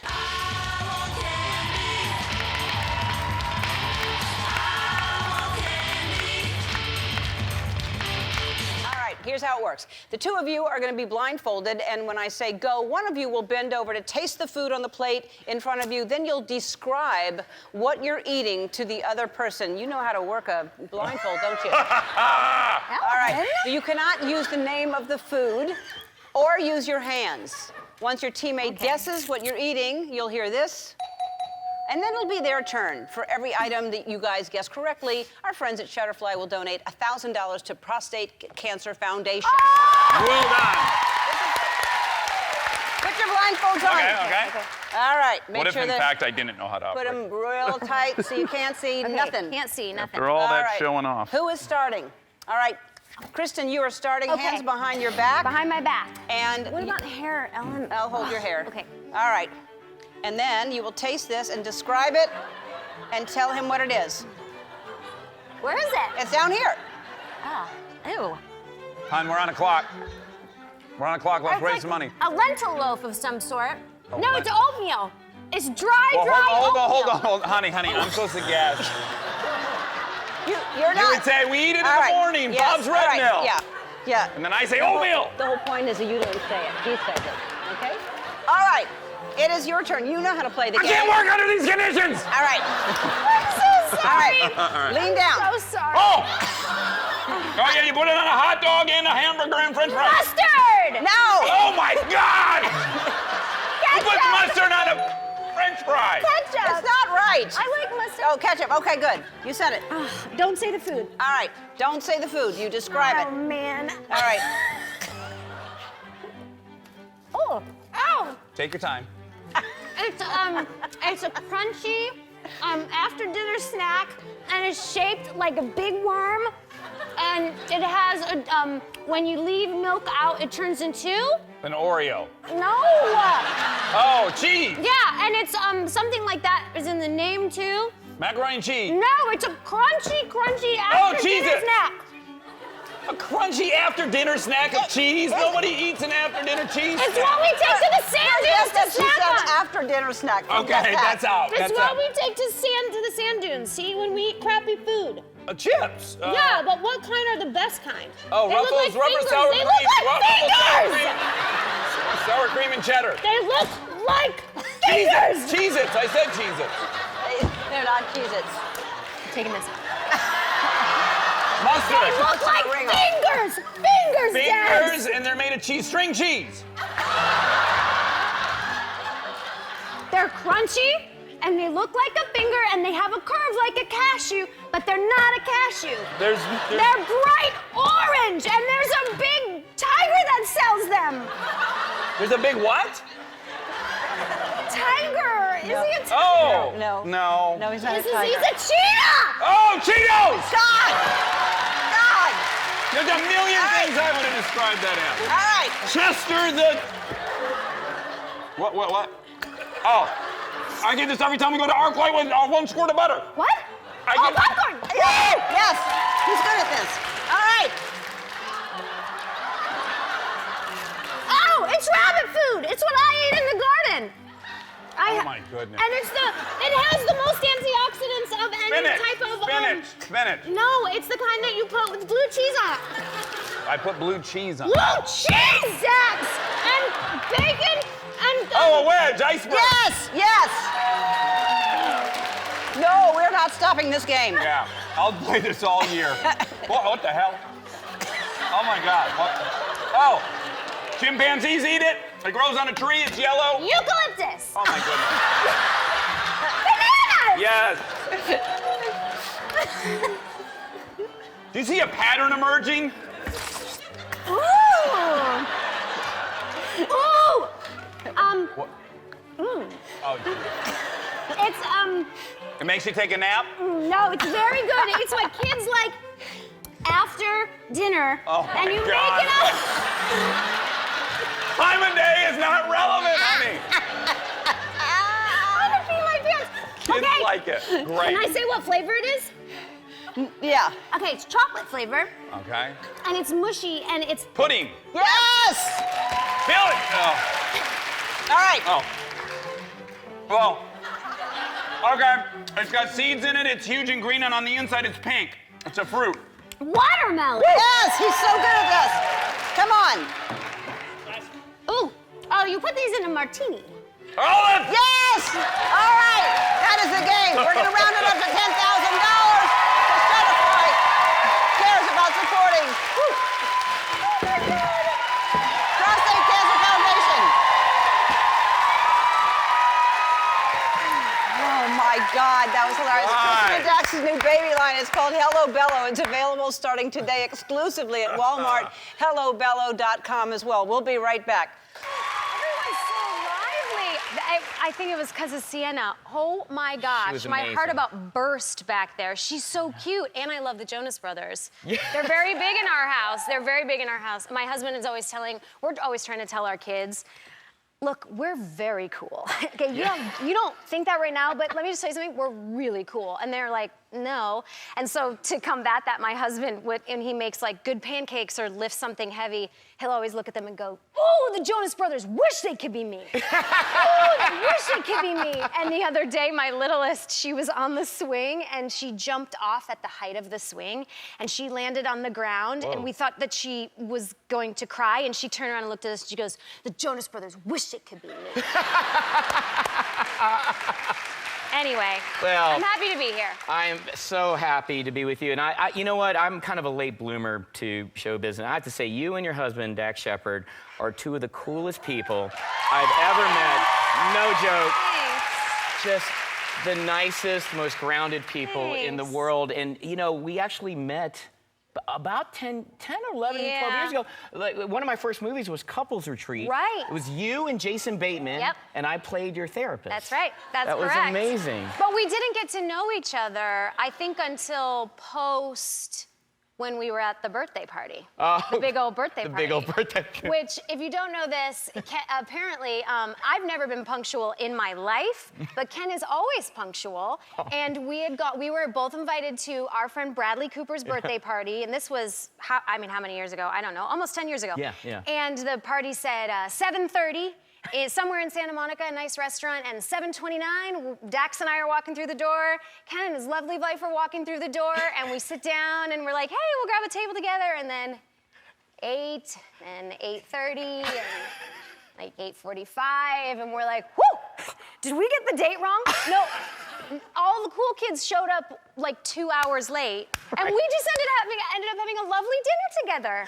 It was amazing. We had like a double date Right. prior to the birthday party because nobody showed up till 9 p.m. Oh God, I love you. It is. You know what? It's like I just turned. I just turned 50, but it's fine. That's a milestone. Yeah, that's fine. Yeah, I look great. I look great.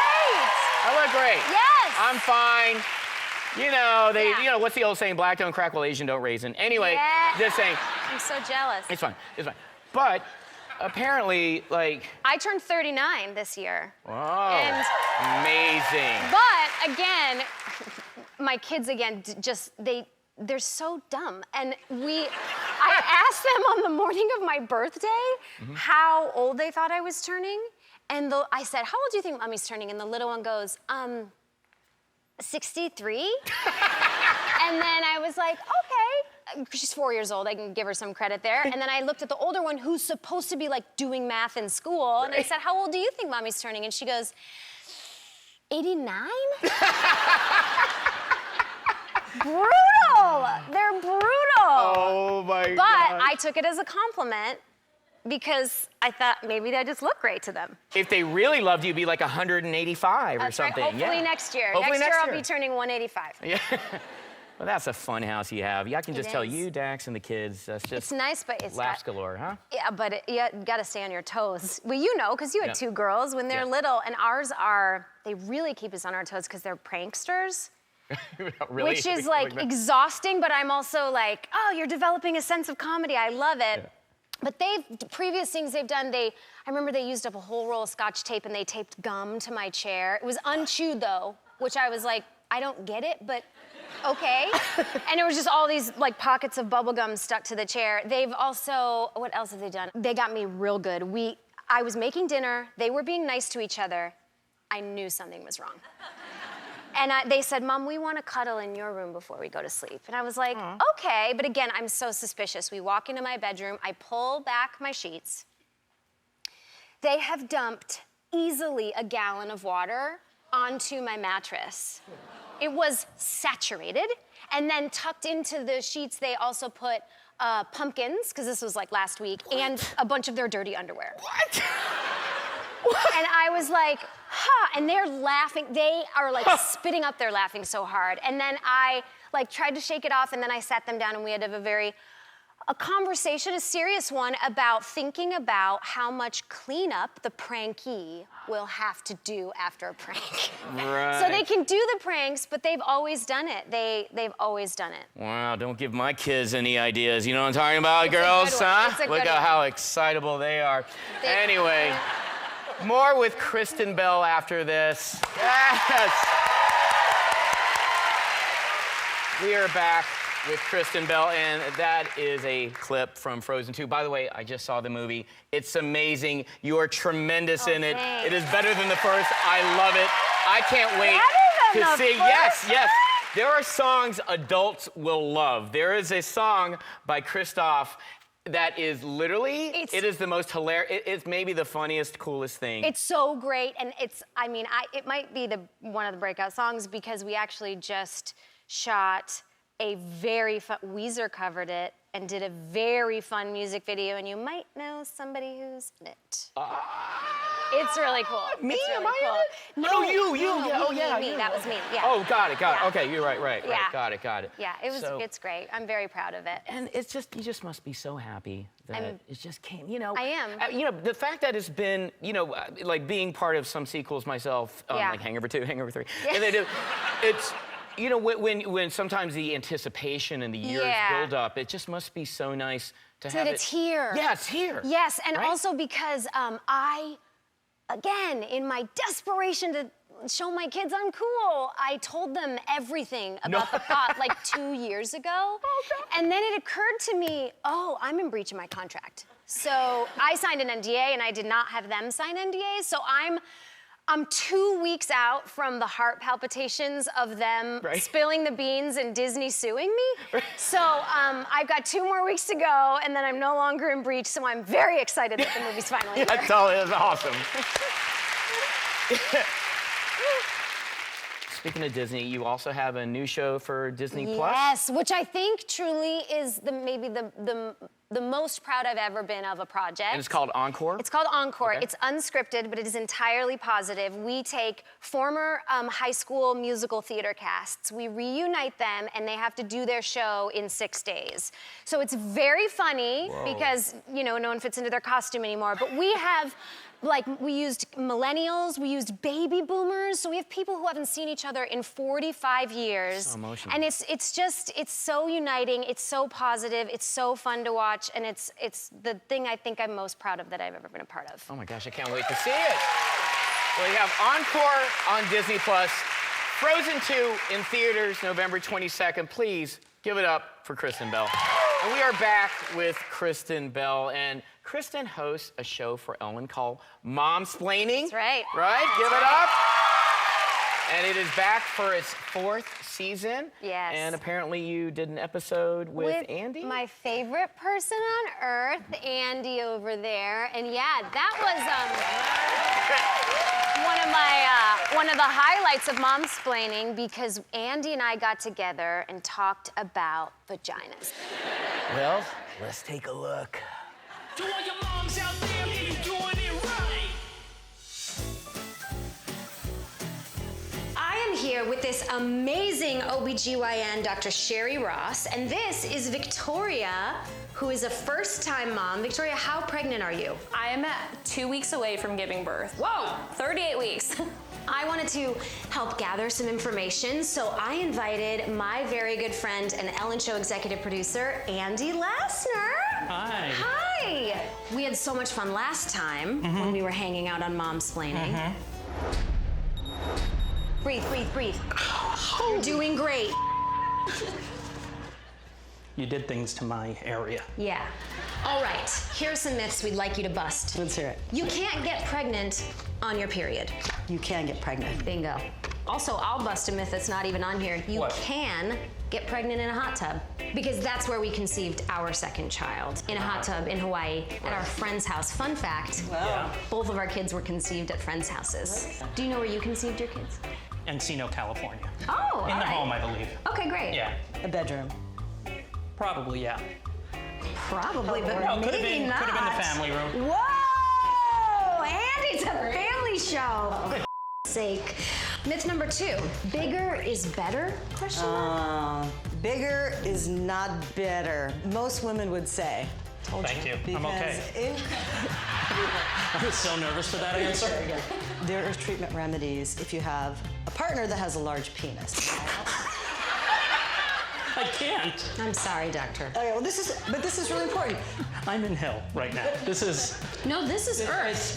This is something you got to deal with. I know, but you could have found someone who doesn't have the maturity level of an 8-year-old, maybe. Is the vagina self-cleaning? Well, it sort of is. I like to think of it like your oven at home, which is self-cleaning, but you still have to clean the stovetop. The exterior, we hydrate, we clean it, we moisturize. Okay, can you lose a tampon up there? Oh, God. That's my nightmare. I like to think of it like a sock. It has an end point. It's a sock, it's an oven, what else? The vagina is not a storage unit. So, I've been trying to tell you that. Well, how else am I gonna move my drugs? Okay, is it unsafe to have sex during pregnancy? Well, you know, it's completely safe because it's wrapped in a beautiful sack, but women, unfortunately, don't feel that sexy during pregnancy. My husband told me it felt like he was cheating on me. He loved it. He said, your back is so broad. And orgasms can help bring on contractions. Right. And you can do it with or without your partner. All right, now we're talking. You do uterus. All right, well, thank you so much for talking with us today. Andy, I feel like we learned a lot here, and I feel like we got to spread the word. Yeah. We got to tell the world about this stuff, so come on. Where are we going? All right, excuse me.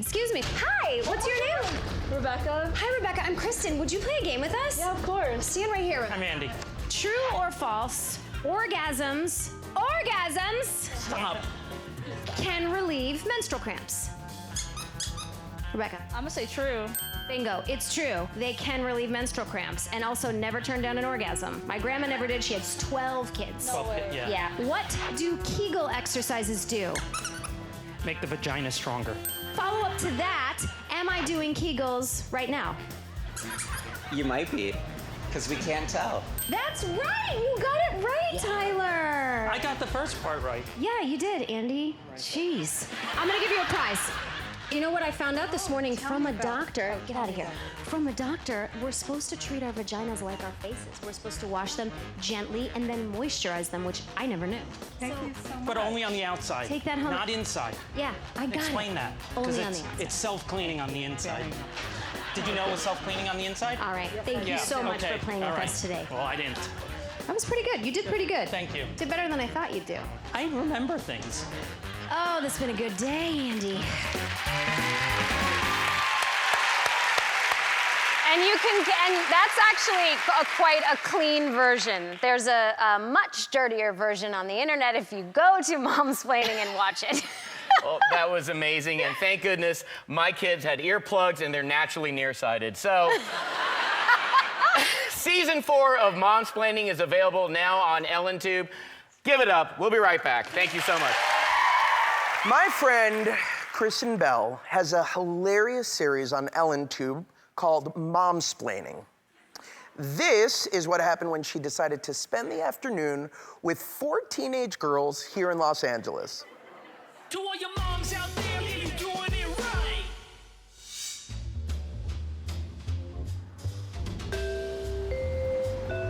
So what do you guys like to do on like a fun day? Is fun, we still use the word fun, right? I like thrifting.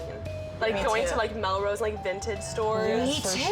No way. Yes, the thrill of the hunt. Yes. You get something no one else has. Yes. Oh, Yes. we're so similar. I thought we could go to the mall. Do you want to go to the mall? Yes. Let's go to the mall. I knew it. We're so similar. What worries you as a teenager? School. My future. Everything. Oh, wow. Okay. So, school. Yes. Because why? In high school, like grades define you. Colleges are so hard to get into. Like it's like a competition of like getting grades to get into those schools. Wow. Sometimes it's fun to have like a competition with your friends, but like when people take it too personally. Yeah, that happens with us in our household when we play Catan. We're so similar. I have 2 little girls, you guys. They're 4 and 6. I know, right? But they're not that smart yet. They can't even say the word specific. Specific.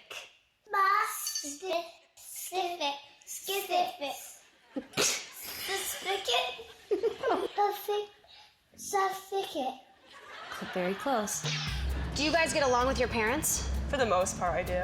Sometimes. It depends. Yeah, it Depends, right? Depends a lot. What's one thing you've never told your mom? I won't tell.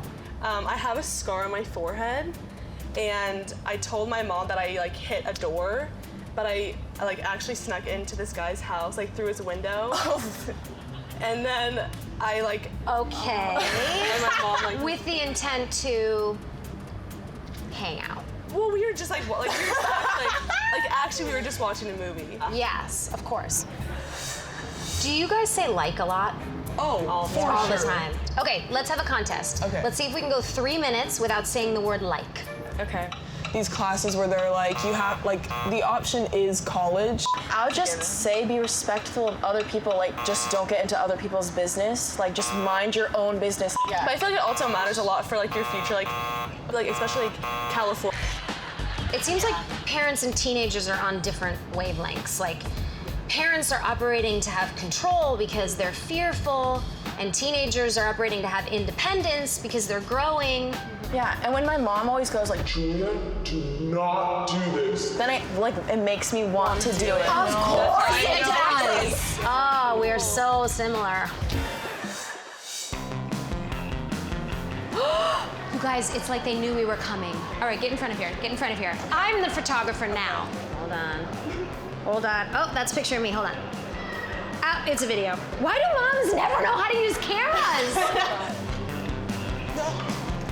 Put this in your pocket. Don't. That was a test. Okay.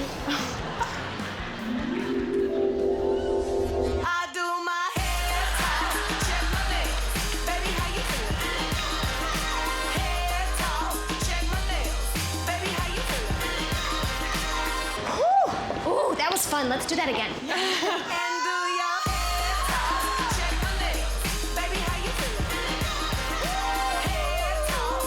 Let's get some froyo. Oh my gosh, what a coincidence, you guys. Your moms are here. Oh no. Oh my, let's go see them.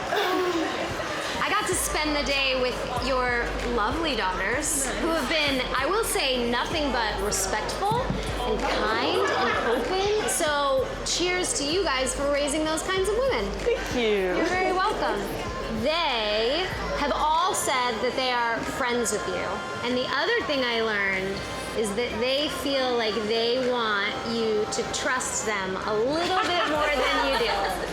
But I will say, in my limited time with them, they seem pretty darn trustworthy. Yes, They are. They're good girls. So do you guys have any advice about raising young women so that they can turn out like the result you guys got? Make them all keep coming to your house. Be the house. Be the fun house. Yeah, get to know all of their friends really well. Oh, that seems so tedious. No, it's worth it. Okay. I've learned a lot of valuable lessons today. We can make it right, so go and let it all hang out tonight. And do your hair talk, check my nails, baby. Oh. Uh-oh, watch this. That's a mom, problem solved. Nothing a little frozen yogurt can't fix, am I right? Actually, can I get a... Much better. I'm a mom, guys. Wow. I will say, after watching that as a father of 2 children, 2 girls, I'm terrified. You can watch season 4 of Momsplaining right now on EllenTube. We will be right back. A lot of Thanksgiving traditions. One tradition we have on this show is every year I try to help you get ready for the holidays. I know that you're going to have family over, so I want to prepare you for what to expect when you all sit together for dinner. Bring out my table, please.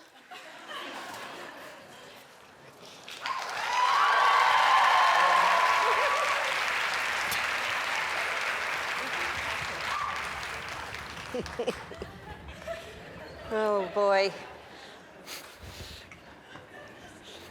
All righty. As always, at the head of the table, there's Grandpa. Oh my God.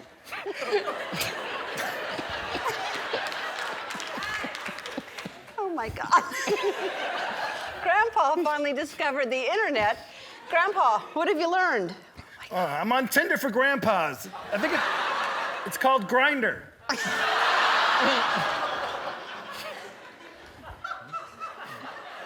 Oh my God. Yeah. All right. And Grandpa's invited his new special friend. Oh.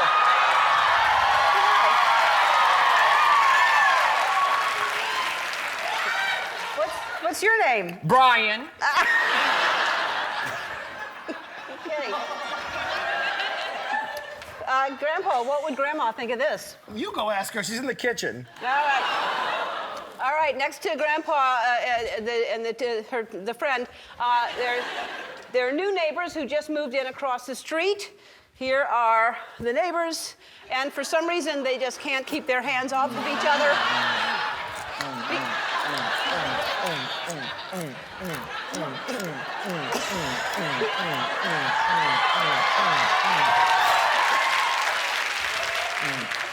Either because they're newlyweds or they're on Molly. We don't know. As always, you have to invite your Aunt Melissa. You only invited her for dinner, but she stays the whole week. Okay. Hi, and also this year, Aunt Melissa has a special secret she's finally ready to share with everyone. I'm gay. Yeah.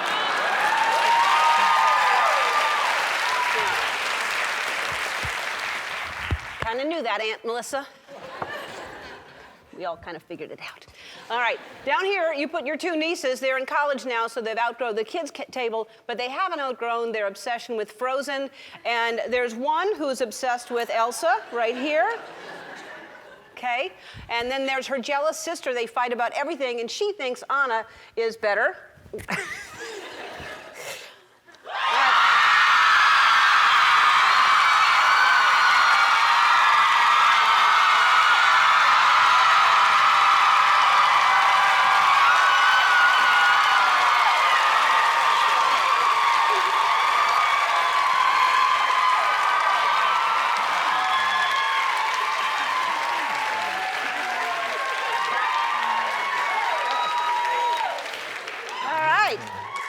Is that how you like your mashed potatoes? Big time. Okay. Big time. Really? Okay, good. All right. I don't know why you're here. Shouldn't you be working on Frozen 3 now? All right. I can't believe I got a babysitter for this. Well, you did. I mean... You sure did. Look at that.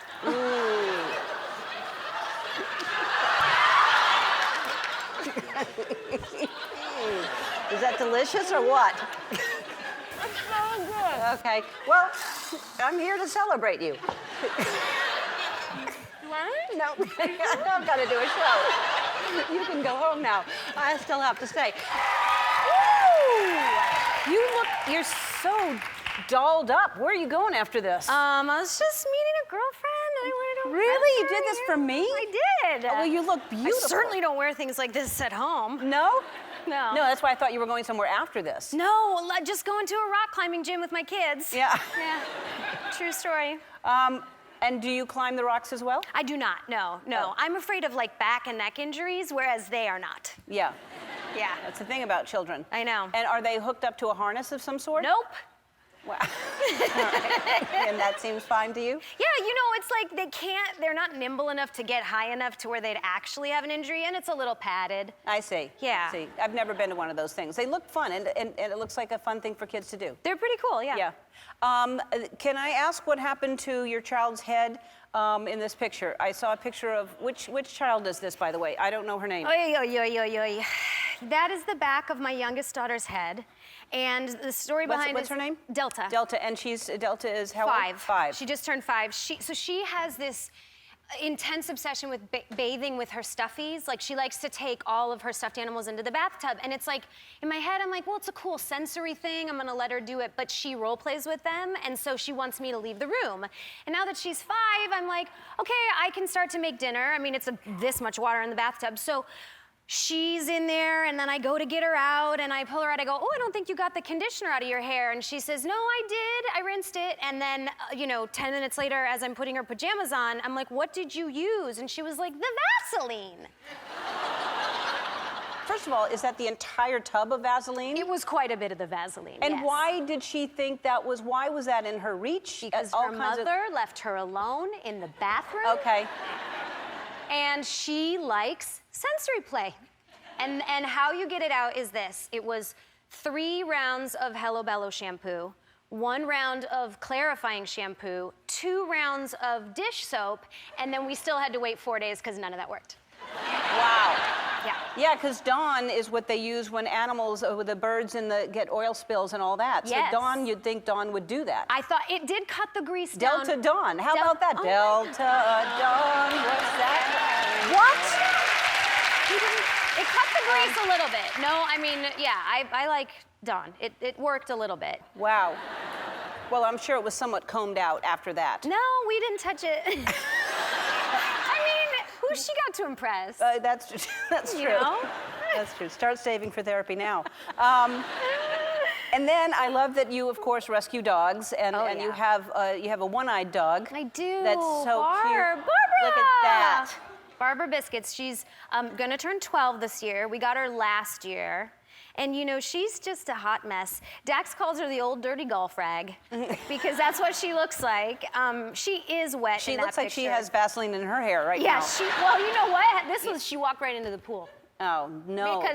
Because she's blind in this eye, and this eye only has 20% sight, but none of it involves the edge of the pool. Well, thank God somebody was there to catch her. Yes, and I scooped her right up. But she's... You're not looking good as a mom or a pet owner right now. Whoa, the results are in. No, I take wonderful care of her, and I deal with all of her, you know, the senior dogs. Yeah, it's my great favorite. to rescue a senior dog is the best thing. That's so sweet that you did that. Yeah, despite how much she puts us through, because she doesn't, you know, she came at 11 years old, and there's no really training a dog like that. Also, I think she has a really tiny brain, so it's not gonna work. But she hasn't figured out that going outside is where you go to the bathroom, or maybe she has and she just doesn't enjoy it, but I will leave her outside for like 5 hours. She'll be on the porch in the yard, and then she'll run right inside and pee on the kitchen bath mat. The kitchen mat. Oh, no. It's like she's standing outside the door going, let me in, I gotta pee, let me in. Oh, let me in, because she will only pee on the mat in the kitchen. Wow. Well, have you tried putting the mat outside? I have, when I wash it, and then I dry it outside. Yeah. No interest. Wow. Because you can build a kitchen-looking thing outside in the yard with the mat, so she thinks that is the kitchen. You have enough money to do that. You can do that. I guess I could. I never thought about that as a solution. Think about it. I wanted you to tell this story because I heard about it this morning. It's hilarious, about your mother, your Dax flirting with your mother. She was coming in town and sends him a text like, be there by 11. And then sends something else that says, can't wait to see you tonight. And he meant to respond, smiley face, smiley face, smiley face, and instead he responds, eggplant, eggplant, eggplant. And when he did it, he went, oh no, I made a huge mistake. And I was like, what? And he shows me the phone. And by the way, the minute you involve an eggplant emoji, the whole story changes, because now it reads, I'll be there at 11, can't wait to see you tonight. Which is not how the original text read or what she intended, but thankfully, she didn't know what an eggplant emoji was. She does now. All right, we have to take a break. More with Kristen after this. We're back with Kristen Bell, and first of all, this is the 1-year anniversary of Hello Bello, which, and it's doing so well. It usually takes a company a long time to establish and do well, and this is doing so well. Congratulations. Thank you. We've been so lucky. And it's a 1-year anniversary. Well, first of all, it's been so awesome because when we started this, we were very honest with the people that we collaborated with, and we were like, we don't need another paycheck. Just to be blunt, we want to make a for-profit company that does really good things in the world, that has accessibility and makes sure that parents can not choose between their baby or their budget, and create a community. And luckily, we've given away over 1 million diapers in our first year alone to 70 different organizations. Yeah. And we installed a first responders discount last year. So all first responders, military. So good. And then we are giving new and expectant parents a free week's worth of diapers on us. Everyone in North America who is newly or expecting, and you just pay like $1 in shipping, and we'll send you a week's worth of diapers, not a sample pack, to just tell you we can lift a little bit of the burden of having a child. That's fantastic, Kristen. That's great. You do the series Momsplaining, which you're fantastic, and there's something that I don't know much about having a child, but when you breastfeed, I guess you have to be aware all the time of everything. And I don't know if you saw, the woman she had self-tanning on, and then she was breastfeeding, and look at the baby's face. This is after she realized.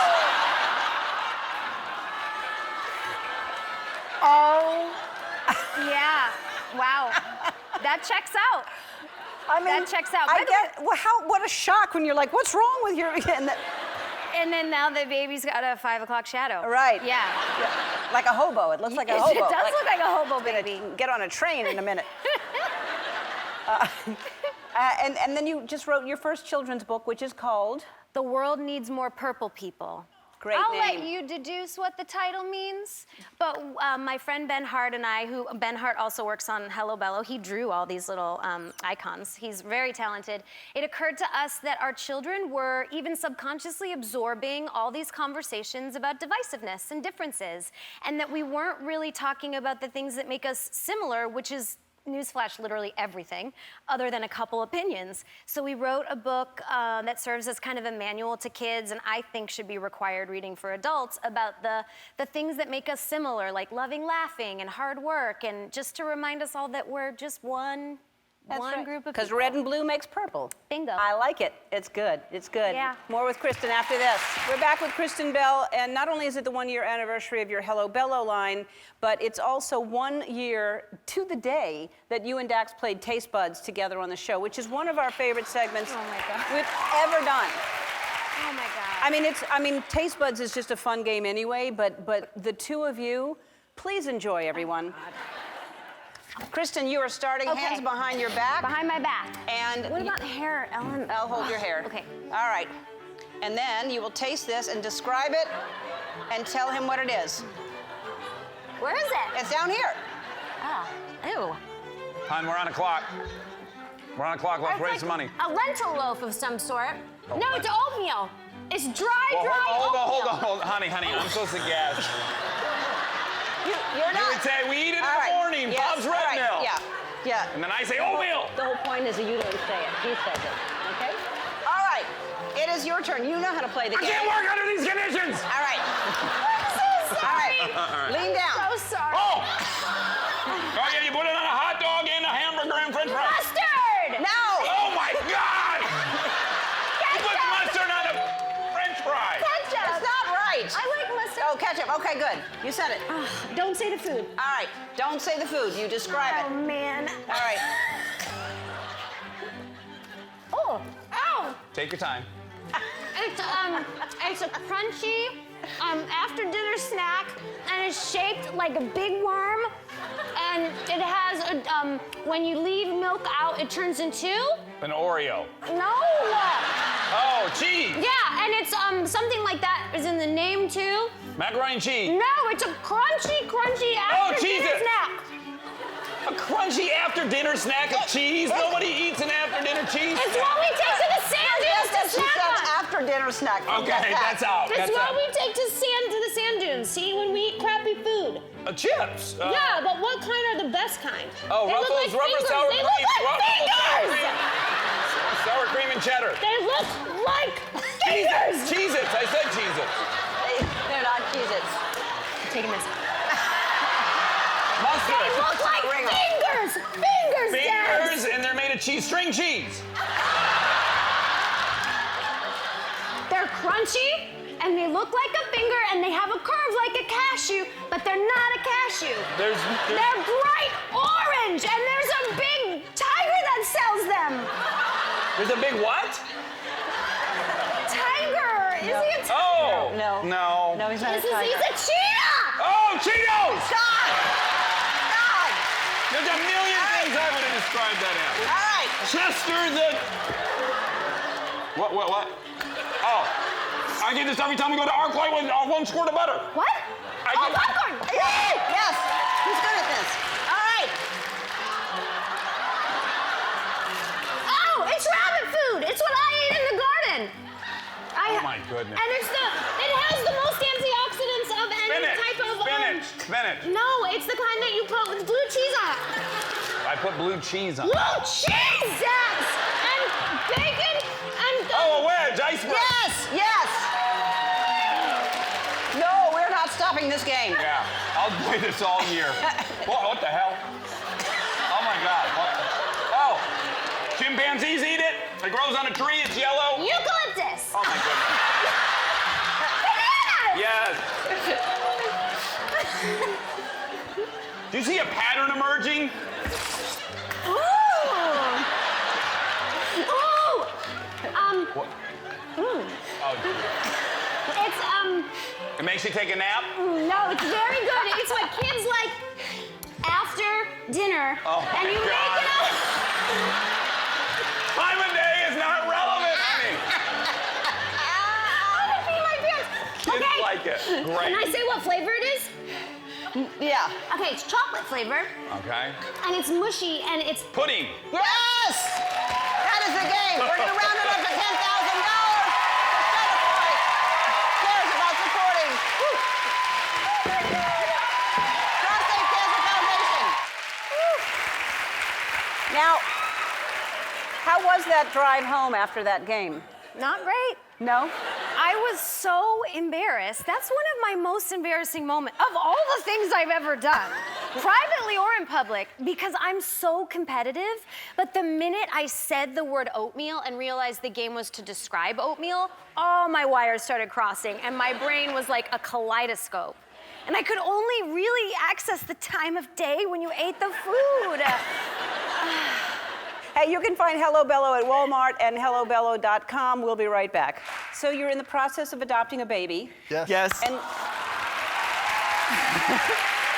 like literally right now, any minute. Like do you have your phone on? No, I was not allowed to bring my phone, but it could ring at any minute. Yeah. Fatherhood is imminent. Like you're like any minute now. Yeah. You're gonna have a baby. All right. Well, we got something for you for your growing family. Oh my God!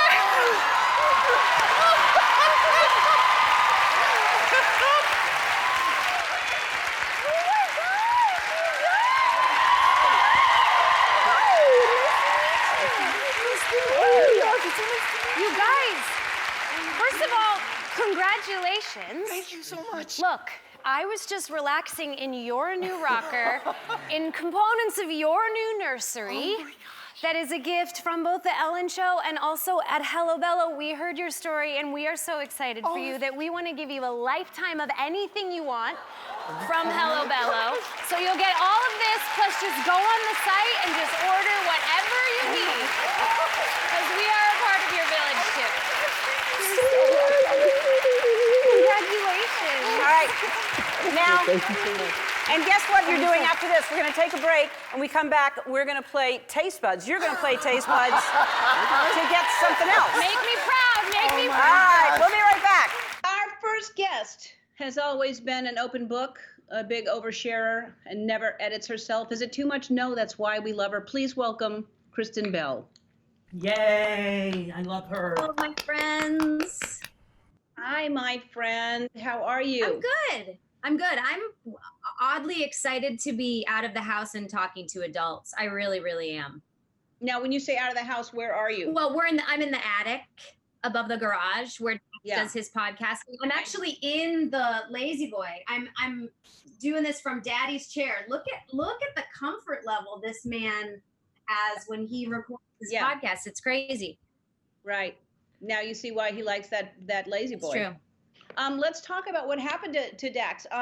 He's wearing a cast, and what was the injury? What happened? Well, as you know, Dax, he went on an essential off-roading trip right when the quarantine began. And it was by himself, but he was off-roading in the mountains, and he had, I think, a buddy with him, but they're in separate off-road vehicles. And he got to the edge of a cliff, and the cardinal rule, he's very embarrassed about this injury because the cardinal rule is you don't put your hands on the roll cage or outside the car at any time. That's the only chance of injury.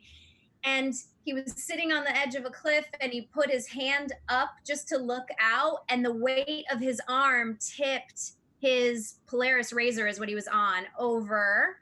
And you don't get injured when you're inside them, but I will tell you something. It did crush all the bones in his hand. Oh, God. All the bones in his hand? Yeah, shattered.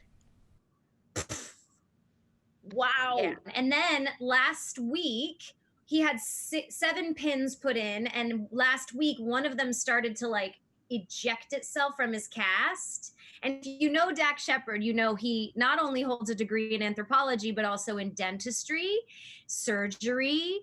And so he called his doctor and he said, hey, can I pull this pin out? Here, look at it. And his doctor was like, do it. And he did. He is his own doctor. Told him. Are you showing? Whoa! Oh my God. Okay, wait.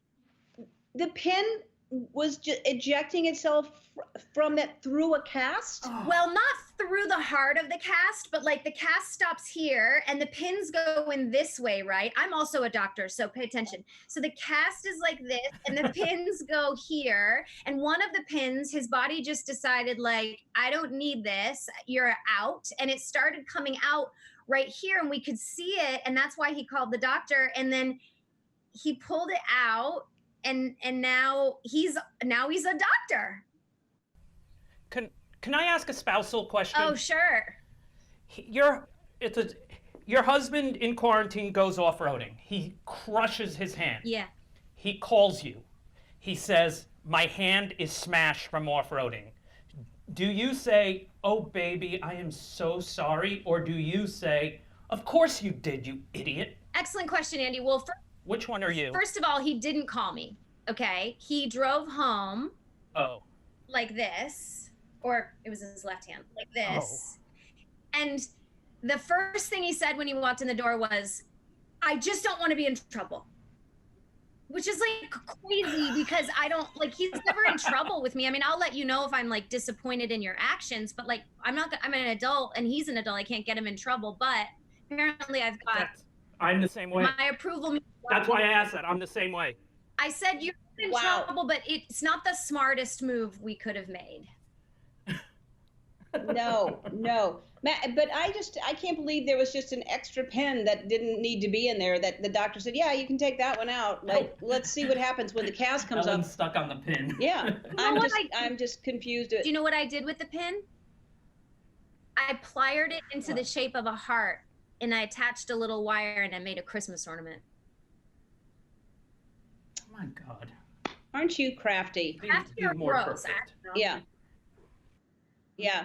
It's wonderful. It's a wonderful, sweet memory. So let's talk about what's happening around the house. Who's doing what? Because everybody is doing things that they hadn't done, and I picture both of you like having projects. Yeah. Well, I mean, I've tried to have a lot of projects, and I've reorganized all the drawers that I possibly could. Dax is, as being one-handed, he's struggling for things to do. Although I will say he did clean out the drain in our shower the other day, and he removes the drain and he stuck a hanger in there, and he pulled out the biggest wad of fur that I have ever. You must think I'm so gross. It was the size of like a small purebred dog. It was like a gigantic thing of hair. And it was disgusting. And he put it in a bag and he came outside and he was like, look at what just came out of our shower. We were all like, disgusting. And then even now, that was a week and a half ago, our girls won't shower in that shower because they're like scared the hair monster is going to come up and suck them down the drain. Can I ask how long it's been since you've cleaned that drain? 7 years. Okay. Oh my God. Did you make it into an ornament? No. We tossed it. It was so smelly.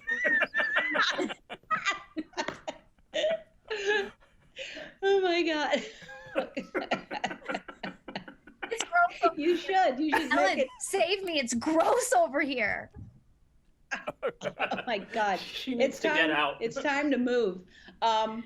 I saw that. Well, we should take a break because there's so much more I want to talk to you about. So let's take a break. We'll talk about your daughter and stuff like that. We'll be back. Let's take a break. We're back with Kristen Bell. Can I talk about the sign that your daughter made for you, which is really, really sweet? Yeah. Let's show the sign first of all. And what made her do that? That was just out of nowhere. Well, at her school, they have social emotional learning classes. And in their social emotional learning class that week, they talked a lot about bucket fillers. She's in first grade and they talk a lot about how to fill someone's bucket, and just get some intrinsic value to make yourself feel intrinsic self-esteem. And so their homework was to make bucket fillers for their whole family and hide them. And so I found this note next to my bed as I was falling asleep that said, "You are a great home teacher." It was my bucket filler. God, I love that. What a sweet thing. What a great thing to start in first grade. That's we should continue that on so we'd have nicer people in the world. That's really sweet. Agreed. Yeah, and I needed it. Love it. And you're teaching your younger one as well? I gave up. To be honest, I threw in the towel because I attempted to give her some math problems in the beginning of this quarantine, and I handed them to her, and she answered the first and second one, and then she got real sassy, and in the answer grid of the rest of the questions, she just wrote no, no, no. What's 4 plus 4? No. What's 10 minus 1? No. What's 3 minus 2? Oh my God, No. I love her. I love her. That's cute. That's so cute. How are the doggies doing? The doggies are good. They are so thrilled that we're home because we got a new foster failure this past year named Frank. We were gonna foster, obviously we failed.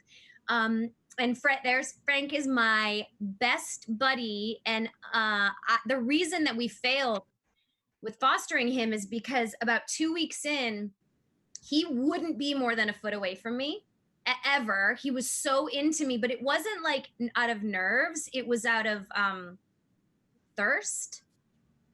This dog, when he stares at me, Ellen, I know in my bones he's looking at me with bedroom eyes.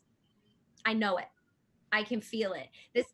He's in love with me, and I thought it would be like child separation if I gave him away. So now I just have to keep him, and I have like this dog who's beyond into me, and he follows me around absolutely everywhere, looking at me with sex in his eyes. That's sweet. Sweet. Well, I'm not sure it's sex in the eyes, Kristen. I think that the dog probably loves you, and I think it's just looking at you, unless that's what Dax's eyes look like when he wants the sex. I swear to God, Ellen, this dog's gonna murder me one day. This dog is single white female. Well, it's a good thing you're keeping it. I literally have no choice. Yeah. That might be a good place to break. All right. Yeah, I think so too. I need to finish reading my book, The World Needs More Purple People, but we'll talk about that when we come back from this break. And we're back. We're back with Kristen Bell. All right, Dax has been campaigning to play the Tiger King, to play Joe Exotic in the Tiger King movie. But now Joe Exotic says he wants Brad Pitt to play him. So I know how he feels about Brad. What does he feel about taking a role away from Brad if Brad gets it? Sure. Well, this happens often. They are usually in competition for the exact same role at all times, so they're used to it. But now that they're friendly, it is going to be a difficult decision. We're going to have to maybe let the public decide. The only thing is, Dax has said he's so afraid of big animals. I mean, he's kind of afraid of little animals too. Like he's incredibly afraid to be in a cage with tigers. So he's exploring what the CG options would be, so he wouldn't have to actually be in a cage of tigers. All right. Well, he doesn't deserve the role. Let's talk about the children's book. It is a perfect time for this book. It is called The World Needs More Purple People. And everybody is reading to their kids anyway. So the fact that this book is coming out now and it's perfect for this time, don't you think? That's weird to have we knew the book was going to come out June 2nd, and we'd been working on it for, a year and a half. Books take a really long time. And when we found out we would all be quarantined, we were like, oh, bummer, the book tour. But then I felt in my bones like maybe this was the perfect time, because the book, it came out of an idea that my friend Benjamin Hart and I had, where we were sitting around with all our kids, and it all of a sudden occurred to us that all of our kids are absorbing all these conversations about divisiveness. Like, we're sitting at the dinner table and adults like stimulating debate. And we go, I believe this. No, that's wrong because I believe this. And we talk about differences all day, and we don't realize how much they are spongy and they soak it all up. When are we actually talking about similarities? When are we talking about trust? When are we talking about inclusion? And so we said, what if we created a purple person? That's the goal, to be a purple person. And purple is when red people and blue people can come together and people can trust and listen to each other. And we wanted to sort of create a social identity narrative about a roadmap for the 5 key things that you want to look for in a person and strive to be, which is like a hard worker, a critical thinker, someone who laughs a lot.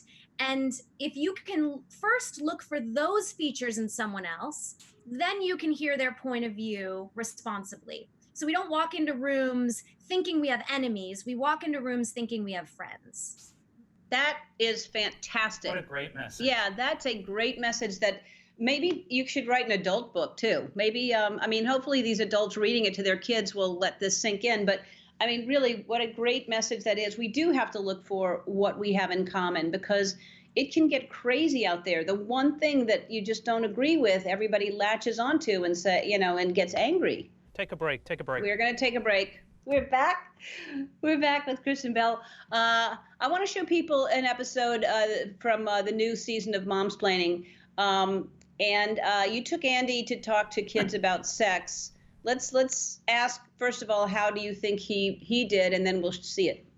How do I think he did? Not great, not great. I'm sure, I'm not positive he exactly knows what it is, because he was incapable of describing it. And it's strange because he looks so much like an adult. He really does, right? Like he looks full grown, but then when the minute he opens his mouth, he becomes a middle schooler. Yep, I agree. Let's take a look. Hi, I'm Kristen Bell, and I've had sex. A lot of sex. Am I bragging? Maybe. Today, me and my friend Andy Lassner are gonna find out what kids know about the birds and the bees. Hey, Andy? Hey. Hey, come on in here for a second. I got a question. Do Yes. you know where babies come from? The area of a woman and into a family. Oh, well, this is gonna be fun. To all your moms out there, you doing it right. Oh, the ball. No, we can share this one. We can share. Knock, knock. Hi, guys. Hi, kids. Sport. Ow. Oh, jeez. Hi, children. I'm Kristen. This is my friend Andy. We're parents. Yeah, so we've made babies. Right, but not What? parents together. No, not together, but we've done baby stuff. How many What are we kids do you talking have? about? First of all, chill, man. We talked about this. You Just gotta have ease into it. confidence and chill. Okay. How many kids do you have, I Andy? have 3 kids. That he knows of. Right? She's being silly. We wanted to meet with you guys today because we wanted to get a sense of what you guys think about. Like, what do you and your friends like to talk about? Yeah. Soccer. Soccer. Doing flips. Princesses. Princesses? Yeah. Have you guys ever thought about, would you be a parent one day? Yeah. You have? I don't know. You don't know? You don't know. Leave your options open. But where do the babies come from? Their parents. No, the mom. How does the baby show up? The mommy makes it. The mommy makes it. Mommy grows it, right? Yeah. Well, you know, the thing that's interesting about babies is it all starts, you know what your body's made up of? Have you ever heard a word cell? A cell? No. It starts with just 2 cells getting together. One from a male and one from a female. And that doesn't mean that the baby then ends up with a male and a female. It could end up with 2 men or 2 women. But the way it starts is from a male has a cell and a woman does, and the male cell goes Do up. you guys know what love is? Yeah. Yeah. I love my mom so much. I just want to cry because she's so sweet. Oh. You know, that's how I feel about my kids, and I bet that is exactly how your parents feel about you. Since we definitely know what love is, do you guys Right. want to draw a picture of what love feels like to you? Yeah. Your abstract interpretation of love. I never fully got to explain the cell thing.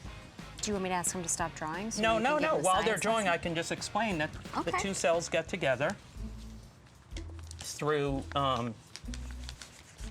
juices, and then the baby grows. Yep. Does that make sense? Yes. Yeah. Now I feel like we've at least I'm sure their done our parents are part. going to be very grateful. You're welcome, kids. Abigail, would you tell me about this picture of love? I love my mom and my mom likes me. That's fantastic. I like that. Elijah, would you tell me about this picture of love? About my mom and dad. Your mom Is and that dad? your mom and dad? They Are- love each other. That's really good. All right, I'll do mine. Okay. This is a bowl of pasta because I love pasta. How does that teach them anything? That's why we wanted you to draw pictures, and we wanted you to tell us what your feelings of love were. And yours is just a bowl of pasta. Well, I like pasta. Okay. In fact, I love pasta. Okay. That's the message. Andy, would you like to go? Okay, I'll go now.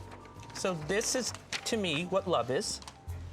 A woman with making milk for a baby, and then the baby drinks the milk. Thank you, Andy. Well, this is very impressive. This was fantastic. I feel like I've learned more from you than you've learned from us. That is understandable and realistic. I'm genuinely concerned we messed up those kids. You know what? Everybody needs something to talk about in therapy. Yep. I love that show. I love what you do on it. You can catch new episodes of Momsplaining every Wednesday on EllenTube. Kristen, thank you so much. I love you. Say hi to Dax and family. Thank you. Bye, guys. All right, our first guest is one of our favorites. Please welcome the lovely, the wonderful Kristen Bell.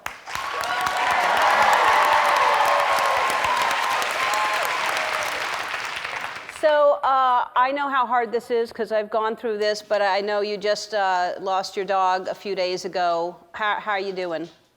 I'm okay. I'm okay. It was sudden and obviously a really big bummer, but we got to say goodbye. Both my girls got to say like a nice closing goodbye where they held her, and I didn't just take her to the vet and not let them see her. And she was 12. She was 14 actually.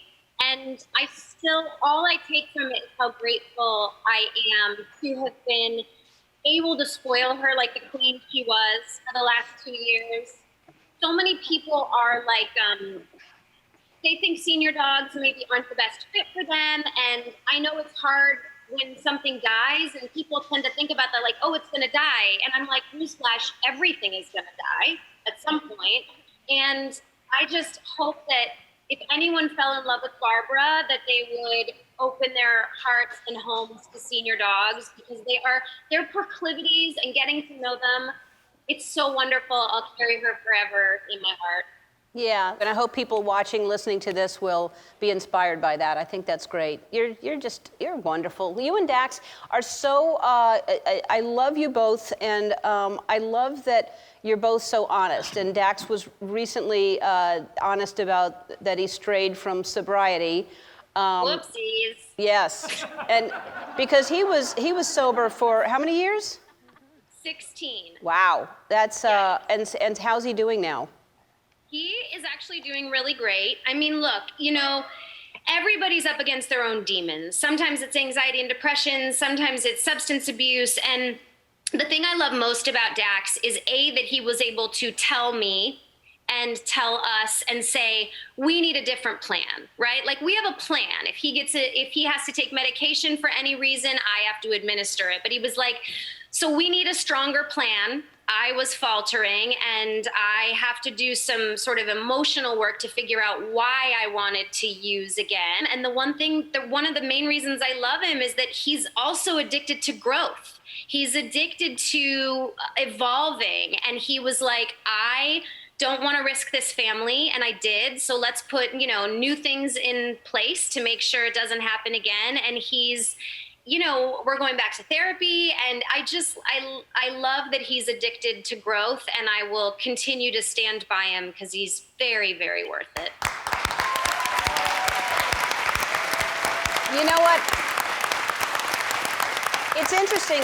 I always look for the lesson in everything that comes into my life, because I think that it does come into your life for a reason. And I think just even you've been married for so long, people have a tendency to get kind of into a groove or a rut or whatever, but the fact that you're going to therapy now because of this, like, it's just going to open up a whole new chapter and a wonderful new... 100%. Yeah, he's healing well, because when you were here, when you were able to be here with me, he had one, it was like a dune buggy kind of accident, right? And yeah, he shattered his hand. Yeah. He shattered his hand. He's doing fine. I mean, his shoulder was, on the second accident, they put a can opener in his shoulder, Ellen. I mean, I saw the pictures from the surgery. There is a straight up can opener holding his shoulder together. That's hands, helpful. I guess, are still hands. Though I will say he's net zero for knuckles, but they're in different places. They're all scattywampus. He lost a knuckle in the first accident, and then it like started poking out right there. You can see on the video, and then he lost another one, and it came down a little bit. So, I mean, he's got the right amount of knuckles. They're just not in the right place. Right. I'm sorry, but I'm gonna have to go to therapy now just after seeing that. That's what that's done to me. Well, I'm happy that he's healing well. I saw a picture this morning. What's happening with your girls making their own breakfast? I don't think it's going well, personally. I'm trying so hard.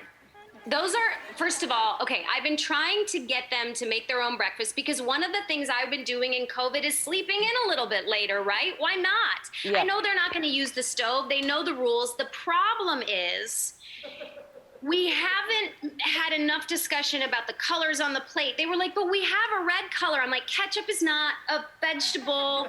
And if you go back to the other one, sadly, the other picture, one of those plates is not a plate. It's a dog bowl lid. I see that. I don't, look, we're working on it is the point, but I'm not ready to give up sleeping in a half an hour later than them. And really, they just need calories, right? Yeah. You'll show them.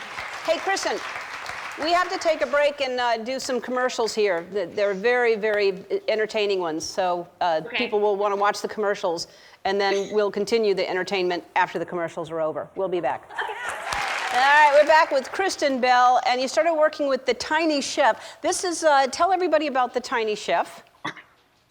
Tiny Chef, I've got that book too, Ellen, became a dear friend of mine about 3 years ago. I found him on Instagram. He's about 6 inches tall, and he's an herbivore chef. He cooks all the time. He sort of has a pretty major speech impediment, but it's very cute to listen to. And we just became friends. He's kind of obsessed with Hollywood and celebrities, but he has, he tapes himself while he cooks. And he recently wrote a book, and he had asked a bunch of people to submit quotes, and then guess who ended up on the back? Wow, look at you. The thing I love about him so much is that he is, you know, this has been a pretty dark year for a lot of people, and he is just light and love, and everything he does I want to watch. That's fantastic. Well, that sounds adorable. There's also, you're doing something with, I want to talk about this skincare line. It's a CBD skincare line, and it's called Happy Dance. Tell everybody about that. Well, I discovered CBD, I guess 5 years ago. This company, Lord Jones, made like a lotion for your feet, and I would use it before I walk the red carpet and heels and stuff. And I was pretty hesitant about CBD because I didn't know much about it, and there's a lot of noise in that space. Like, it's hard to describe, but CBD is like a portion of the hemp plant that will not get you high at all, because obviously I can't use that on a daily basis or do that around children. But I am really proud of this because everything I saw in the CBD space was high quality, but also really high price point.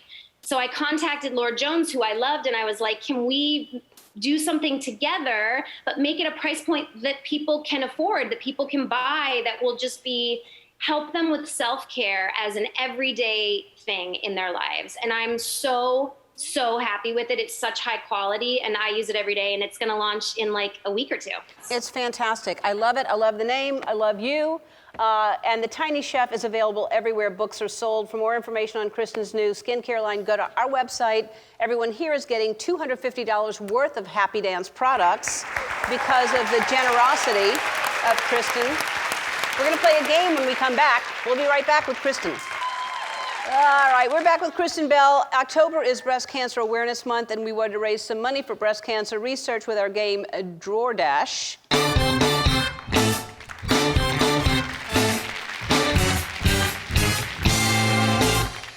Okay, if anyone from the Rolling Stones is watching, any song will do, or Coldplay, anything other than, what was that? Oh my God. All right, here's how this works. I am gonna ask you to run and bring me back something like something that starts with S, and you have 10 seconds to do it. Shutterfly will donate $1,000 to Breast Cancer Research Foundation. Here's your first item. Bring me something that you wish you could get rid of, but Dax won't let you. She's gonna try to carry that chair. Oh, He has that huge lazy boy chair. I'm sure she'd love to get rid of. Oh, you ran out of time. You ran out of time, but No, what is I actually like that chair now, Ellen. I don't even know. What is it is the point. It's like 100 remotes. But he's like, let's keep them because we don't know, like, you know, I'm like, that's the point. We don't know. We don't have this many TVs. We have like 2 TVs in our house. That's ridiculous. It's absurd. No, throw those away right now while we're here. Just throw them away. Right now? Yeah, just throw them away. Okay. I'm going to say you told me to. All right, you can. All right, bring me something furry.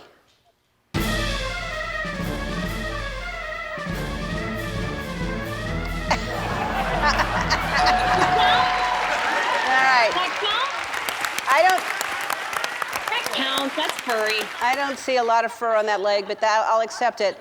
All right. It's blonde there. All right. Bring me something you recently ordered on Amazon.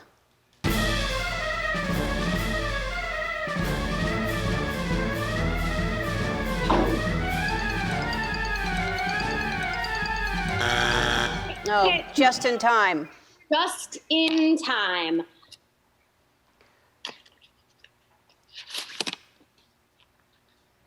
It's for peeing in the car.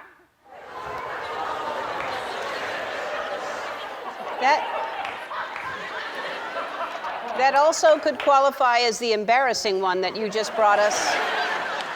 It's a female urination device. I see it. I see it.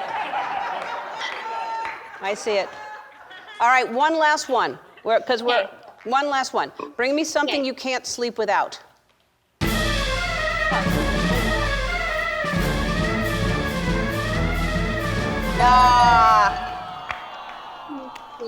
Thank you. This is Franklin. Franklin. He's a little depressed about his sister, but. Oh, I bet. You're going to get another one, aren't you? Of course. I'm going to get so many more. Good. Shutterfly cares about supporting breast cancer research, so they're going to round it up to $10,000 for BCRF. Yay. All right. Bye, Kristen. Bye, Franklin. Bye, Franklin. We'll be right back. All right, we have a little announcement to make, but first I need a couple of friends to help me out. There they are, Kristen and Dax. Hello, you two. Hi. So you know that I love any time that either of you are on the show, but together, I mean, really, you're the best. A couple of years ago, we had you two play a game called Taste Buds, and it was so much better than we ever could have hoped for. And it gave us an idea that my producers and I came up with a brand new game show that we're so excited about, and it's going to be on NBC. So just everyone take a look at this.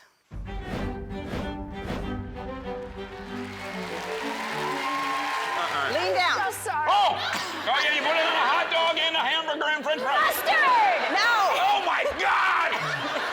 You put mustard on a french fry. Oh, it's rabbit food. It's what I eat in the garden. Oh my goodness. And it has the most antioxidants. Spinach. No, it's the kind that you put with blue cheese on. I put blue cheese on. Blue cheese, Dax! And bacon and... Oh, a wedge, iceberg. Yes. Oh my God. What? Oh, chimpanzees eat it. It grows on a tree. It's yellow. Eucalyptus. Oh my goodness. Macaroni and cheese. No, it's a crunchy after dinner snack. Oh, They look Ruffles, like rubber fingers. sour They look cream. like Ruffles, fingers.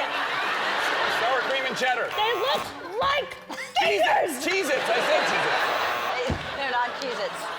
Taking this.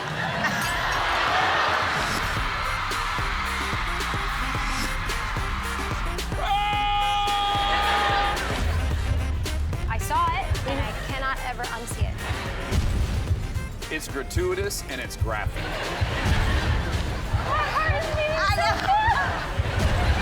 Was it painful? Sure. Yeah. Did it almost kill us? Absolutely.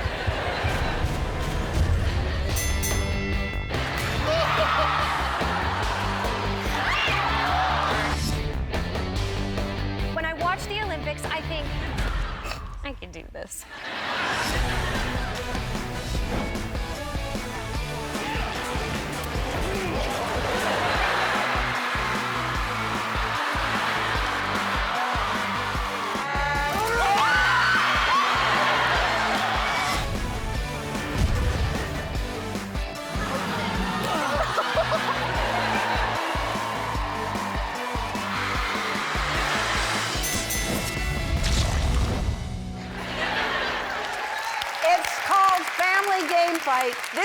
first time that you guys are actually doing a show together? Yeah, we have to say that in our estimation, that taste buds thing is by far the funniest thing we've ever been a part of. Like every time we've seen it, it's just incredible that she said eucalyptus. Well, the interesting thing is that when I play games and get very competitive, I go fully offline. And that's fun. Yeah, that's a good zone for entertainment. It's interesting for the viewer. It's interesting for my husband. As long as we leave this show, still married, I think it's going to be great. But we're very excited because we're going to be not just hosting, but also playing. Competing. With the families. Yeah. So we're going to have two families, Dax's family, my family, and we'll be playing against each other for a while for $100,000, but at the end, the sort of like winning family will try to get them up in their numbers to win the entire show and win the whole $100,000. And we love That's how the sausage is made, but most importantly, we will be battling one another in the name of our families quite often. And we think that'll be pretty amusing for Oh my everyone. God, every time we show that, we feel the same way. It's hilarious. What, Dax? Ellen, imagine how great season 3 would be that we're divorced and have to host it. Now that's a show. That is a hook. Yeah. You know what? Here's what we're going to do. We will make sure that we keep going until you divorce. That's what we're going to do. We will make sure that's how long we're going to go. Our kids the last kid goes to college in 12 years. So let's count it 12 seasons. We'll get that divorce. And then season 13 is going to be a riot. Oh my God. I'll be cool. It's going to be great. A family game fight, it's going to be so great. And right now you're looking for families who want to compete on the show. So if you want to be a part of Family Game Fight, go to our website. I mean, who doesn't want to, first of all, just hang out with the two of you, but especially being competitive. So we're going to have a lot of submissions. But also, families, we just want to be clear. If you created a pod during this pandemic, that's a family. If you've got 3 or 4 best friends, that's a family. If you've got, 2 uncles and a brother and 2 moms, that's a family. Bring the emu. Anyone who you love and respect in your inner circle, in our eyes, is viewed as a family. So it does not have to be any type of person. It can be any group.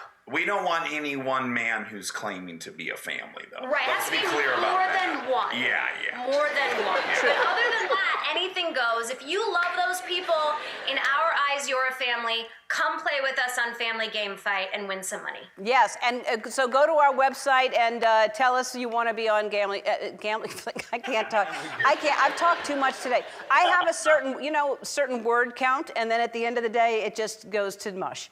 Family Game Fight. Go to our website. We'll be right back. When you hear the term America's sweetheart, most people think of me. But our first guest is absolutely a close second. Please welcome my friend, Kristen Bell. Oh, I'm so happy to see a friendly face. Oh, I'm so happy to see you virtually. I know. I just saw you before you got on camera. You looked like you were yelling at somebody. Was that one of your daughters or Dax or who? No, just a group of my friends, just yelling at a bunch of people at work, keeping them in line. That's so you. So, yeah, what's the story with the bangs? I know there was a big hoo-ha on the internet. Are those real bangs or are they fake bangs? The fake bangs. It's actually a toupee. Oh. Are you? Not a full wig piece, but it's a piece. It goes on here. It's glued to my forehead under here, right? And then this part, these little stringies are part of the piece, and then the rest is me. And you know what? I'm wearing it for this new show I'm doing on Netflix called The Woman in the House. And I gotta say, I've fallen in love with it, and I desperately want bangs, but my husband has said before that a man's only job is to make sure that his partner does not get bangs. So I guess I'll get them if I can find the scissors, because he knows I want them, and I think he feels like he should stop me because he doesn't want to hear me complain 6 weeks from now that I'm trying to grow them out. Yeah, but I just feel like with Dax, he owes you so much, right? I mean, didn't he just buy a motorhome and park it in your front yard? Yeah, he did, Chelsea. He was very excited to get a motorhome. We go motorhoming a lot. We like camping and stuff. I didn't realize it was going to be in the the front window. I mean, that's literally you look out from the dining room table, the kitchen table, that's what you see. Her name is Big Brown, and it's more of, I guess, an art installation in the yard now. So I don't know if we'll actually take it out because he literally loves, every morning he opens the curtains at breakfast and just stares at her. He's like in love with her. And he actually installed septic and electric right next to her so that it would be just a full running like guest house. So I don't know if he's planning on like escaping in there or people come stay. I guess we've got a little apartment on our front lawn. Yeah, because you guys just moved into a new house too, and then he has to litter it with that. Yeah. Yes, he does. And that's marriage, you know? That's the compromises you make in marriage. I got to pick out the furniture, and he got to put a motorhome on my front lawn. I think a nice meeting in the middle and a compromise is that you only go in that trailer home when you have your bangs on. Okay, that's fair enough. That's fair enough. So the last time Dax was on the show, he showed a picture of you peeing in his brand new car, which I guess is something, it's a problem that we share, so I wanted to bring it up, because I also urinate a lot when I laugh too hard. Yeah. Are you just urinating for urination purposes, or are you laughing too hard and urinating? I think why I did it was I had a lot of water. That's my first guess. But here's the other thing is what I've realized, because I pee a lot in the car, I usually bring a mason jar because I know myself. If we go anywhere and I'm told I can't go to the bathroom, I immediately have to pee like more than I've ever had to in my life. It's just, I don't know if it's like a challenge thing, but if we go on a road trip, that place we had like driven to the beach just to see the ocean, and it's a pandemic, so I can't really just, use the public restroom, so I brought my mason jar because I knew I'd have to pee. And yeah, he was not happy because he had gotten the car 48 hours earlier, but I didn't spill any, so I don't know what he's griping about. I did not spill any. Yeah, I have a similar problem. Like, I don't go to the bathroom from till 4 p.m. and then all of a sudden I break some seal and I have to go like 15 times before I go to bed. I don't know if that's an age thing or if that's just the way the world is now because of the pandemic. It's made us pee more. I'm not clear. Well, I will say, yeah, it might be an age thing because the older we get, the weirder stuff is going to start happening. I'll tell you that much. It's like a long descent, isn't it? All of a sudden things start going and you're like, oh, and you start complaining about your knees or your hips and you're like, oh my God, what am I saying? I'm in my 40s. And then you're like, oh, I'm dying. Yeah, we're rotting. We're beginning to decompose. Yeah, that's right, decline. We're going into decline. And you know what's interesting is and it's partially for this project, but partially just because I've had more time. I've been working out and getting really into fitness more than I ever have in my life. And I'm happy about it. I'm seeing muscles and I'll look at my, chest or my arms in the mirror and then I'll catch my face and I'll go, oh my God, I didn't know my mom was in town. Speaking of mom, tell me about your girls. How are the little girls doing? You know what?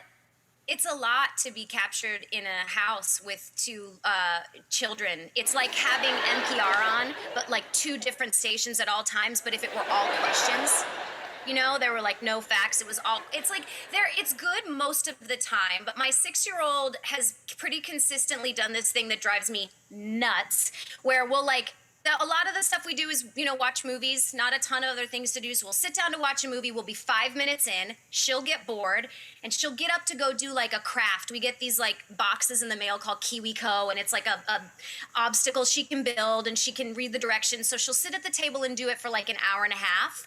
She's having so much fun. She finishes her KiwiCo box. Then she comes back to the couch, and 10 minutes before the movie's over, she goes, okay, what'd I miss? And I'm that is absolutely unacceptable. She does it every other night. So I'm excited that the world will open again. Let's put it that way. Yeah, I think all parents will probably agree with you on that front. Who's in charge at your house of the kids? who's the alpha in your house? You or Dax?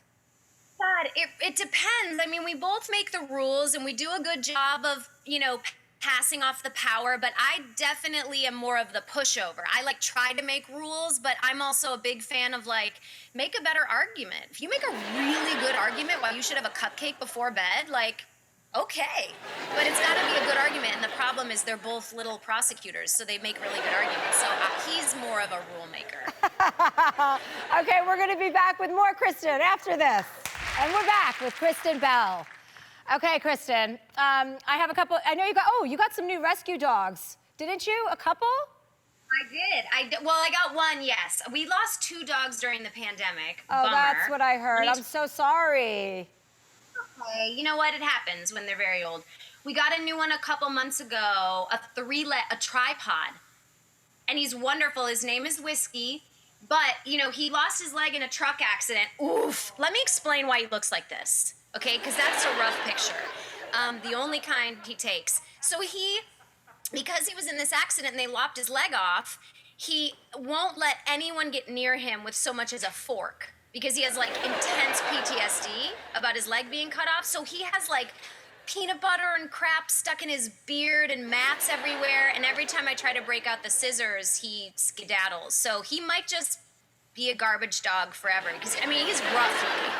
Yeah, he looks like he's got a fierce hangover in that photo. I'm not even sure what leg that is in that picture. It's just it's one of them, I guess. Well, one of your dogs hits on you, doesn't he?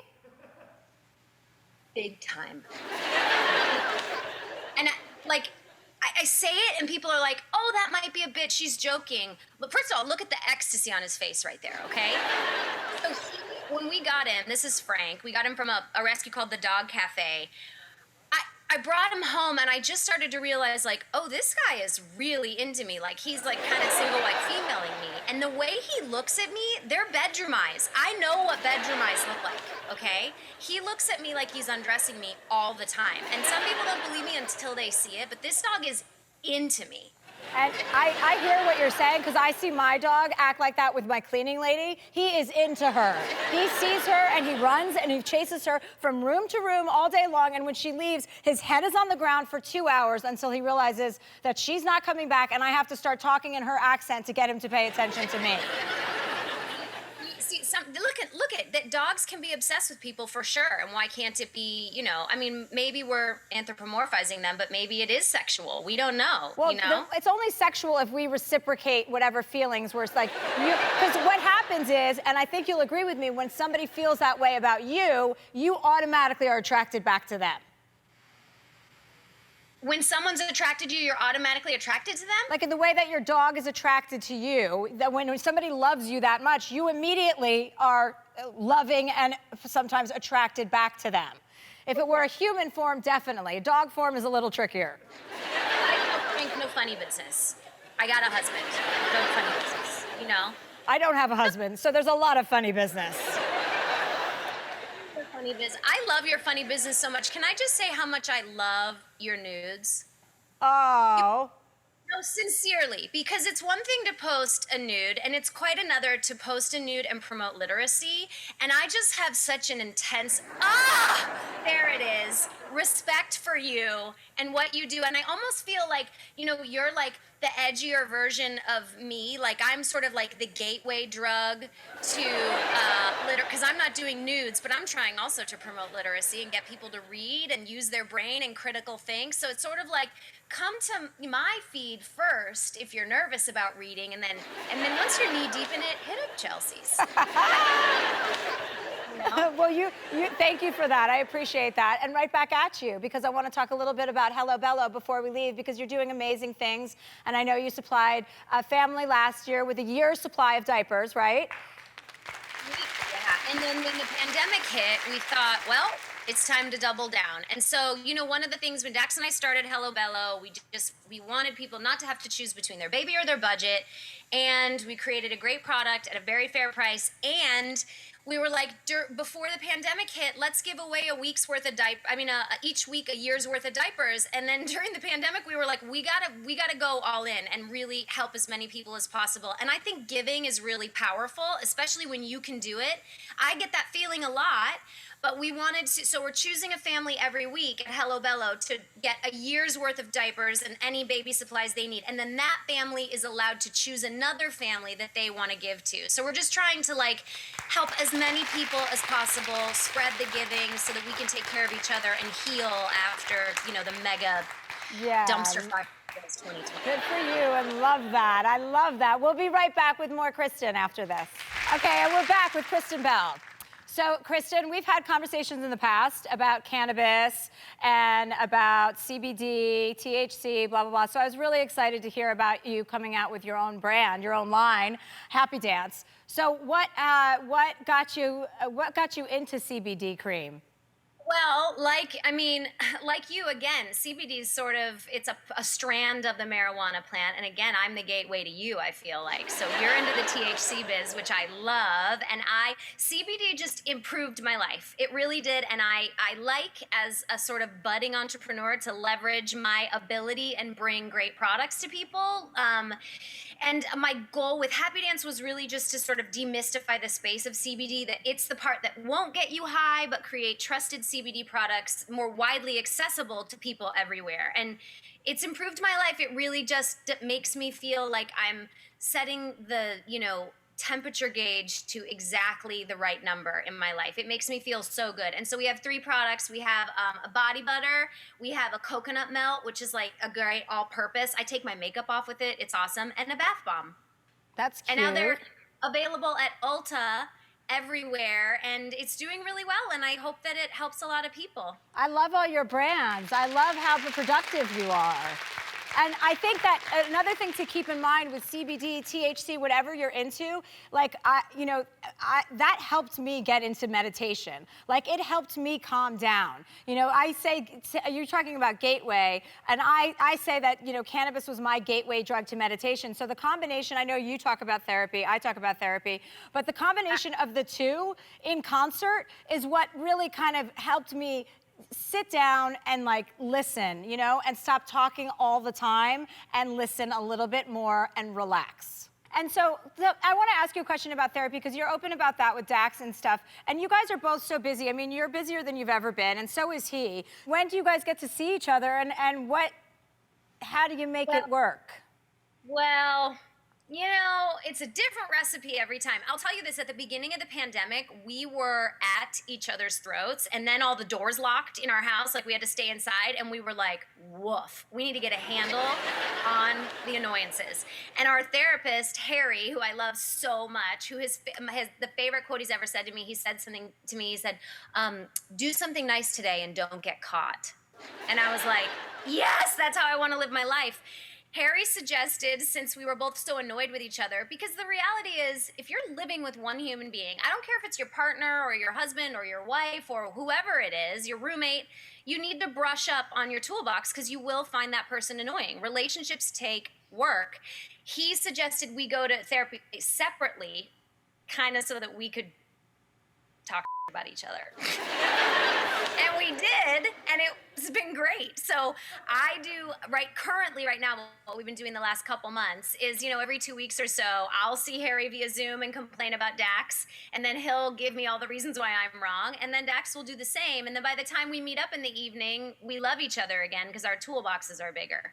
It's like a very safe, when you have a third party moderating any disagreement, it's always a safer place, because when 2 people are talking defense mechanisms and cortisol and all that stuff, it just messes up the solution.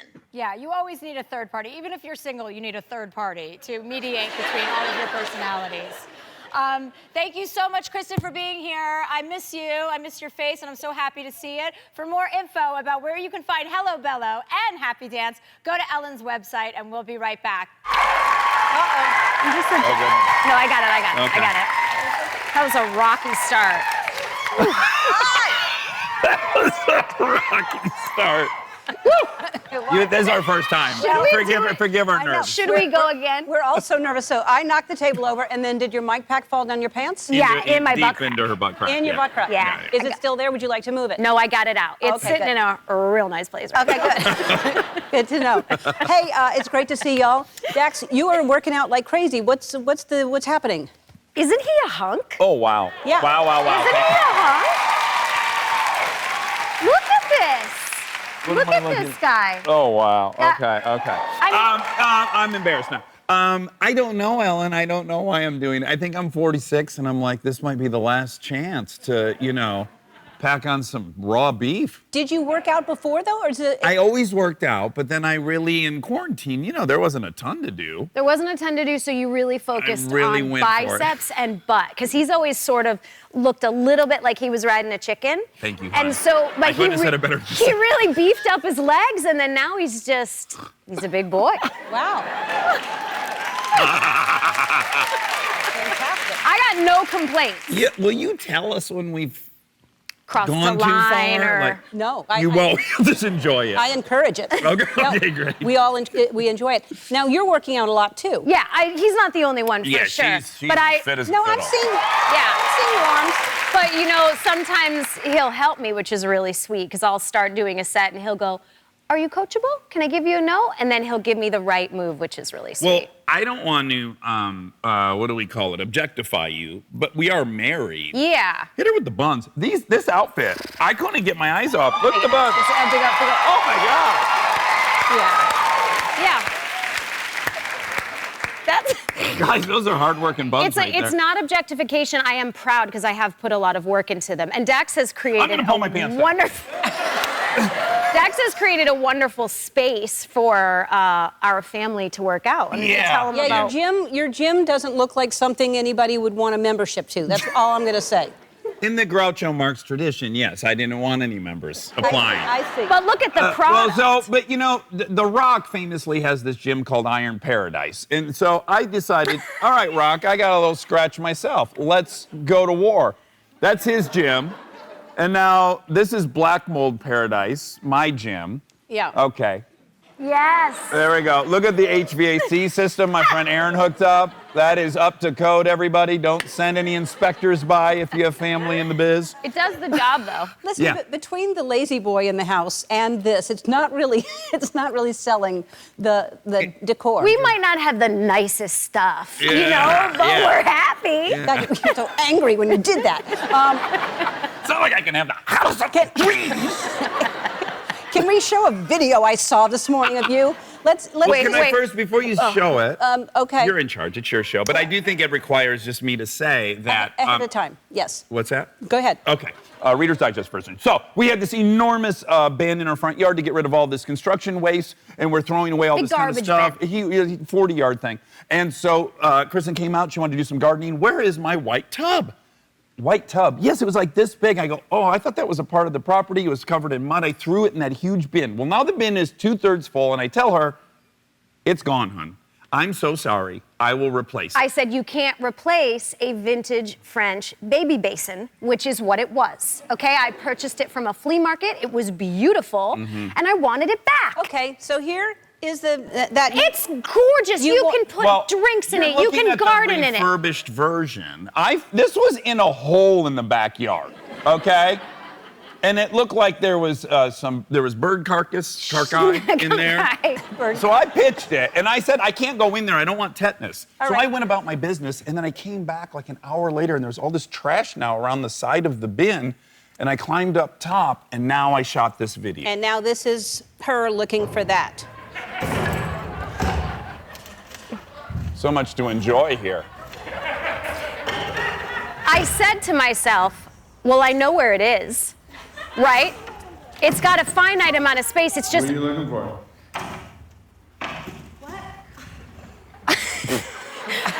Listen, here's what I did learn.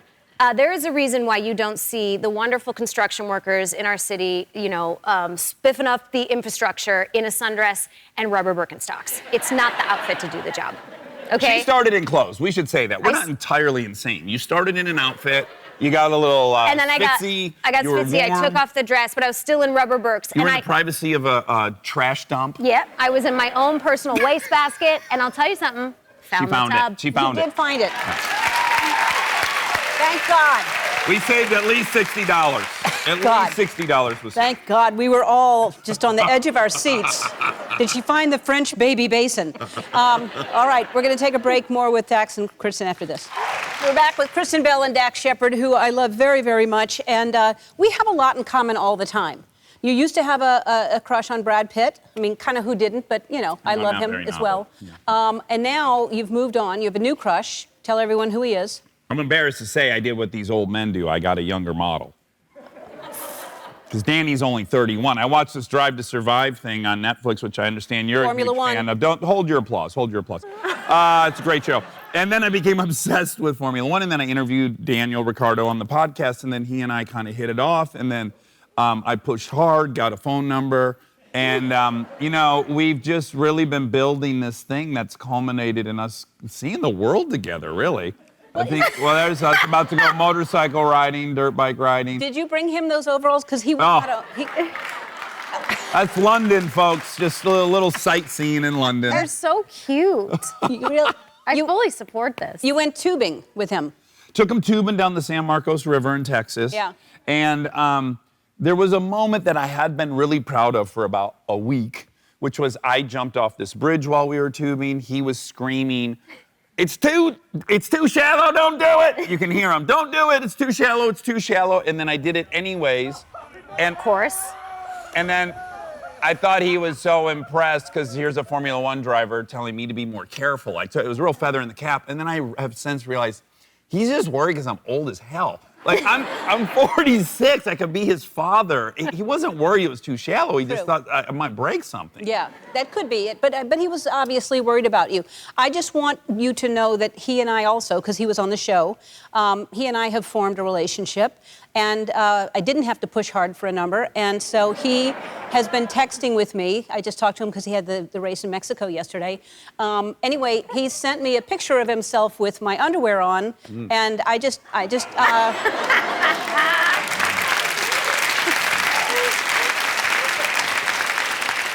So, what great news, what great news. I'm so happy for you guys. So happy. I'm jumping off of bridges. You gave him panties and now he's... I almost killed myself to impress him. I wouldn't call him panties. He's not wearing panties. He's a... Okay, men's unmentionables. Yeah. But Kristen, you went to the Grand Prix. You went in Austin, right? Yes. And you are not as interested in cars as there is someone else there. Correct. Yes. Well, I mean, I did watch Drive to Survive, which got me into Formula One. I don't sit down and watch the entire race, but Danny had gotten us tickets to come onto the grid, and after watching Drive to Survive, there are some visually stimulating people on that show, you guys. First of all, does it not look like I am with an 8-year-old at this race? I was worried I was going to get flagged on Instagram for these photos. Well, yeah. Well, so there's another driver. I mean, I adore Danny, but there's a driver that's just got a face. His name is Charles Leclerc, and so we were with the people that were touring us around. Right? Right. They said, "Is there anything else you want to see?" And we're watching them pour dry ice into the cars right before they go. I was like, it looks great. You guys should go for it. I wouldn't mind popping by the Ferrari car, she said. Yeah, I said, I just want to get a visual on Leclerc, see what's happening over there. And on our walk over, We were just about to get to the car, and I she whispered said, to Dax, I said, hey, you don't happen to have a piece of paper with my phone number written on it, do you? To which he that was a joke of the weekend. I must have repeated that 1,000 And what times. did you say? I don't know your phone number. I'd have to write on the piece of paper, Kristen Balls. That's what she's in my phone as. He said, But I don't have a piece of paper. I don't even know your phone number. So didn't get to slip it to him. Also didn't get a visual, but she's on Instagram, Leclerc, if you want to, again, go I could tubing be or his something. mom, so. Yeah. Well, I think y'all are you're just so adorable and so supportive of one another in a swinging type way. But crushes are fun. No, I know. You know? I'm imagining your bedtime stories. We're gonna take a break. More with Kristen and Dax after this. We are back with Kristen Bell, Dax Shepard, and Hello Bello is your brand that's doing very, very well. You just opened your own factory here. That's why you were in Texas, right? Here in the States. A diaper factory. Yes. Tell everybody. Now we're the only independently diaper-owned manufacturer in the United States, bringing 150 jobs, and we'll be producing, I think it's 800 diapers a minute on 3 machines. What's 800 times 3? 2,400. 2,400 diapers a minute. We give us So feed your kids roughage, because we've got the backup for it. Yeah, they bring it out, and we're really proud. We're sort of starting as a baby company, but now we're sort of wanting to be viewed as a parent company because we want to be there for parents.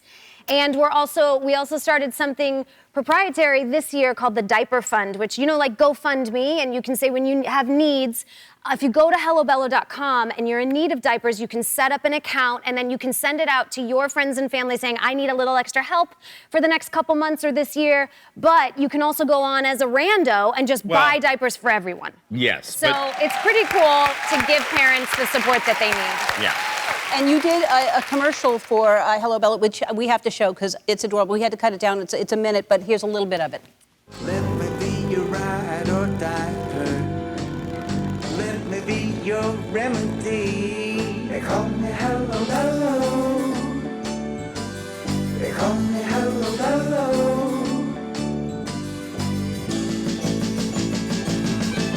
They call me Hello Bello. They call me Hello Bello.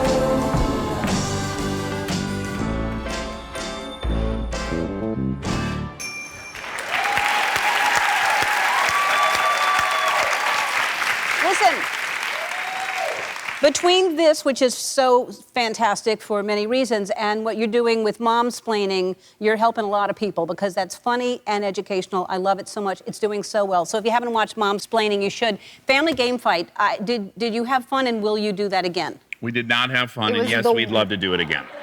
It was pretty much the worst experience of our collective 42-year career. It was a lot of work. Was Well, brutal. yes, this game in particular. So this game is called Brain Freeze, and you get a bucket of ice dumped on your head. Well, it just so happened that we shot 6 of these in a row. You get 3 buckets of ice on you per time, so that's 18. And it was 1:30 in the morning. And then we got dried in between everyone. And we'd have to hair run dryers. up, but the place to get dried was 2 flights up, so we'd have to run up, sopping wet, 2 flights up, 4 hair dryers on us, run back down, do it all again, and act like we were just totally happy to be drenched. It was the pits. And then we got home, and we were in the bathroom, and we were dead quiet because we were dead. And we were like brushing our teeth, and I just go, I think that was my hardest day in showbiz. And Kristen goes, without question, it was the worst. And yet, people ask us, would we do it again? And we're like, absolutely. Yeah, sign us up. Well, it's fun for us to watch. All right, for more information about Hello Bello, go to our website. Kristen and Dax are going to play a game when we come back. We'll be back. Very competitive. Dax Shepard, Kristen Bell are going to play one of our favorite games here. It's called 5-Second Rule. All right, no time for the song. It's too good for y'all to be playing. I can't wait to hear your answers. Last time you both played a game, it did not go so well, so we're going to try this one. It's simple. I read a category, and you'll have 5 seconds to name 3 things in the category, and then to stop the clock, you hit that buzzer as soon as you're done. Okay.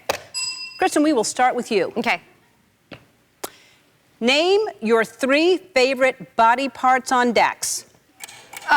Smile, shoulders, bedroom stuff.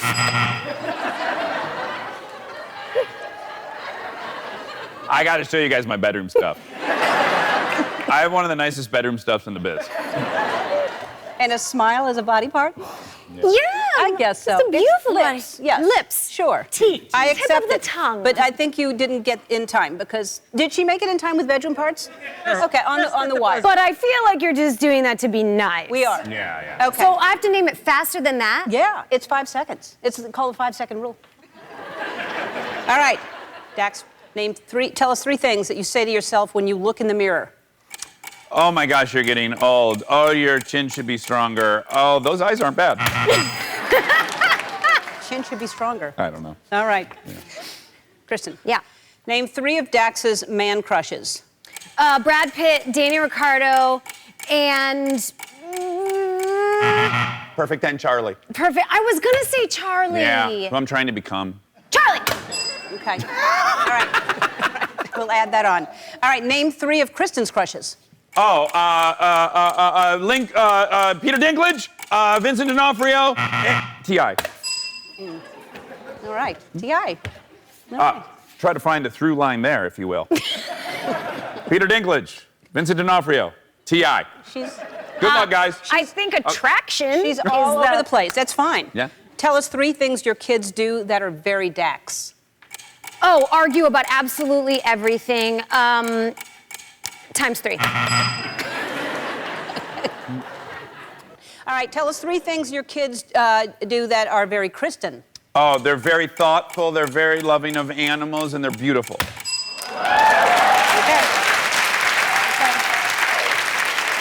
But I guess I argue a bunch, so... I feel terrible. They have great boundaries. They have wonderful self-esteem.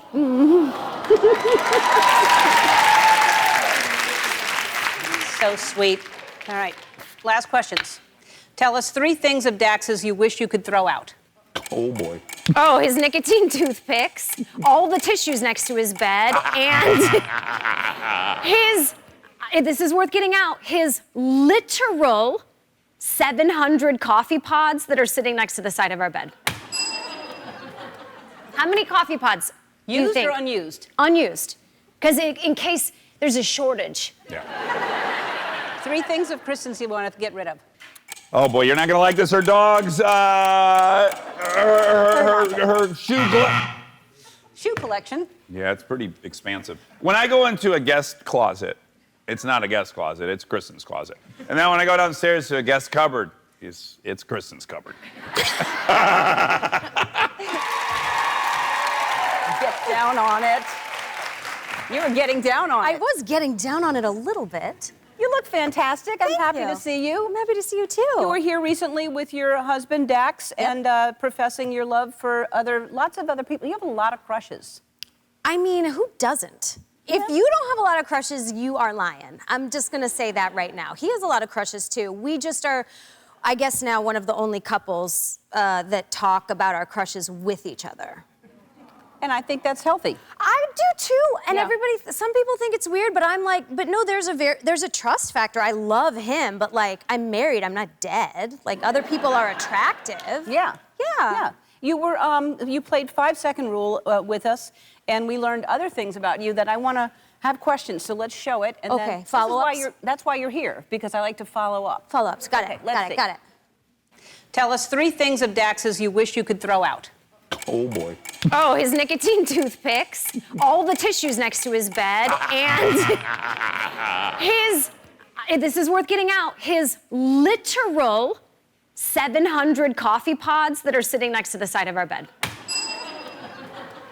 So obviously you didn't do that in 5 seconds, but it was important for me to hear those things because I'm curious. So next to the bed are his toothpicks. Yes. I understand that. He doesn't smoke anymore, so it's nicotine toothpicks. You got it. So he puts that in his mouth before hopefully not falling asleep, because that would be like horrible. Sometimes I have to remove it from his mouth when that's terrible. Okay. You don't. He likes to live on the edge. Well, he sure does. Look, he's not drinking anymore. I'll remove a toothpick from his mouth any day, Yeah. you know? Yeah.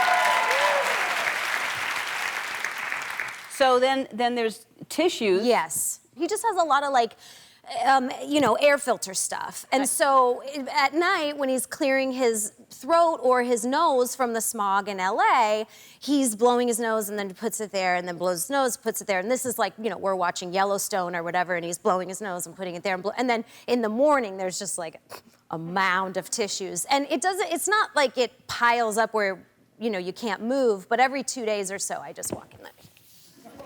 So for 2 days, it'll accumulate. I got other stuff to do. Ellen. I know. You're a mother. You have children. You have girls who are how old now? I have an 8-year-old, and then my 6-year-old will be 7 next week. And how are they doing? They are wonderful. They are at the age where they have so many thoughts and opinions, and it's like shocking and great. And we never edited ourselves around them. Like we sort of sometimes will say swear words, and we explain to them that we're sorry, you shouldn't say those words. And they like hate it when we swear. They always call us out.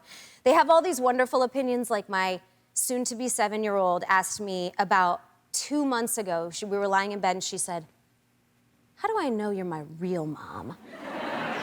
And she was having like an existential thing. And I was like, "I don't know any other way to prove it to you other than like you lived in my body. I can show you the DNA proof." And she said, "Just how do I know you're not really a zombie and you're gonna peel my mom's face off and prove that you're a zombie?" And I couldn't prove that wouldn't happen. Like I was really stumped.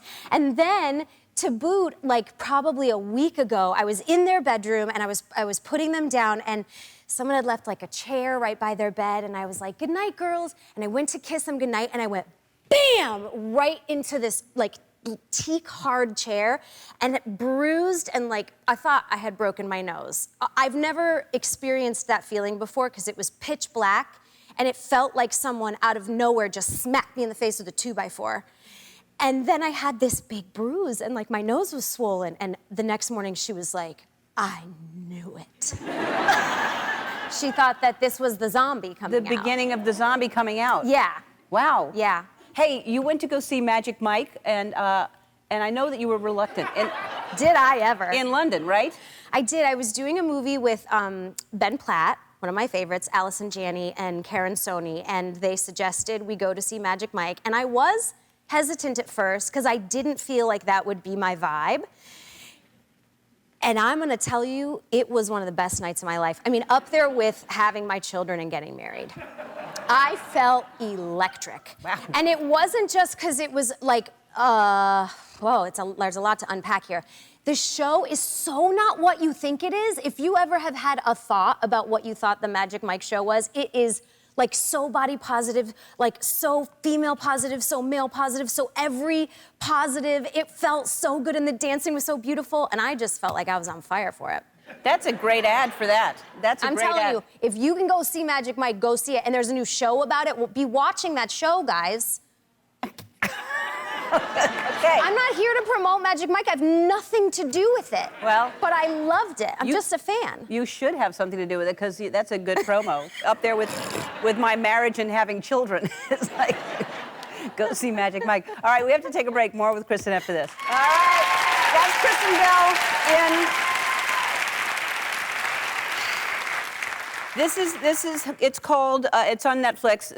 The Woman in the House, across from the woman. No, the woman in the house. Across the street. Across the street from the girl in the window. From the girl in the window. It's a fantastic title, and it's you tell people what it's about, but she's back because I called her, texted her, and said, I love this show so much, and you're so fantastic in it, and I can see what a hard shoot it was for you too, because you go through some stuff in it, but it's a whodunit, it's funny, you say it. It makes me so, first of all, getting those texts was such a highlight for me because I don't think anyone has ever done this particular thing before. So it's a satirical slant on the psychological thriller. So I love psychological thrillers and mysteries and stuff, but there is something always sort of formulaic and absurd about it. She's always drinking way too much wine. No one believes her. She's constantly saying, I know what I saw.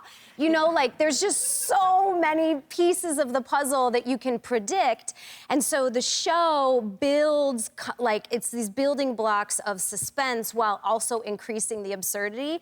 So we're poking fun at all of it from day one. And we had so much fun making it because around every corner, even like on the set, I'd be like, oh, you know when they do this, we should, and I can't, it's very difficult to explain because I don't think this kind of a satire has been done before, but man, was it a blast. And it also is a whodunit. You're wondering the entire time. The actual mystery's really good. Yeah. That's the thing. It keeps you laughing, but you're genuinely like, wait, who done it? Yeah. And in these kind of like, Gone Girl, Girl on the Train, they always, the women usually have some sort of an affliction, right? Like they're agoraphobic or in this one, she has ombraphobia, which is a fear of the rain. Which is real. So every time she needs to like find a clue or go outside, it starts to downpour and she like freaks out and passes out in the street. She's also obsessed with giving casseroles to her neighbors. And this is Tom Riley, who is excellent in the show, who, these things usually unfold where this woman is just like, every day is the same. She lost her family. She's drinking a lot of wine. And then a handsome neighbor moves in. Well, what's going on over there, she says. And then she's peeking on them. What does she see? And it was so much fun to shoot, other than the fact that we had so many outdoor rain scenes. And I was like, wet. I thought about that all the time. I was like, oh my God, that is a hard shoot. And even the sex scene, I know we have to go to break, but the sex scene is every stereotypical, like on the stairway, up against a wall, in the shower, and it's just all in one scene. And that was shot in about 2.5 hours. And God bless my scene partner, Benjamin, because he was so lovely and respectful, but we were like, we're gonna do this, I guess we're gonna do this, because it was meant to be kind of gratuitous. Right. Because those are very romantic and gratuitous, so we just went for it. Y'all, you sure did. We see lots of your body, and you have a good body. Thank you very much. You have an amazing body. Thank you, Ellen. All right, we're gonna play a game after this. We're back with Kristen Bell. I've seen her play a lot of messy games on her show, Family Game Fight, and I thought we could play one together. We're gonna play Danger Word.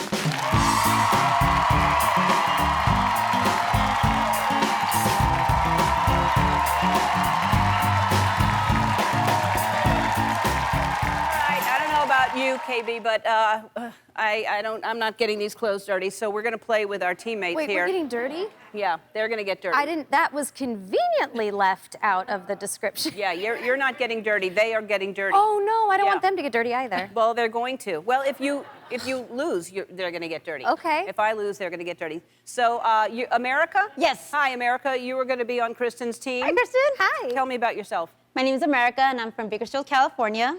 I'm a newlywed. Woo, Bakersfield. I'm a newlywed, and I'm a stay-at-home wife. Well, congratulations. Thank you. And you are?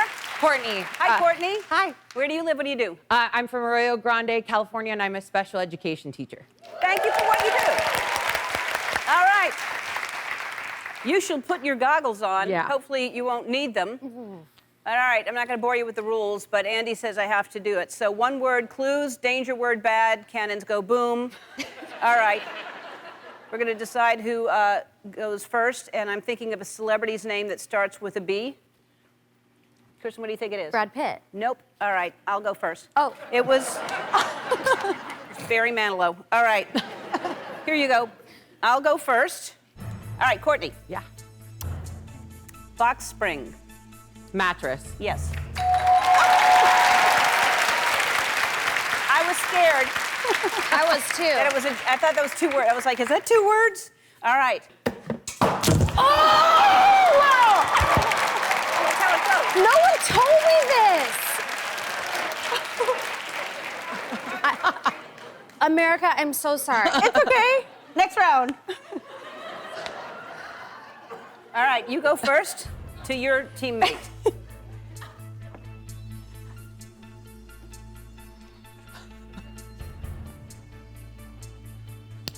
Can it be a sound? No, it can't be a sound. No. You don't want to do that anyway. Okay. Gloss. Scared. Stick. Lipstick? She said it. Yeah, it was lips. Okay. America, I'm so sorry. What noise were you going to make? America, I'm so sorry. It's okay.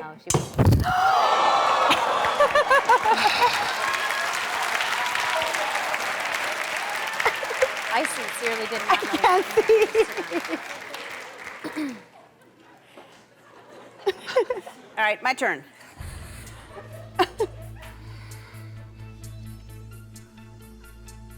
Can you see me?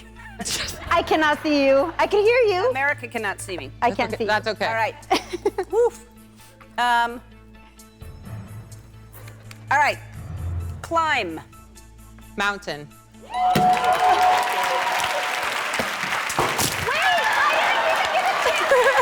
Because she just won.